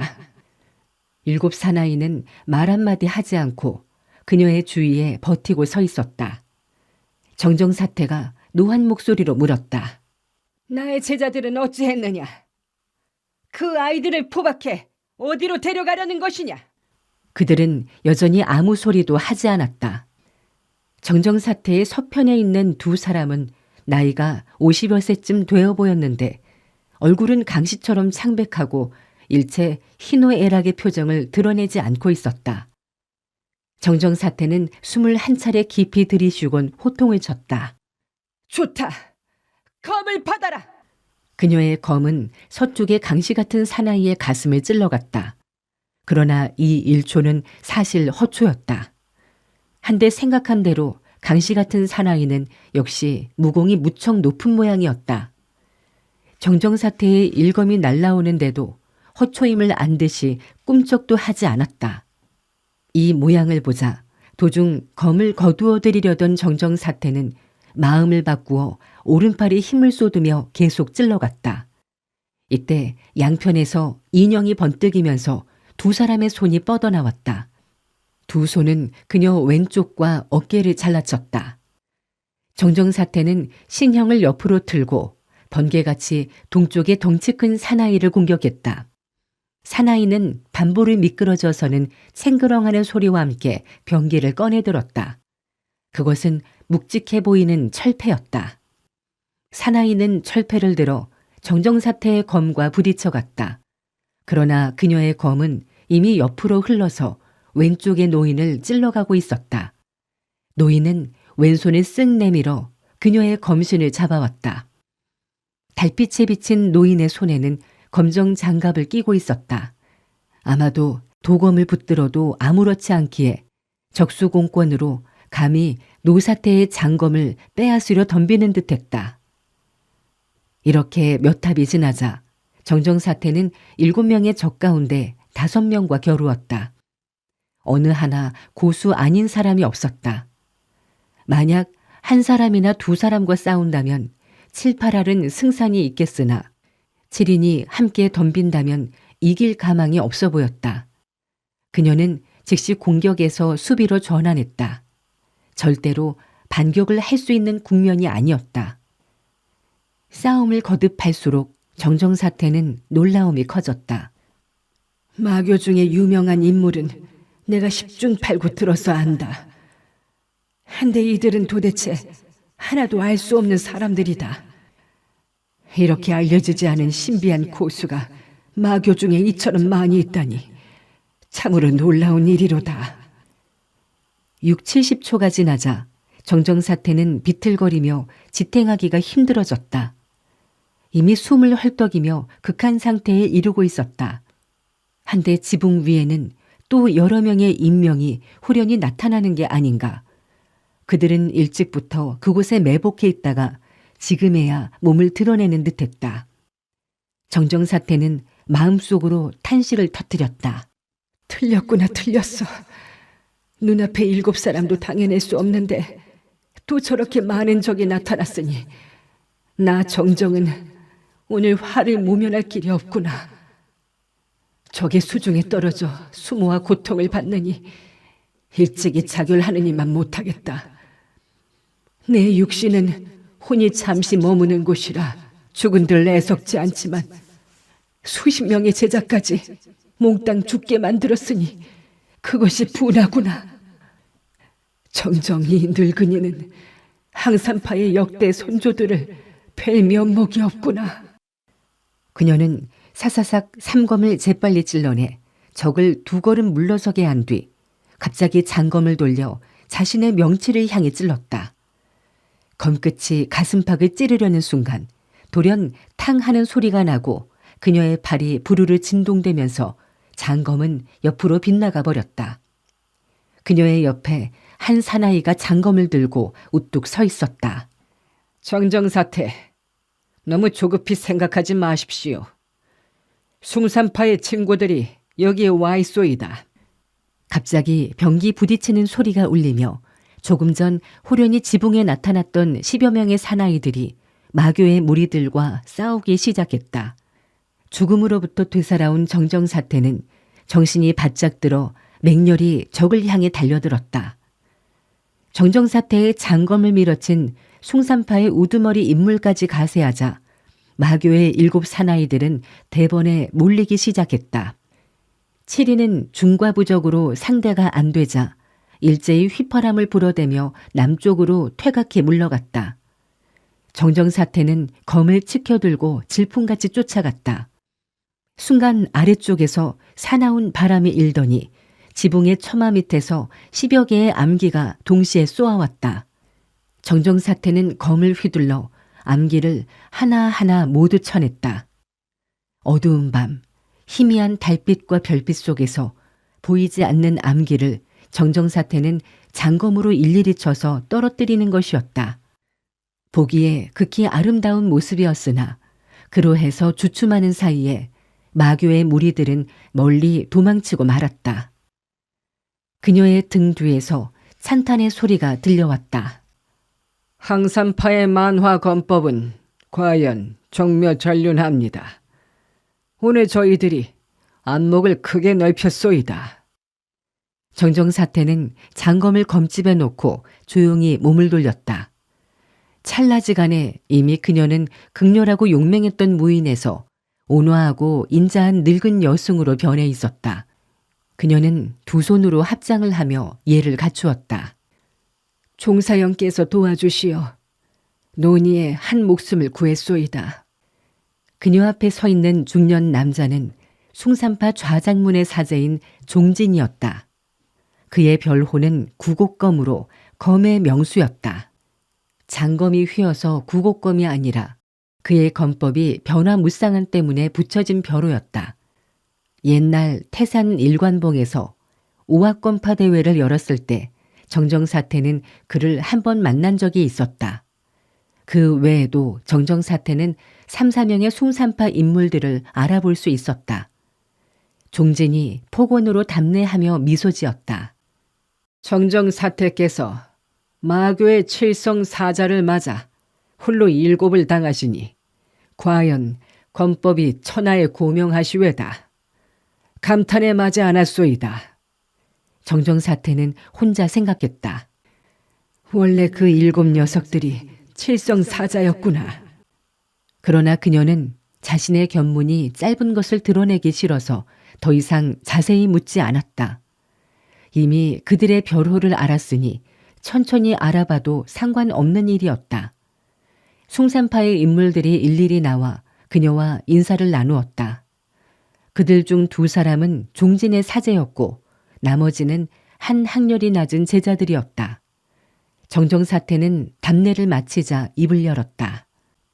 말씀드리자니 참으로 부끄럽소이다.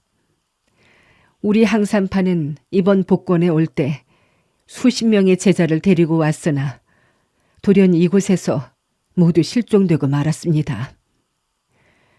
종사형께서는 이 이팔포에 언제 오셨는지요? 뭔가 단서가 될 만한 것을 보지 못하셨습니까? 그녀는 이들 숭산파가 일찍이 숨어 있었으리라고 확신하고 있었다. 그리하여 자신들의 세력이 고립되고 자기마저 힘이 고갈하여 자진하려고 하자 그때서야 손에 써서 도와준 것이리라. 항산파는 여기서 추태를 드러내고 그들은 위풍을 과시했으니 여간 기분 나쁜 일이 아니었다. 그러나 수십 명의 여제자들이 돌연 실종됐으므로 워낙 중대한 일이라 부득불 그들에게 물어본 것이었다. 만약 개인의 일이었다면 죽는 한이 있어도 입 밖에 내지도 않고 도움을 청하지도 않았을 터였다. 지금 종진에게 이렇게 묻는 것은 말할 수 없는 수치였던 것이다. 종진이 대답했다. 마교의 요마들은 괴계가 많습니다. 사태의 무공이 탁월한 것을 알고 힘으로 이길 수 없자 이런 음모를 꾸민 걸 겁니다. 사태께선 너무 걱정하지 마십시오. 마교가 아무리 대담하다 해도 귀파의 모든 사매를 함부로 해치진 못할 것입니다.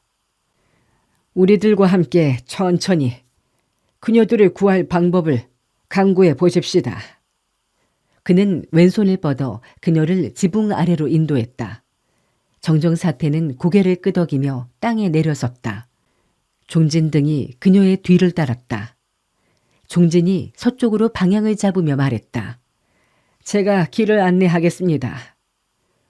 그들은 수십 장을 지나 북쪽으로 꺾어 선안객점 앞에서 멈추었다.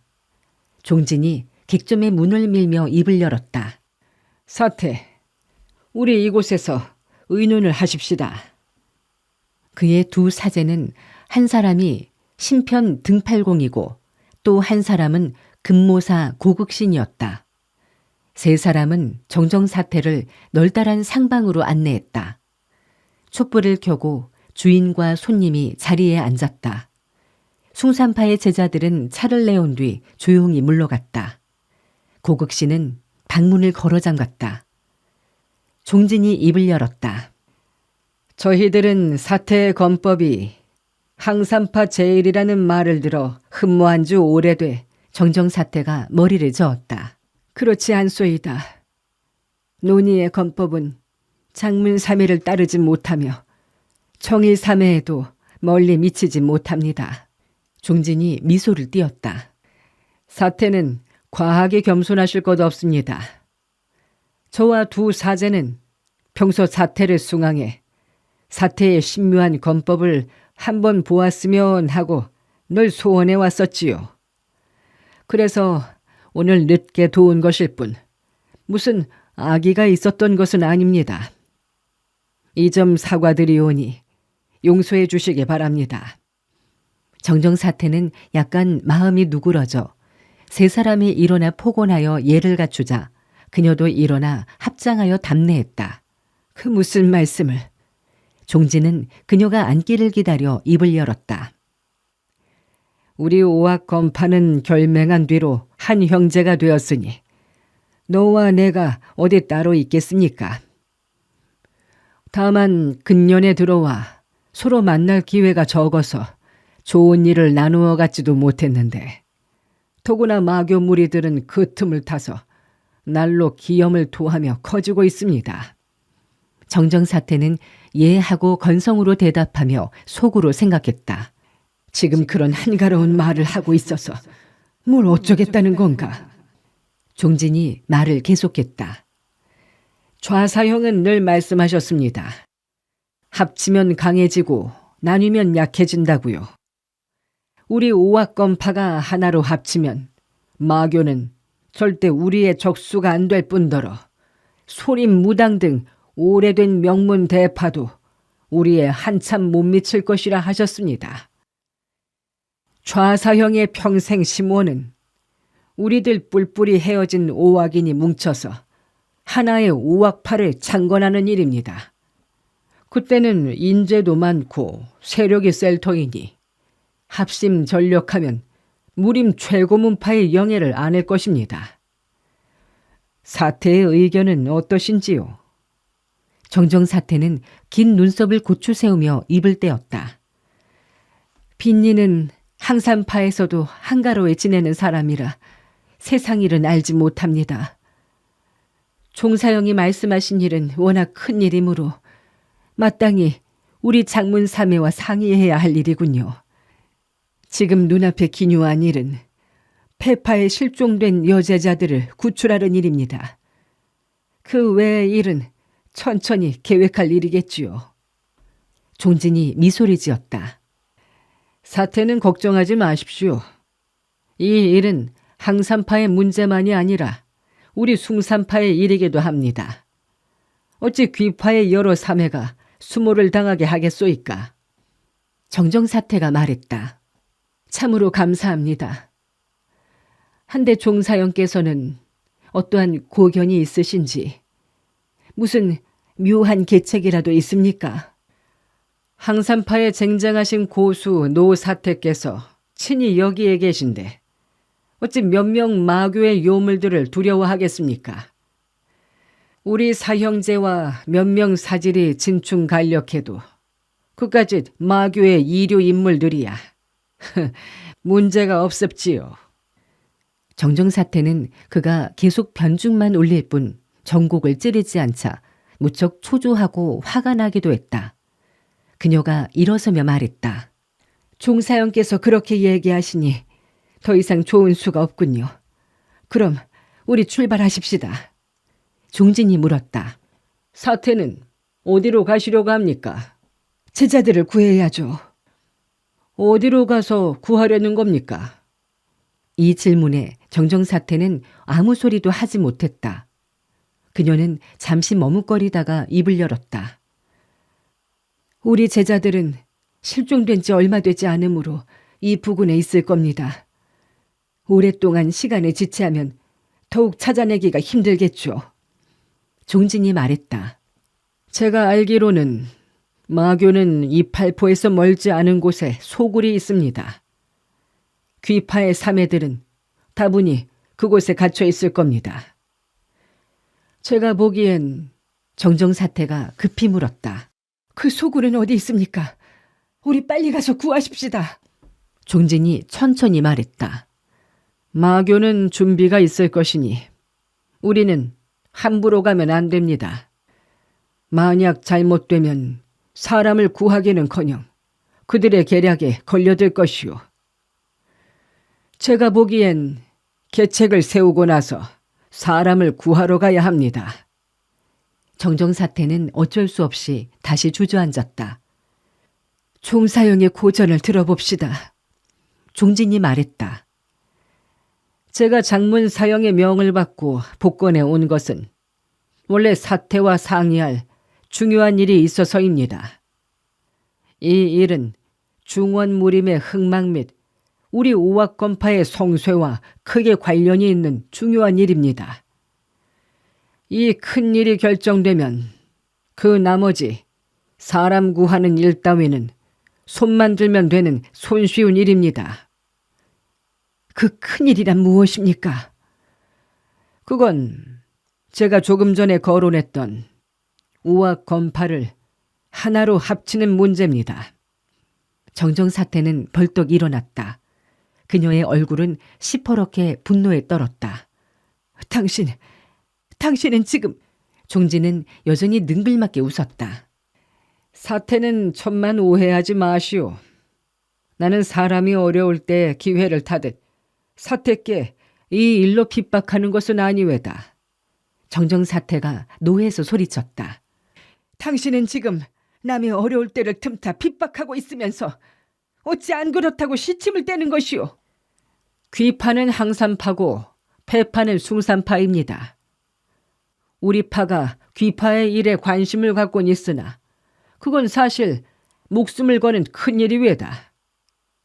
저는 물론 사태를 위해 힘을 다하고 싶지만 사제와 사질들의 뜻이 어떨지 알 수가 없군요. 만약 두 파가 하나로 합친다면 이는 우리 본파의 일이 되므로 자연 미룰 수가 없게 되지요. 당신 말은 그러니까 우리 항산파가 귀파와의 합병을 허락하지 않으면 숭산파는 항산파의 제자가 실종된 데 대해 수수방관할 수밖에 없다. 이러한 얘기입니까?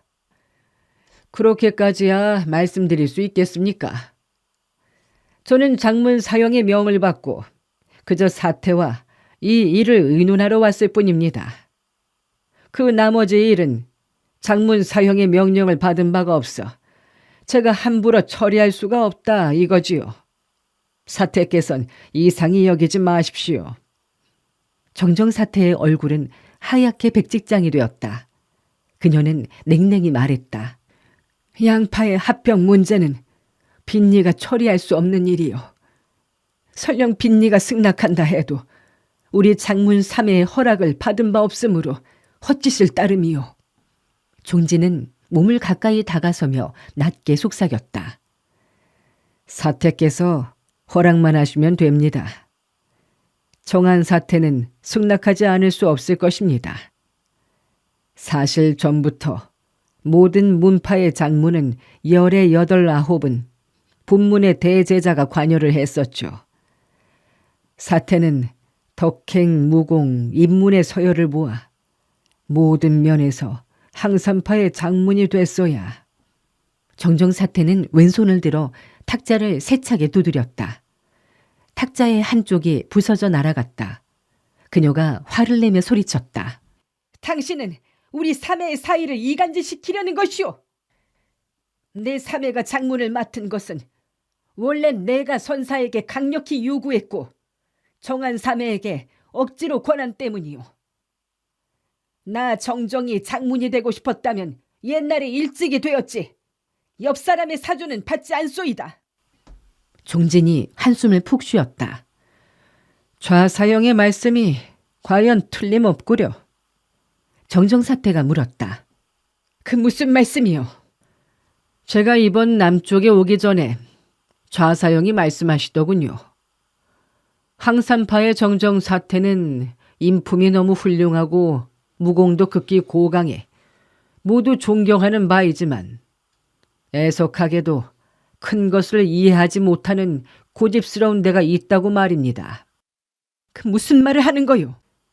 저도 사형에게 물었습니다.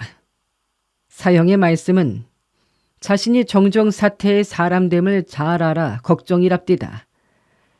사태의 성품이 고고하고 허명을 좋아하지 않으며 세속의 일을 싫어하시니 오파 합병의 말씀을 올려도 윤허하지 않을까 걱정된다 하십디다. 하나 이 일은 사실 극히 중요하여 도모하지 않으면 안 되는 중대사라.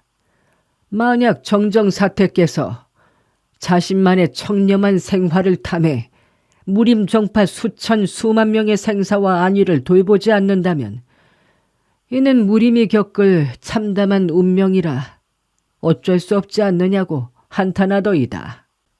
정정사태는 벌떡 자리에서 일어나며 냉랭히 대꾸했다.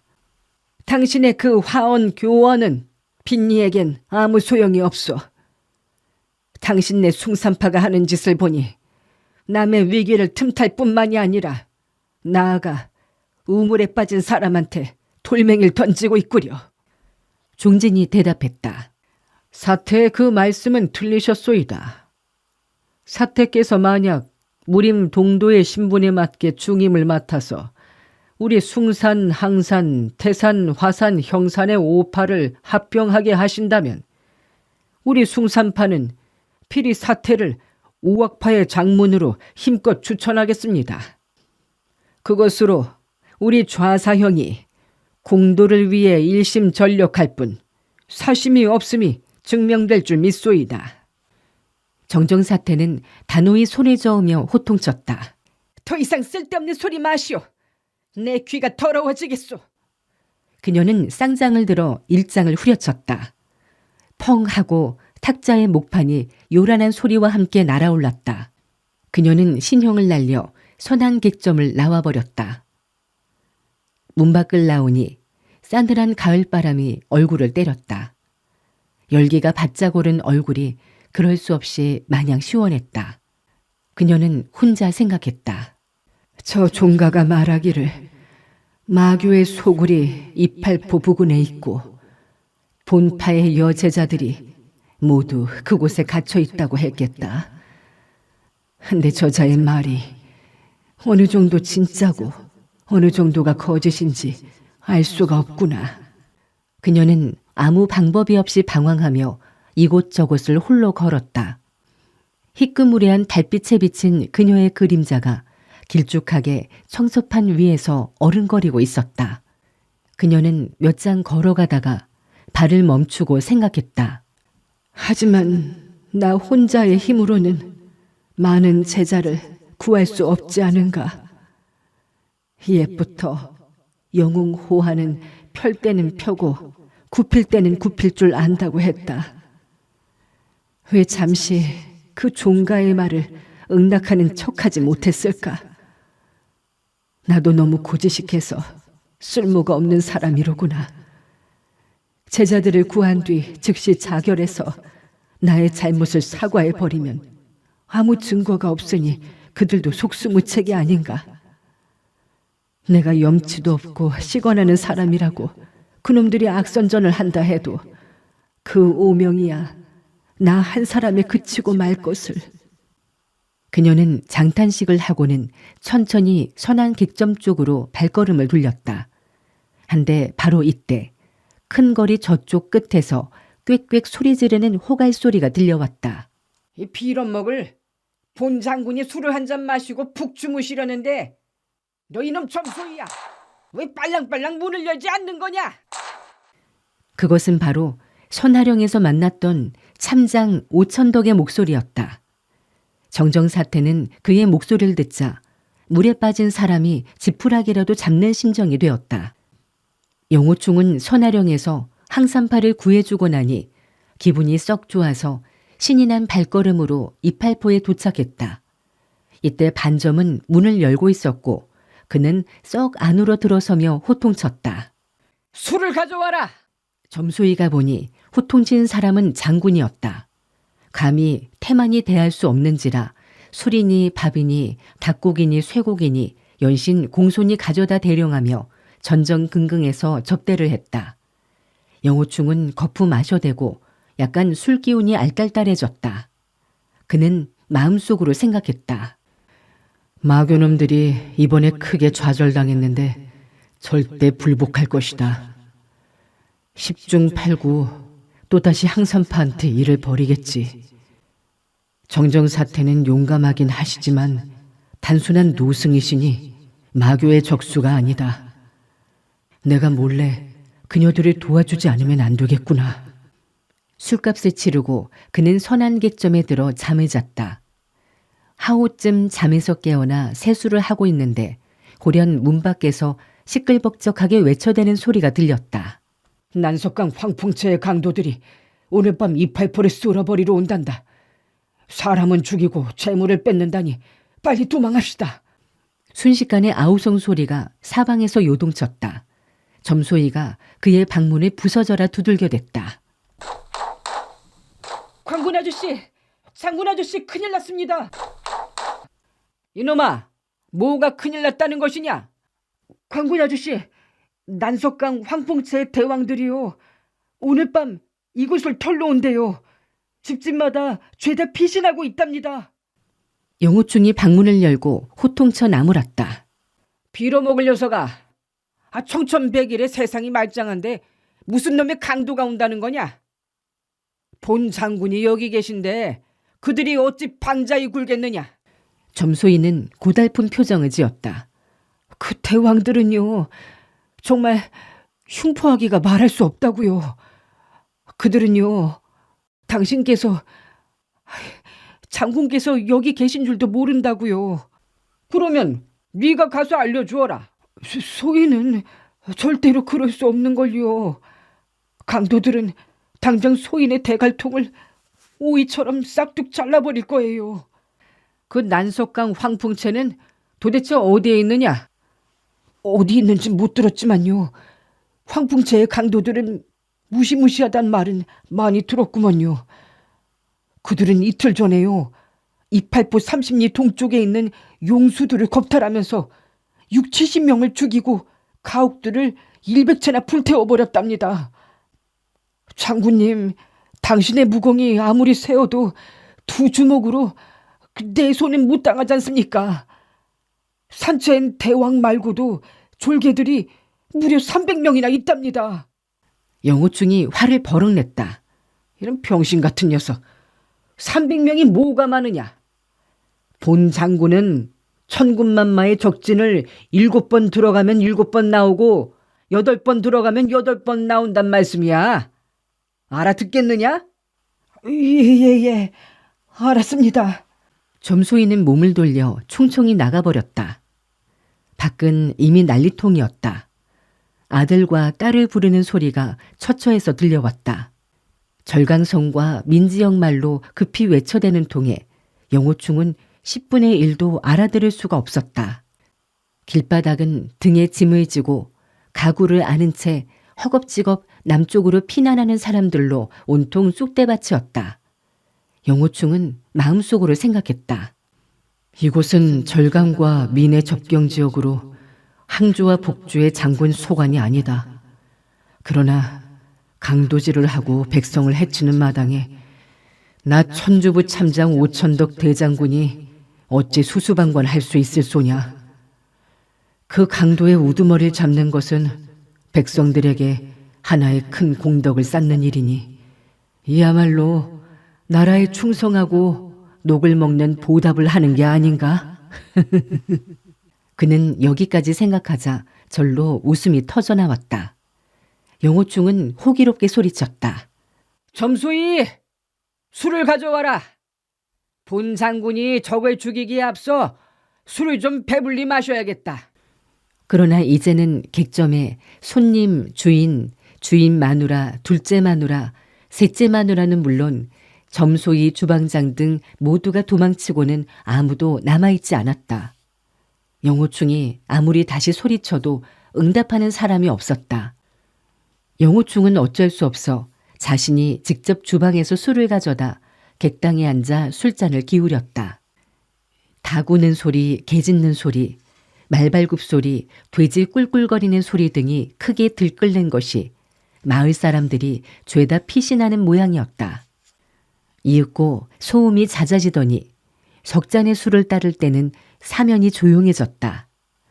마을은 고요한 정막 속에 묻혔다. 그는 조용히 생각했다. 이번 황풍채 강도들은 운수가 더럽구나. 어떻게 미리 소문이 나서 빼앗아 먹을 것도 없이 몽땅 도망가게 되었을까? 영호충으로서도 오늘 일은 참으로 기이한 경험이었다. 이렇게 큰 시즌에 혼자 덩그러니 남아있다는 것은 평생에 다시 없을 경험이었다. 적막하기 그지없는 고요 속에 후련 말발굽 소리가 은은히 들려왔다. 네필의 말이 남쪽에서 급속히 달려왔다. 영호충이 생각했다. 마을 사람들이 대왕이라고 벌벌 떨던 놈들이 왔구나. 한데 어째서 몇 명밖에 안 될까? 몇 필의 말이 큰 거리에 다다르자 거리에 깐 청석판에 부딪히는 말발굽 소리가 유별나게 또렷하게 울려 퍼졌다. 그들 중 한 사람이 소리쳐 외쳤다. 이 팔포의 주민들은 듣거라. 난석강 황풍채의 대왕께서는 너희들 남녀노소를 막론하고 모두 문 밖에 나와 대령하랍신다. 문 밖에 나와 있는 자들은 죽이지 않겠지만 나오지 않는 잡자들은 하나하나 찾아내어 모조리 쳐 죽일 것이다. 그들은 계속 이렇게 외치며 큰 길을 말을 타고 달려왔다. 영호충은 문 틈새로 밖을 내다보았다. 네필의 기만은 위풍도 늠름하게 대로를 지나갔다.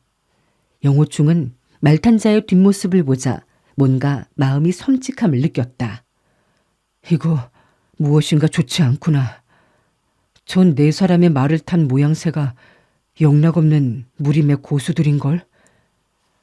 강호도 중에 어찌 저런 인물들이 있을 수 있겠는가? 그는 문을 열고 밖으로 나와 사람 하나 없는 길거리를 10장쯤 걸어갔다. 토지묘가 하나 나타나고 그 곁에 큼지막한 느티나무 한 그루가 있었다. 영호충은 잎이 무성한 사이로 뛰어올라 가장 높은 가지 위에 걸터 앉았다. 사방은 여전히 고요 적막했다. 그는 쥐죽은 듯한 정막 속에서 오래 기다리면 길수록 뭔가 사연이 있으리라고 확신하기 시작했다. 황풍채의 선발대가 왔다 간 지가 이렇게 오래되었는데도 본대 병력이 여태껏 오지 않는다는 것은 아무래도 이상했다. 황풍채가 쳐들어온다는 소식은 어쩌면 백성들이 피하도록 일부러 알려주었는지도 모를 일이었다. 왜 그들은 백성들에게 일부러 피할 기회를 주었을까? 약 반 시즌쯤이 더 지나자 드디어 사람 소리가 멀리서 들려왔다. 제잘되는 모양새가 여자 목소리였다. 영호충은 귀를 기울여 듣다가 그들이 항산파의 제자들임을 즉각 알 수 있었다. 그녀들이 왜 이제야 도착했을까? 아마 산속에서 휴식을 취하고 늦게 출발했는가 보구나. 그녀들은 선안객점을 두드리다 또 다른 객점을 두드렸다. 남한객점과 토지면은 거리가 멀어 항산파 제자들이 객점에 들어간 뒤 무엇을 하고 무슨 말을 했는지는 알 수 없었다. 영호충은 은근히 마음에 짚이는 것이 있었다. 이건 확실히 마교놈들이 안배한 함정인가 보다. 항산파를 겨냥한 것인 듯하구나. 그는 더욱 나무 사이에 몸을 숨기고 조용히 변화가 있기를 기다렸다. 한참 있자 의청 등 7사람이 객점을 나와 집집마다 등불에 불을 붙였다. 큰 거리의 수많은 점포의 창문은 등불에 비쳐 환히 빛났다. 또 얼마를 지나자 후련 동북 쪽에서 여자의 비명소리가 들렸다. 살려주세요! 영호충은 깜짝 놀랐다. 이거 큰일 났다. 항산파의 제자들이 마귀의 독수에 빠지겠구나. 그는 즉시 나무에서 뛰어내려 여자의 비명소리가 나는 집으로 달려갔다. 집 밖에서 창문 틈새로 안을 들여다보았다. 방 안에는 등불이 없고 담담한 달빛만이 실내를 비추고 있었다. 7, 8명의 사나이들이 담에 바싹 붙어 있고 한 여자가 방 가운데에서 크게 소리치고 있었다. 살려주세요. 살려줘요. 사람 죽네. 영호충은 그녀의 옆 얼굴만을 보았지만 신색이 처절한 태를 짓는 것이 확실히 누군가를 꼬이려는 투로 보였다. 과연 그녀의 비명이 먹기도 전에 방에서 여자의 호통 소리가 들렸다. 누가 여기서 나쁜 짓을 하고 있는가? 방문은 잠고 있지 않은 듯 한 번 밀자 쓱 열렸다. 7명의 여자가 줄줄이 안으로 들어왔다. 제일 앞선 사람은 바로 의청이었다. 그녀들은 모두 장검을 들고 있었는데 사람을 구하려는 마음이 너무 급한 태도였다.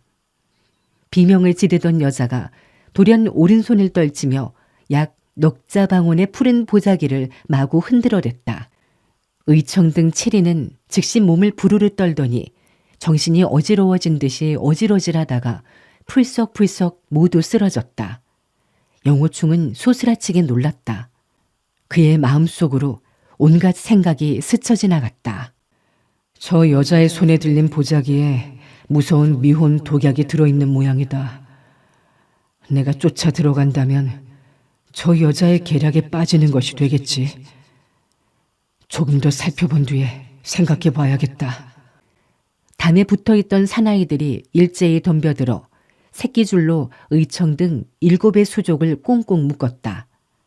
얼마 지나지 않아 밖에서 또 여자의 날카로운 호통 소리가 들렸다. 그 안에 누가 있소이까? 영호충은 선하령에서 일찍이 이 성질 급한 여자와 많은 대화를 나눴으므로 대번에 그녀가 의화임을 알 수 있었다. 이 성질이 급한 여자도 또한 어쩔 수 없이 누운 송편꼴이 되겠구나. 의화가 다시 소리쳤다. 의청사내, 너희들 그 안에 있느냐? 이어 펑 하고 대문이 발길에 차여 열리고 의화 등이 두 줄로 어깨를 나란히 하여 들어왔다. 대문에 들어서자 그녀들은 일제히 검을 쳐들면서 좌우로 나뉘어 적의 암습에 대비했다. 7번째 여제자는 검을 들고 퇴로를 지켰다. 방 안에 있는 사람들은 숨을 죽인 채 7인이 일제히 방에 들어올 때까지 기다렸다. 그 여자는 다시 푸른 보자기를 펄럭이어 7사람을 모두 쓰러뜨리고 붙잡았다. 이윽고 우수가 거느리고 온 6제자들도 미항에 걸려 쓰러졌고 이렇게 21명의 항산파 여제자들이 전부 붙들리어 정신이 몽롱한 상태에서 꽁꽁 묶여 방 한쪽에 내동댕이 쳐졌다. 일이 끝나자 한 노인의 손짓에 따라 그들은 후문으로 조용히 사라져버렸다. 영호충이 지붕으로 올라가 그들을 따라가려는데 후련 앞쪽 옥상에서 옷소매가 흩날리는 소리가 들려왔다. 그는 급히 집 모퉁이에 엎드렸다. 자세히 살펴보니 10명의 사나이들이 옥상의 후미진 곳에 숨어 있는 것이었다. 그와의 거리는 불과 수장에 불과했다. 영호충은 살그머니 미끄러져서 담 아래로 내려왔다. 이때 정정사태가 3명의 제자를 거느리고 이쪽으로 오고 있었다. 영호충은 마음속으로 생각했다. 적의 근호 이산지계에 걸렸구나. 남한객점에 남은 여성들이 곤란하게 되었구나. 멀리 남한객점으로 급히 달려가는 그림자가 어둠 속에서 희끗희끗 보였다. 영호충이 몰래 쫓아가 그녀들을 구해야겠다고 생각하고 있는데 갑자기 옥상에서 가느다란 목소리가 들려왔다. 저 노승이 오면 녀석 7은 그녀를 잠시 붙들고 있으라 해. 그 목소리는 바로 영호충 머리 위에서 들렸다. 조금만 움직였다가는 즉시 발각될 처지였다. 그는 담벼락에 찰싹붙어 꼼짝할 수가 없었다. 정정사태가 문을 박차고 외치는 소리가 들려왔다. 의화, 의청, 우수, 너희들 내 말소리가 들리느냐? 그녀의 목소리는 멀리까지 웅웅 울려 퍼졌다. 정정사태는 집 안으로 들어가지 않고 집 밖을 빙 맴돌다 옥상으로 올라갔다. 그녀는 왜 집 안으로 들어가지 않을까? 한번 들어가기만 하면 대본에 꽁꽁 묶인 21명의 여제자들을 발견할 수 있을 텐데. 그러나 영호충은 즉각 깨우쳤다. 그녀가 들어가지 않는 게 좋겠다. 마교들이 옥상에서 지키고 있으므로 그녀가 방으로 들어가면 사방에서 단단히 에워쌀 것이 아닌가. 옹기 속에 자락골이 될 테니 말이다. 사실 지금의 정정사태는 동분서주하느라고 제정신이 아니었다. 그녀는 갑자기 남한객점으로 달려갔고 세 여제자는 그녀를 제때에 따라갈 수가 없었다. 거리 모퉁이를 돌아 나오는 몇 사람의 그림자가 보이는가 싶더니 푸른 보자기가 펼쳐짐과 동시에 세 여제자는 즉시 땅바닥에 쓰러졌다. 그녀들은 방 안으로 끌려 들어갔다. 몽롱한 달빛 아래에 세 사람 가운데 의림이 섞여 있는 것이 보였다. 영호충은 망설였다. 지금 당장 의림 소사매를 구하러 들어가야 하는 것 아닐까? 그러나 곧 마음을 바꿨다. 내가 지금 몸을 드러내면 한바탕 큰 싸움을 벌여야 한다. 항산파에 많은 제자가 잡혀있는 판이니 쥐 한 마리 잡다가 항아리를 깨는 격이 돼서는 안 된다. 저들과 정면으로 싸우지 말고 암중에서 몰래 손을 쓰기로 해야겠다. 이때 정정사태가 남한객점에서 나와 거리에서 마구 욕을 퍼붓기 시작했다. 그녀는 옥상에 올라가서는 드디어 동방불패를 사정없이 매도했다. 과연 마교 교도들은 끝내 참지 못하고 7살 아이가 지붕에 올라가 어울려 싸우기 시작했다. 영호충은 그들이 몇 초 나누는 것을 보고 속으로 생각했다. 정정사태의 검술은 아주 정심하니 비록 1대7로 싸운다 해도 금방 지지는 않을 것이다. 내 먼저 의림사매를 구하는 것이 좋겠구나. 영호충은 즉시 방으로 날아들어갔다. 대청에는 한 사나이가 지켜서 있고 그의 발치 아래에 세 여자가 포승에 묶여 나뒹굴고 있었다. 영호충은 칼집으로 사나이의 목을 가볍게 쳤다. 사나이는 무엇이 어떻게 된 일인지를 전혀 알지 못한 채로 이내 죽어버렸다. 영호충은 놀라서 멍청한 표정을 지었다. 나의 이 1초가 어쩌면 이다지도 빠르다는 말인가? 손으로 쳐내자마자 상대의 인후 급소를 찔러버리다니. 게다가 힘을 어느 정도 썼는지 조절할 수가 없구나. 그는 자기가 흡성대법을 수련한 뒤로 도공육선, 불계화상, 방생대사, 흑백자 등이 자신의 체내에 남긴 진기를 마음대로 운용해 쓸 수 있게 된 사실을 알지 못하고 있었다. 그는 1초로 목을 치는 척하다가 상대가 방비하면 다리를 후려쳐 쓰러지게만 할 요량이었다. 한데 상대가 응수할 여지도 없이 그냥 죽어버리니 영 마음에 미안하고 어리둥절할 수밖에 없었다. 그는 시체를 옆으로 밀치고 땅바닥에 누워있는 세 여자를 살폈다. 과연 의림이 그 속에 있었다. 코끝에 손을 대보니 숨결은 고르다. 미혼약에 정신을 잃었을 뿐 아무 이상은 없었다. 영호충은 냉수를 가져다 의림의 얼굴에 뿜었다. 잠시 지나자 의림이 응 하며 깨어났다. 그녀는 처음 자신이 어디 있는지 모르다가 눈을 들어 살피더니 돌연 깨달았는지 벌떡 일어나 장검을 잡으려 했다. 손과 발이 묶여 있어서 그녀는 다시 땅바닥에 쿵 쓰러졌다. 영호충이 말했다. 소삼해, 무서워하지 마시오. 그 나쁜 사람은 본 장군이 죽여버렸으니까. 그는 칼로 그녀의 포승을 끌어주었다. 의림은 어둠 속에서 그의 목소리만 들었는데 순간 그 목소리는 밤낮으로 못 잊어 하던 영호 대사형이 아닌가. 그녀는 놀라고 깊어서 소리쳤다.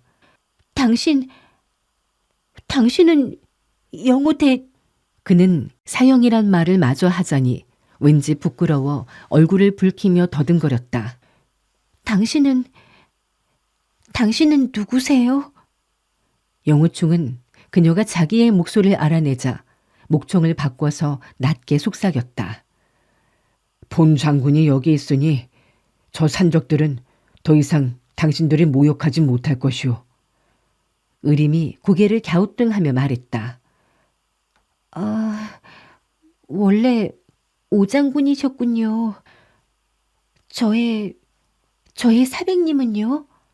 그분은 밖에서 적과 싸우고 있어. 우리들이 가서 살펴봅시다. 정사제와 진사매는 어떻게 됐나요? 그녀는 품에서 화섭자를 꺼내 불을 붙였다. 두 사람이 바닥에 쓰러져 있는 것을 보자 희색이 만면해졌다. 그들도 여기 있군요. 그녀는 두 사람의 손발에 묶인 포박을 끌어주려 했다. 영호충이 말했다. 그런 건 서두를 것 없어. 먼저 당신의 사백을 돕는 게 급하지 않겠소? 그렇군요. 영호충이 밖으로 나오자 의림도 그를 따라왔다. 몇 걸음 가지 않아 7개의 그림자가 날렵하게 도망치는 것이 보였다. 이어 띵땅 띵땅 하며 암기 떨어지는 소리가 나고 정정사태의 건법을 칭송하는 미사 여구가 들려왔다. 곧 정정사태는 숭산파 임무를 알아보고 이윽고 그들은 선한 객점으로 들어갔다. 영호충은 의림을 손짓하여 몰래 객점에 들어가 창밖에서 그들의 대화를 엿들었다. 종지는 계속 정정사태에게 오합건파의 합병에 동의하라고 종용하고 있었다. 영호충은 다른 사람의 위기를 틈타 의도하는 바를 몰아붙이는 종진의 악랄한 마음씨에 은근히 부하가 치밀었다. 정정사태는 갈수록 노하더니 결국 객점 밖으로 홀로 뛰쳐나오는 것이었다. 영호충은 정정사태가 멀리 가는 것을 기다려 선안객점의 문을 두드리며 큰 소리로 불렀다. 이 빌어먹을 본 장군이 술을 한 잔 마시고 푹 주무시려는데 너 이놈 점소이야. 왜 빨랑빨랑 문을 열지 않는 거냐? 정정사태는 마침 속수무책이던 참이라 장군의 호갈 소리를 듣자 너무나 기뻐 급히 달려갔다. 의림이 그를 맞아 소리쳤다. 사백님! 정정사태는 기뻐 어쩔 줄을 모르며 물었다. 방금 전에 어디 있었느냐? 제자는 마교의 요마에게 붙들렸어요. 이분 장군께서 저를 구해주셨답니다. 이때 영호충은 객전문을 열고 안으로 들어갔다. 대청에는 2개의 밝은 촛불이 켜져 있었다. 가운데 중앙 의자에 앉아있던 종진이 으스스한 목소리로 말했다. 어떤 놈이 여기서 큰 소리 치고 떠들어대느냐. 빨리 크게 다치기 전에 꺼져버리지 못하겠느냐. 영호충이 욕으로 응수했다. 이런 빌어먹을 놈을 봤나. 본 장군은 당당한 조정관리신데 어느 누가 감히 함부로 덤비겠다는 거냐? 주인, 안주인, 점소이, 빨리 나오지 못하겠느냐? 숭산파 사람들은 그가 몇 마디 욕을 하다가 주인, 안주인 등을 외쳐 부르는 것을 보자 그만 크게 웃고 말았다. 겉으로는 큰 소리를 쳐놓고 속으로 겁을 먹는 게 우스웠던 것이다. 그러나 종지는 대사가 앞에 놓인 몸이라 야밤 중에 구질구질한 관리와 실랑이를 하고 싶지는 않았다. 그가 낮게 지시했다. 저 녀석을 한번 혼내주어라. 목숨까지 다치지는 말고. 금모사 고극신이 고개를 끄덕이고 낄낄대면서 앞으로 걸어 나왔다. 원래 관리 어른이셨나? 그 참 실례쏘이다 그려. 영호충이 대답했다. 네 놈이 알았다면 됐다. 하긴 너희들 같은 무식한 백성들이야 왕의 법도를 잘 모르겠지. 내 용서해 주마. 고극신이 웃었다. 그렇고 말굽쇼. 그는 번개같이 앞으로 대들며 식지로 영호충을 찍어갔다. 영호충은 그의 손가락이 겨냥한 방위를 보고 즉각 운기에 허리에 힘을 주입했다. 고극신이 노린 것은 영호충의 소요혈이었다. 이곳을 찍히면 사람이 하하 하고 몇 번 웃다가 이내 고꾸라지게 되어 있는 요혈이었다. 한데 영호충은 한 번씩 웃더니 아무렇지도 않은 듯 입을 열었다. 이 사람 형편없는 사람이구먼. 그래, 본 장군님과 무슨 우스꽝스러운 장난이라도 하자는 거냐? 고국 씨는 완전히 어리둥절했다. 하지만 다시 한번 시도하지 않을 수는 없었다. 그는 식지에 십성의 공력을 주입해 재차 그의 소요혈을 정확하게 찍었다. 영호충은 웃으면서 펄쩍 뛰었다. 이제 빌어먹을 녀석아. 본 장군의 허리를 더듬으며 뭐 하는 짓이냐? 간지럼을 먹이는 거냐? 그도 아니면 돈을 훔치려는 거냐? 이 녀석 생김새는 멀쩡한 놈이 사람답지 못하게 아주 버렸구만 버렸어. 고국 씨는 왼손을 훌쩍 뒤집어 영호충의 오른팔에 잡았다. 그를 오른쪽으로 내동댕이쳐 땅바닥에 쓰러지게 하려는 것이었다. 한데 손이 영호충의 팔을 잡자마자 그의 내력이 손바닥을 통해 마구 쏟아져 나가는 것이었다. 고국 씨는 수습할 도리가 없었고 기절초풍한 끝에 비명을 지르려 했지만 입만 쩍 벌렸을 뿐 소리가 나오지도 않았다. 영호충도 상대방의 내력이 순식간에 자기 체내로 흘러들어옴을 알 수 있었다. 이것은 그날 자기가 흑백자의 팔을 붙들고 있을 때와 똑같은 상황이었다. 그는 깜짝 놀랐다. 이런 사법을 써선 절대 안 되지. 그는 즉시 힘을 써서 상대의 팔을 뿌리쳤다. 고국 씨는 황제의 사은이라도 받은 듯이 번쩍 정신이 났지만 순간 멍청해졌다. 그는 뒤로 밀려나 큰 병을 앓다가 겨우 일어난 사람처럼 힘이 하나도 없이 망연자실하다가 자신도 모르게 겁에 질려서 부르짖었다. 흡성대법, 흡성대법이다. 그의 부들부들 떨리는 목소리 속에는 두려움이 가득 차 있었다. 종진 등팔공과 숭산파 제자들은 동시에 뛰쳐 일어나며 일제히 물었다. 뭐라고? 고극신이 대답했다. 저 사람은 흡성대법을 쓸 줄 압니다. 순식간에 푸른빛이 난무하며 창창 칼소리가 요란하게 대청을 흔들었다. 각자 장검을 빼어들었고 신편 등팔공은 한 가닥 연편을 손에 들었다. 역시 종진의 검법이 가장 빨라 한광이 어른거리며 검광은 벌써 영호충의 목을 빗살처럼 찔러가고 있었다. 고국신의 입이 아구처럼 쩍 벌어질 때 영호충은 숭산파 인물들이 한꺼번에 덤비리라고 이미 짐작했다. 여러 사람이 동시에 검을 빼어 덤벼들자 그는 즉시 요도를 들고 칼집째 휘두르며 각자의 팔을 쳤다. 차창 차르랑 소리가 연속되고 한순간에 장검들이 분분히 땅에 떨어졌다. 종지는 역시 그들 중에 무공이 제일 높아 손등을 찔렸음에도 불구하고 장검을 떨어뜨리지 않고 펄쩍 뛰어 뒤로 물러나기만 했다. 그러나 그의 놀람은 상상을 초월할 정도였다. 등팔공은 낭패한 꼬락선이었다. 연편이 손을 벗어나 날더니 오히려 자신의 목을 칭칭 감아서 숨을 쉬지도 못할 지경이었다. 종지는 얼굴이 헬색해진 채 담벼락에 기대서 있었다. 그가 숨을 몰아쉬고 겨우 입을 뗐다. 강호에 마교의 전임 교주가 다시 나왔다고 요란하더니 당신이 바로 임교주, 이마행이시오.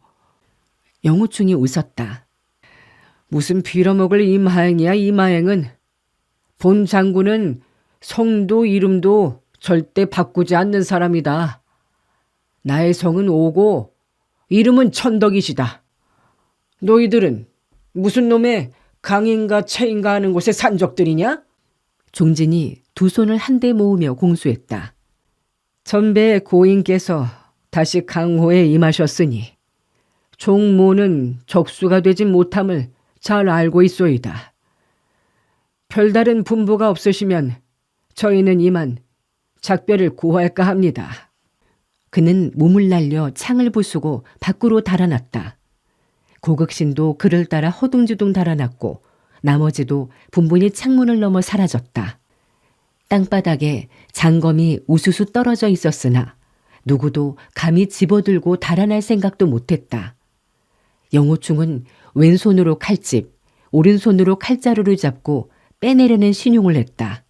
그러나 칼은 시종 칼집에서 나오지 않았다. 이 보도는 정말 녹이 더럽게 썰었나 보다. 내일은 칼 가는 사람한테 가서 뽑아달라고 하고 잘 갈아야지 안 되겠는걸. 이거 안 되겠어. 정정사태가 합장을 하며 말했다. 오장군, 우리들의 여제자들을 구출하려 가는 것이 어떻겠소이까? 영호충은 종진등이 이미 사라졌으므로 이제 정정사태에 신검을 당할 자는 없으리라고 믿었다.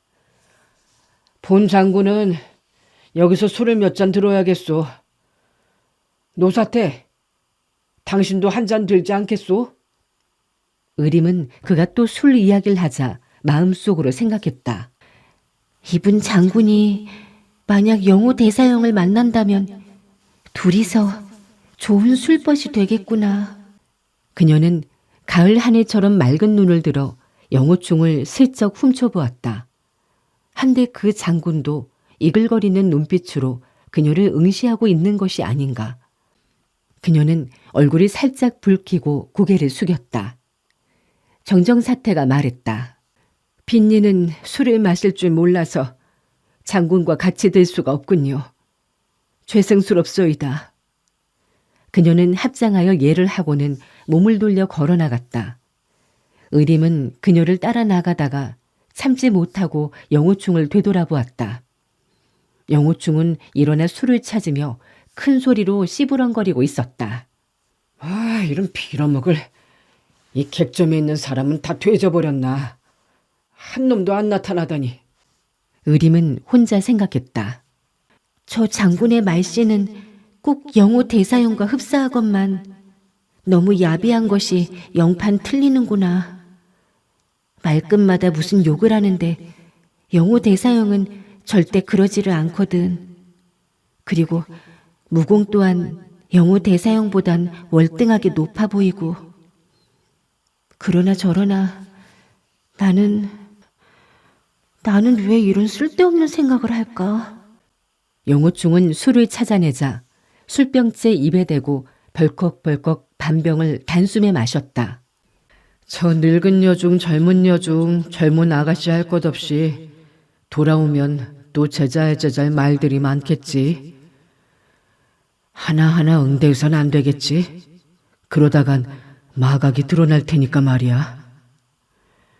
하기야 멀리 내빼는 것이 상책이지만 그럴 수야 없고 모두 깨어나려면 한 반시즌쯤 걸릴 테니까 먼저 배고픈 참에 못 좀 먹어놓고 봐야겠구나.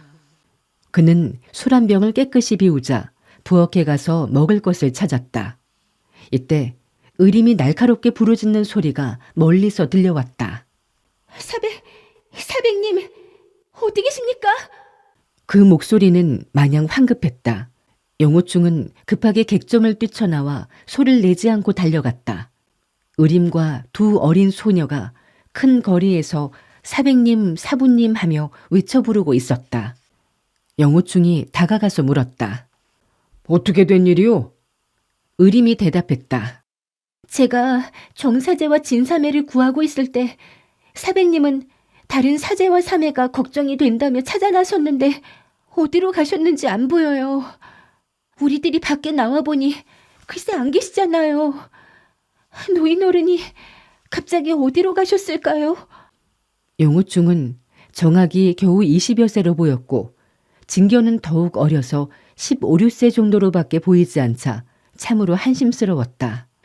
이렇게 나이 어리고 경험도 없는 여아들을 항산파는 어쩌자고 이런 위험한 곳에 파견하였을까? 영호충이 웃으며 대답했다. 나는 그들이 어디 있는지 아오. 당신들은 나를 따라오시오.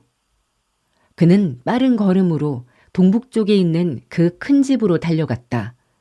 문 밖에 도착하자 대문을 발로 차서 열었다.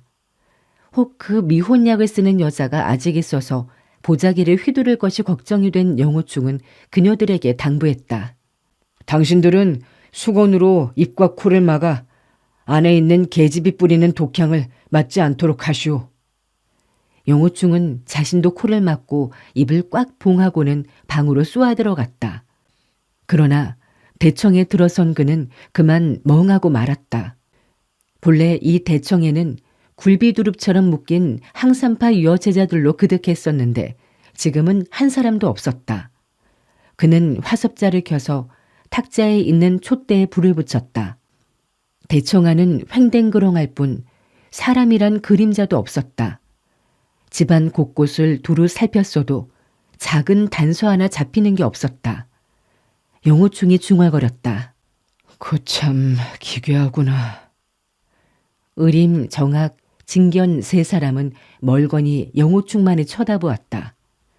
그녀들의 얼굴에는 의혹의 빛이 역력했다. 영호충이 입을 열었다. 젠장, 당신들의 그 많은 사제들이 모두 미혼약에 중독이 되고 포박을 당해서 여기에 있었단 말이오. 근데 눈 깜짝한 사이에 그 많은 사람들이 어디로 갔을까? 예, 그 많은 사람들이 어디로 갔을까? 정학이 물었다. 오장군님, 우리 언니들이 미혼약을 맞고 여기 쓰러져 있는 것을 당신이 직접 보셨나요? 그럼 어젯밤 내 꿈에서 직접 보았거든. 많은 여승과 아가씨들이 이 청당에 가로 세로로 마구 흩어져서 누워있는 것을 내 눈으로 보았어. 그러니 틀릴 리가 없잖소. 당신은 그러니까 정학은 본래 꿈에서 본 게 어찌 맞겠느냐고 따지려다가 입을 다물었다. 어쩌면 아무렇게나 짓거리는 양반이니까 진짜로 보고도 꿈속에서 보았노라고 주워 섬기는지도 알 수 없었기 때문이었다. 그녀는 말을 슬쩍 바꾸어서 물었다. 그들이 어디로 갔다고 생각하세요? 영호충이 깊이 생각하며 대답했다. 어딘가 맛있는 고기나 생선이나 혹은 좋은 술이 있어서 신나게 마시고 먹으려 갔을지 그 누가 알겠소. 하긴 근사한 구경거리가 있어서 갔는지도 알 수 없고 말이오. 그는 세 아가씨들에게 손짓하며 말했다. 당신들 쬐끄만 아가씨들 말이오. 내 뒤를 꼭 붙어서 따라오시오. 떨어지면 아니 되오. 맛있는 고기라든가 재미있는 구경거리가 있으면 우리도 찾아가 봐야 하지 않겠소? 진견은 나이는 어렸으나 지금 형세가 보통 흉엄하지 않다는 것을 알고 있었다. 모든 언니가 적의 수중에 잡혀 있고 오로지 자기들 세 어린 제자만이 남아있는 것이 아닌가. 이 장군이 약간은 허튼 소리를 하여 무조건 믿을 수는 없지만 지금으로서는 그에게 의지하는 수밖에 다른 도리가 없었다. 진견은 의림 정학과 함께 장군의 뒤를 졸졸 따라 대문 밖으로 나왔다. 영호충이 자문자답하듯이 중얼거렸다. 내 어젯밤 꿈이 틀릴 리가 없는데 눈이 아른거려 사람을 잘못 봤을까? 오늘 밤 다시 꿈을 꿀 땐 잘 봐야겠구나. 그는 마음속으로 생각했다. 그 여자들이야 붙들려 갔을지도 모르지만 정정사태는 갑자기 어디로 사라졌을까? 혼자 몸이라 적의 암산을 받았을지도 모르겠구나. 빨리 쫓아서 찾지 않으면 안 되겠다. 의림 등 세 여자는 이팔포에 남겨두었다간 오히려 위험할 터이니 데리고 가야겠구나. 영호충이 그녀들에게 말했다. 우리들은 일단 당신네 사백, 그 늙은 여중을 찾아봅시다. 그녀가 어디서 무엇을 하고 있는지 말이오. 어떻소? 정학이 말했다. 네, 저희들은 장군님만 믿죠. 장군님은 무예가 고강하시고 식견이 광인하시니 꼭 저희 사백님을 찾아주실 수 있을 거예요. 안 그래요? 영호충이 어깨를 으쓱거렸다.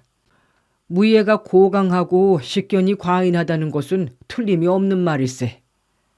아가씨가 본 장군을 잘 알아보는구먼. 내 나중에 원수가 되어 벼슬도 오르고 재산을 모으거들랑 당신들 꼬마 아가씨들에게 백냥씩을 주어서 알록달록한 승복을 사입도록 해주지. 그는 아무렇게나 시부렁거리다가 이팔포의 시가지가 끝나는 곳에 오자 끝머리에 있는 가옥의 지붕에 뛰어올라 사방을 둘러보았다. 이때는 어슴풀에 동이 트는 시각이었다. 하얀 안개가 나뭇가지 끝에 얕게 깔려 있었다. 양쪽 길가에는 사람 그림자 하나 얼씬거리지 않았다.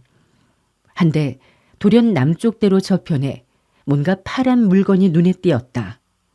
거리가 멀어 확실히 볼 수 없었지만 횡한 대로에 그런 물건이 있다는 것은 이상하였다. 영호충은 지붕에서 뛰어내려 그곳으로 달려갔다. 그것은 청색 천으로 만든 여자 신발로 의림이 신은 것과 모양이 똑같았다. 그는 의림 등 세 여자가 쫓아오자 여자 신발을 의림에게 건네주며 물었다. 당신의 신발이요? 어째서 여기 떨어져 있는 거요? 의림은 신발을 받아들고 자신도 모르게 자기의 발을 내려다보았다. 물론 자기는 신발 2개를 모두 잘 신고 있었다. 정학이 말했다. 이건 우리 언니들의 신발인데 왜 여기 떨어져 있을까요? 진견이 한마디 했다. 틀림없이 한 번 언니가 적에게 잡혀가다가 여기서 싸우면서 떨어뜨린 걸 거예요. 정학이 말했다. 어쩌면 고의로 떨어뜨려서 우리들이 알고 따라오도록 한 것은 아닐까요? 영호충이 맞장구 쳤다. 그 말이 맞았어. 당신은 기지가 있고 눈치가 빠른 아가씨로구먼. 자, 우리들은 이제 남쪽으로 쫓아갈까, 북쪽으로 추적할까? 정학이 대답했다. 물론 남쪽으로 가야죠. 영호충은 남쪽으로 비호같이 질주해 갔다. 그는 순식간에 수십 장 밖을 달려갔으니 처음엔 정학 등 3사람과 그리 크게 떨어지지 않았지만 잠시 후에는 간격이 상당히 벌어졌다. 영호충은 길가를 살피면서 수시로 뒤쪽도 바라보았다. 3 여자와 간격이 멀어지면 혹 적이 나타나 붙잡아 갈 때 미치지 못할까봐 서서 기다리곤 했다. 그는 의림 등 3사람이 가까이 쫓아오면 다시 앞으로 달려갔다. 이렇게 여러 차례 반복하는 사이 그들은 10여리를 달렸다. 갑자기 길이 경사가 심해지고 길 양편에 나무가 무성해졌다. 만약 혼자 마구 달렸다가는 적이 굽이길에 매복해 있다가 의림 등을 약탈해 갈 때 구원할 수도 없겠고 그때 에리에리한 소녀 진견의 2뺨이 빨개져서 숨을 몰아쉬며 쫓아오는 것을 보자 영호충은 걸음을 늦추었다. 그는 화가 더 난다는 듯이 중얼거렸다. 이런 젠장. 본 장군의 가죽 구두가 너무 달리는 바람에 온통 닳아버렸군. 내버릴 수도 없고 더럽게 됐네. 우리 좀 천천히 갑시다. 4사람이 다시 7, 8리쯤 더 달렸을 때 진견이 갑자기 비명을 질렀다. 그녀는 총총한 관목 숲속으로 달려들어가 푸른 모자를 주워들었다. 바로 항산파 여제자들이 쓰는 모자였다. 정학이 말했다. 장군님, 우리들 언니들이 확실히 적에게 붙들려 이 길로 잡혀갔어요. 3 여자는 제대로 추적하고 있음을 확신하자 발걸음을 더욱 재촉했다. 오히려 영호충이 뒤로 쳐져 그녀들을 쫓아갔다. 정오 때가 되자 4사람은 작은 시진의 반점에 들려 간단한 요기를 하였다. 반점 주인은 한 관군이 여승과 2 젊은 여자를 대동하고 있는 것을 보고 퍽이나 이상하게 생각했다. 그는 고개를 갸웃하고 자꾸 힐끔힐끔 그들 일행을 쳐다보았다. 영호충이 탁자를 치며 욕을 퍼부었다. 그럼 빌어먹을 놈이 있나? 여봐라. 네 놈은 뭘 그렇게 쳐다보냐? 화상이나 여중을 한 번도 못 봤느냐? 주인이 쩔쩔매며 사과했다. 무슨 말씀을... 소인 죄송스럽게 됐습니다. 정학이 물었다. 여봐요, 아저씨. 당신 출가인 여럿이서 이쪽으로 지나가는 것 못 보셨나요? 반점 주인이 대답했다. 여럿은 아니고 한 사람은 보았습니다. 한 늙은 노사태인데 이 젊은 사태보단 훨씬 나이가 많으십디다. 영호충이 호통쳤다. 무슨 헛소리를 하고 있는 거냐? 노사태는 자연 소사태보다 나이가 더 먹었을 것이 뻔한 일이 아니냐? 예, 맞는 말씀입니다. 정학이 급히 물었다. 그 노사태는 뭐라고 하시던가요? 그 노사태는 저에게 총총히 그리고 급히 물었습죠. 많은 출가인이 이 길로 가지 않더냐고요. 제가 못 보았다고 하니까 그분은 급히 달려가 버렸습니다. 어휴, 그렇게 나이든 노인네가 그렇게 빨리 달려가다니. 더군다나 손에 번쩍번쩍하는 보검을 들고 말입니다. 마치 무슨 이야기 속의 한 장면 같았다니까요. 진견이 손뼉을 치며 좋아했다. 틀림없는 사부님이에요. 우리 빨리 쫓아가요. 영호충이 대답했다. 급할 것 없어. 밥이나 먹고 다시 얘기합시다. 네 사람은 총총히 음식을 먹었다. 그들이 떠날 때 진견은 만두 4개를 샀다. 자기 사부에게 드리려는 것이었다. 영호충은 어린 소녀의 지성에 마음이 짜릿했다. 저 소녀는 사부에 대한 효심이 대단하구나. 나는 사부에게 효도라고 하고 싶어도 할 수 없는 처지인데. 그들은 하늘이 어두워질 때까지 길을 재촉했으나 시종 정정사태와 항상파 제자들의 종적은 찾을 수가 없었다. 주변은 기다란 풀이 밀림처럼 빽빽했고 길은 갈수록 좁아졌다. 좀 더 달리자 풀은 허리에까지 차서 걸어온 길이 잘 안 보일 지경이었다. 이때 돌연 서북 쪽에서 은은히 병기 부딪히는 소리가 들렸다. 영호충이 소리쳤다. 저쪽에서 사람들이 싸우고 있어. 우린 괜찮은 구경거리를 만난 것 같은데? 진견의 눈이 동그래졌다. 혹시 우리 사부님이 아닐까요? 영호충은 소리를 죽이고 가까이 다가갔다. 수십 장을 달려가자 눈앞이 환해지고 10여 개의 횃불이 눈에 들어왔다. 병기 부딪히는 소리가 더욱 가까이 들렸다. 가까이 접근해 보니 수십 개의 횃불이 둥글게 원을 그리고 있고 그 안에서 한 사람이 옷소매를 펄럭이며 칼을 휘두르고 있었다. 그는 7명의 적과 힘겹게 싸우고 있었는데 바로 정정사태였다. 사람이 친 둥그런 울타리 밖에는 수십 명이 드러누워 있었으니 그들의 복색으로 보아 항산파의 여제자들이 틀림이 없었다. 영호충은 상대방들이 모두 복면으로 얼굴을 가린 것을 보자 즉시 성큼성큼 그들 곁으로 다가갔다. 그러나 그들은 싸움을 정신없이 바라보느라고 그의 접근을 알아보지 못했다. 영호충이 껄껄 웃으며 크게 소리쳤다. 7명의 고수가 한 사람의 노사태를 공격한다? 그 재미가 없는걸. 강호의 도리가 이 지경이 되었다는 말인가? 목면인들은 돌연 그가 나타나 방향무인하게 소리치자 모두 깜짝 놀라 바라보았다. 그러나 한참 싸우고 있는 7사람들은 영호충의 웃음소리를 들은 척도 하지 않고 오로지 정정사태만을 막바지로 몰아붙이고 있었다. 정정사태는 이미 도포에 선혈이 낭자했고 얼굴에도 혈흔이 번져 있었다. 검을 왼손에 들고 있는 것이 오른손은 이미 상처를 입은 모양이었다. 이때 목면인 속에서 2 사나이가 단도를 들고 영호충 앞으로 뛰어나왔다. 영호충이 호통쳤다. 본 장군은 동정서벌하며 말발굽을 멈춘 적이 없었다. 매일매일 너희와 같은 산적들을 만났지만 본 장군은 이름이 없는 소졸은 죽이지 않는다. 자, 너희들 정체를 밝혀라. 그래야만 본 장군의 칼에 죽을 자격을 얻게 된다. 한 사나이가 웃으며 말했다. 이거 머리가 약간 이상한 놈 아니야? 그는 칼을 휘둘러 영호충의 다리를 잘라갔다. 영호충은 놀란 듯 소리쳤다. 아이고, 참으로 칼을 쓰려는 것인가? 그는 몸을 흔들더니 싸움권 안으로 부딪혀 들어가 칼집으로 팍팍팍 7번을 가볍게 떨쳤다. 영호충의 칼집은 정정사태를 악랄하게 공격하던 7인의 팔을 연달아 격중시켜 7개의 병기가 분분히 쇳소리를 내며 땅에 떨어졌다. 이 순간 칙하고 정정사태의 일검이 한 명 적의 가슴팍을 꿰뚫었다.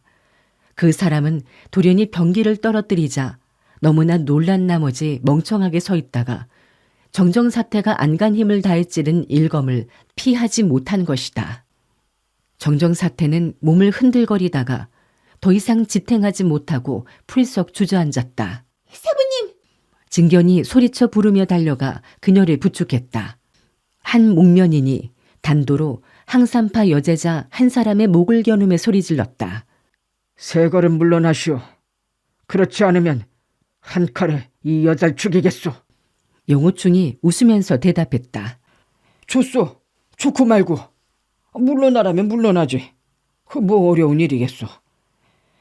세 걸음이 아니라 30보라도 물러날 수 있다오. 그가 한 걸음 물러설 때 그의 요도가 갑자기 쑥 빗살처럼 찔러나와 칼집 끝이 사나이 가슴을 가볍게 찔렀다. 그 사나이는 악하고 울부짖으며 몸이 뒤쪽으로 집단처럼 날아갔다. 영호충은 자기의 내력이 이토록 대단할 줄은 미처 생각지 못했었다. 그는 잠시 멍청한 표정을 짓다가 이내 정신을 차리고 칼집으로 새 목면인을 파바박 후려쳐 쓰러뜨렸다. 너희 놈들 뒤로 물러나지 않으면 이 장군께서 일일이 잡아다가 관아에 데려가 빌어먹을 30대씩 곤장을 마구 치리로다. 목면인의 수령은 그의 무공이 엄청나게 높다는 것을 알고 놀라서 공수의 예를 취하며 공손하게 말했다. 기왕에 마교의 임교주께서 왕림하셨다면 높으신 안면을 보아 저희들은 한 발 양보하겠소이다. 그는 왼손으로 신호하듯 흔들며 큰 소리로 말했다. 마교의 임교주께서 여기에 납시었다. 모두 공손하게 인사 올리도록 해라. 그럼 우리들은 이만 물러가도록 하자. 그들은 횃불을 꺼서 땅에 버리고 시체 하나와 땅에 쓰러져 있는 4사람을 데리고 서북 쪽으로 물러갔다. 순식간에 그들은 길다란 잡초 속으로 사라져버렸다. 진견은 본문의 치상 영약을 꺼내 엄중하게 상처를 입은 사부에게 복용케 했다. 의림과 정학은 각각 여러 사제들의 포박을 풀어주었다. 4명의 여제자는 땅에 버려진 횃불을 켜들고 정정사태를 사방으로 둘러쌌다. 여러 사람들은 노사태의 상처가 엄중한 것을 보자 모두 근심이 크게 서리어 아무도 입을 열지 않았다. 정정사태는 숨을 헐떡이다가 천천히 눈을 뜨고 영호충에게 물었다. 당신이 참으로 전대 그 옛날 마교의 교주였던 임아행이시오. 영호충이 고개를 가로저었다. 아니요. 정정사태의 눈망울은 정체를 잃어가고 있었다. 숨을 크게 내쉴 뿐 적게 들이쉬는 것이 이제 더 이상 버티기가 힘든 상태였다. 숨을 몇 차례 헐떡이던 그녀가 갑자기 사납게 말했다.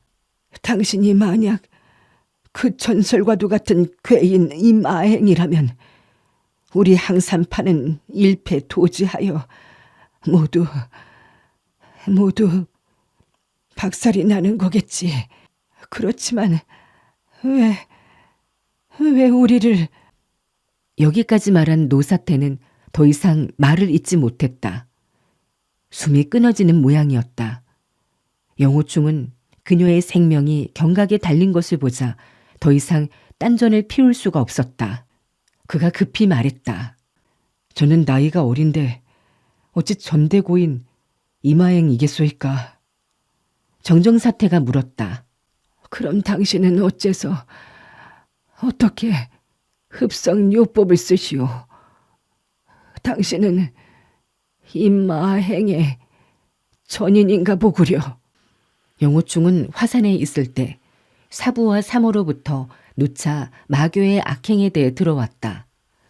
더욱 이 며칠 동안 그는 친히 마교가 항산파를 비열하게 습격하는 것을 훔쳐보기도 했다. 영호충이 말했다. 마교는 나쁜 짓을 하는 악도들이오. 제가 어찌 그들 더러운 자들과 무리를 같이 하겠소. 그 이 마행은 결코 저의 스승이 아니오시다. 노사태께선 근심하지 마십시오. 저의 은사는 인품이 방종하고 협의로운 일을 행하는 무림의 선배입니다. 사태와도 깊은 연관이 있는 분이시죠. 정정사태의 얼굴에 한 가닥 희색이 피어올랐다. 그녀가 끊어질 듯한 목소리로 말했다. 그렇다면 마음을 놓았소. 이제 빈니는 안 되겠소. 그대가 번거롭더라도 항산파에 이들 어린 제자들을 데리고. 그녀는 호흡이 가빠져서 잠시 말을 잇지 못했다. 이들 어린 제자들을 데리고 복주에 무상암까지 무사히 데려다 주시오. 그렇게만 해주시면 불일 내로 우리 장문 사매가 올 것입니다. 영호충이 대답했다. 사태께서는 안심하십시오. 말씀은 그만하시고 상세를 돌보십시오. 휴양하시면 곧 나을 것입니다. 정정사태가 물었다. 당신은 빈니의 부탁을 승낙하는 겁니까? 그녀의 두 눈은 영호충을 애절히 응시하고 있었다. 혹 영호충이 응낙하지 않을까 무척 걱정하는 신색이었다. 사태께서 그렇게 분부하시니 제가 마땅히 분부를 받들어야죠. 정정사태는 입가에 미소를 띠며 말했다. 대단히 고맙소.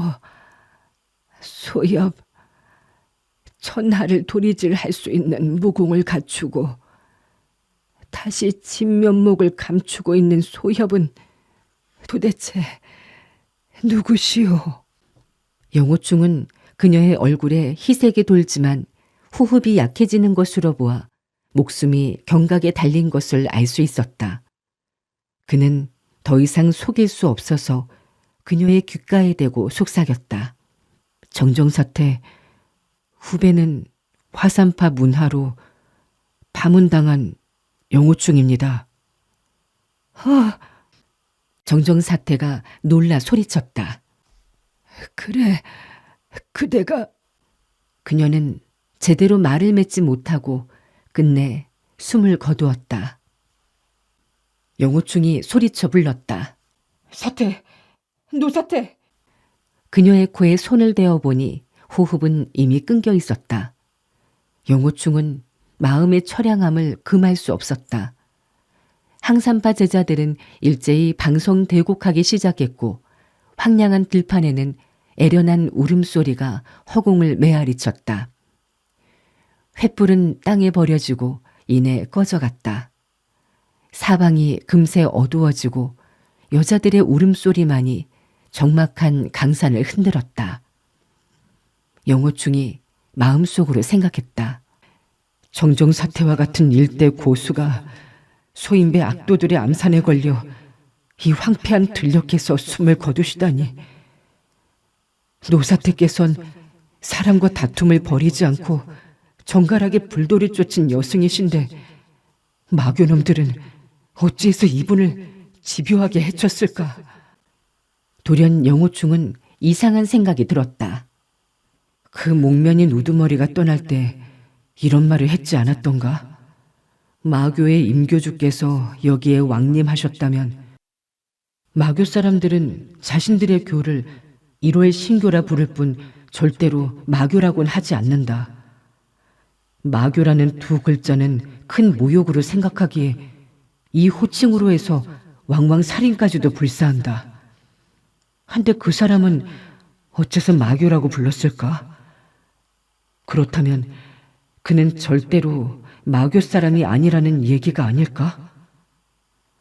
그들은 도대체 어떤 내력을 지닌 사람들일까?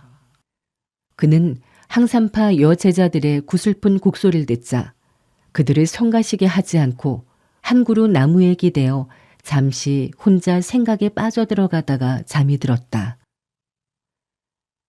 다음 날 아침 일찍 깨어보니 몇 명 나이든 제자들이 정정사태의 시신을 수호하고 있고 젊은 아가씨나 여승들은 몸을 옹성거리고 옆에서 자고 있었다. 영호충이 생각했다. 군관이 이들 한 무리 여인들을 데리고 복주로 행차한다는 것은 참 희한한 꼴이고 그 유례가 없을 것이다. 하지만 나도 이왕 복주에 가서 사부와 사모를 배워야 할 입장이니 직접 데리고 가진 않더라도 가는 도중 숨어서 보호해 줘야겠구나. 그는 즉시 마른 기침을 하고 벌떡 일어났다. 의화, 의청, 의질, 의진 등 우두머리급 제자들이 그를 향해 합장을 하며 입을 열었다. 빈니 등은 대협의 구하심을 받아 그 대은 대덕을 어찌 갚아야 할지 모르겠습니다. 사백께서 불행히 조난을 당하시어 원적하실 때에 대협께 부탁하시었으니 저희들은 이후의 모든 일을 대협의 분부에 따르겠나이다. 그들은 모두 이제는 장군이라 부르지 않았다. 영호충이 거짓으로 장군 노릇하는 것을 알고 있었기 때문이다. 영호충이 말했다. 무슨 놈의 대협이니 어쩌고 하는 거요. 매우 듣기 거북한 걸. 당신들이 나를 우습게 여기지 않는다면 계속 장군이라고 부르시오. 의화 등은 서로 마주보며 고개를 끄덕이는 수밖에 없었다. 영호충이 물었다. 내 전날 밤 꿈속에서 당신들이 어느 여자의 미혼 독향에 미혹되어 큰 대청에 들어 누워 있는 걸 봤는데 그 뒤 어떻게 해서 여기까지 오게 되었소? 의화가 대답했다. 우리들은 미향에 중독되어 인사불성이었는데 뒤에 적들이 냉수로 우릴 깨어나게 하더군요. 다리에 포박을 끌어주고 시진의 뒷길로 해서 우릴 끌고 나왔답니다. 우린 한 번도 쉬지 못하고 계속 달렸어요. 조금만 늦어도 적들은 마구 정신없이 몰아치곤 했죠. 날이 어두워졌을 때 사백께서 쫓아오셨고 적들은 노인네를 애워싸고 공격했답니다. 그들은 그분께 항복하라면서 그녀는 끝내 말을 맺지 못하고 울음을 터뜨렸다. 영호충이 말했다. 원래 소로끼리 있어서 눈 깜짝할 사이에 종적도 없이 사라졌었구나. 의청이 입을 열었다. 장군님, 우리들 눈앞에 큰 일은 사백의 유체를 화장하는 일입니다. 한데 그 뒤에는 어떻게 하면 되겠나요? 장군님께서 지시해 주세요. 영호충은 머리를 저었다. 항산파 니고의 일은 본 장군은 하나도 모른다오. 나보고 지시를 해달라고? 아이 참 답답한 일이로구먼 그래. 본 장군은 벼슬이 오르고 재산을 모으는 일만이 중요할 뿐이야. 자, 나는 이만 가겠소. 그는 성큼성큼 걸어서 북쪽으로 바람같이 가버렸다. 항산파 제자들이 장군님 장군님 하며 소리쳐 불렀다. 영호충은 거들떠보지도 않고 발에 불이 붙은 듯이 산호를 돌아가자 한 그루 나무 아래 숨어서 내내 두 시진을 기다렸다. 그제서야 항산파 여제자들이 기운이 하나도 없이 타박타박 걸어서 길을 떠났다. 그는 멀리서 몰래 그녀들을 보호하며 따라갔다. 전면에 있는 한 마을의 객점에 투숙하자 영호충은 홀로 곰곰이 생각했다. 내가 이미 마교 및 충산파 사람들과 여러 차례 싸워 이 천주부참장 오천덕이란 털보도 강호에 약간 명성을 날렸겠지. 젠장, 이놈의 장군 노릇도 이젠 더 이상 못하겠구나. 그는 즉시 점소이를 불러 은자 2냥을 주고 그가 입을 옷과 신발, 모자 등을 몽땅 사오라고 했다. 영호충은 변장을 하고 적을 잡을 계획이라면서 만일 소문을 내어 강도들이 도망가는 날에는 되돌아와서 그를 혼내겠다고 으름장을 놓았다. 다음 날 외진 곳에 다다르자 그는 옷차림을 바꿔 입고 온 뺨에 가득한 수염을 모조리 뜯어내고 참장의 의삼, 가죽구두, 요도 그리고 문서 등은 죄다 땅속에 파묻었다. 다시는 장군 노릇을 못한다고 생각하자 왠지 섭섭한 생각도 들었다. 이틀 뒤 건영부의 병기 가게에서 장검 한 자루를 사서 보자기 속에 간수했다. 그들은 아무 사고 없이 길을 재촉했고 영호충은 항산파 일행이 복주의 서동쪽에 있는 한 암자에 들어가는 것까지 직접 눈으로 지켜보았다. 암자의 편에게는 확실히 무상암이라고 쓰여 있었다. 영호충은 무상암 석자를 확인하고서야 휴 하고 안도의 한숨을 내쉬었다. 결국 맡은 일을 해냈구나. 정정사태한테 복주의 무상암까지 데려다 준다고 약속했는데 직접 거느리고 오진 않았으나 평안히 무상암에 들어가는 것까지 보살폈으니 여하튼 부탁은 다 들어준 셈이다.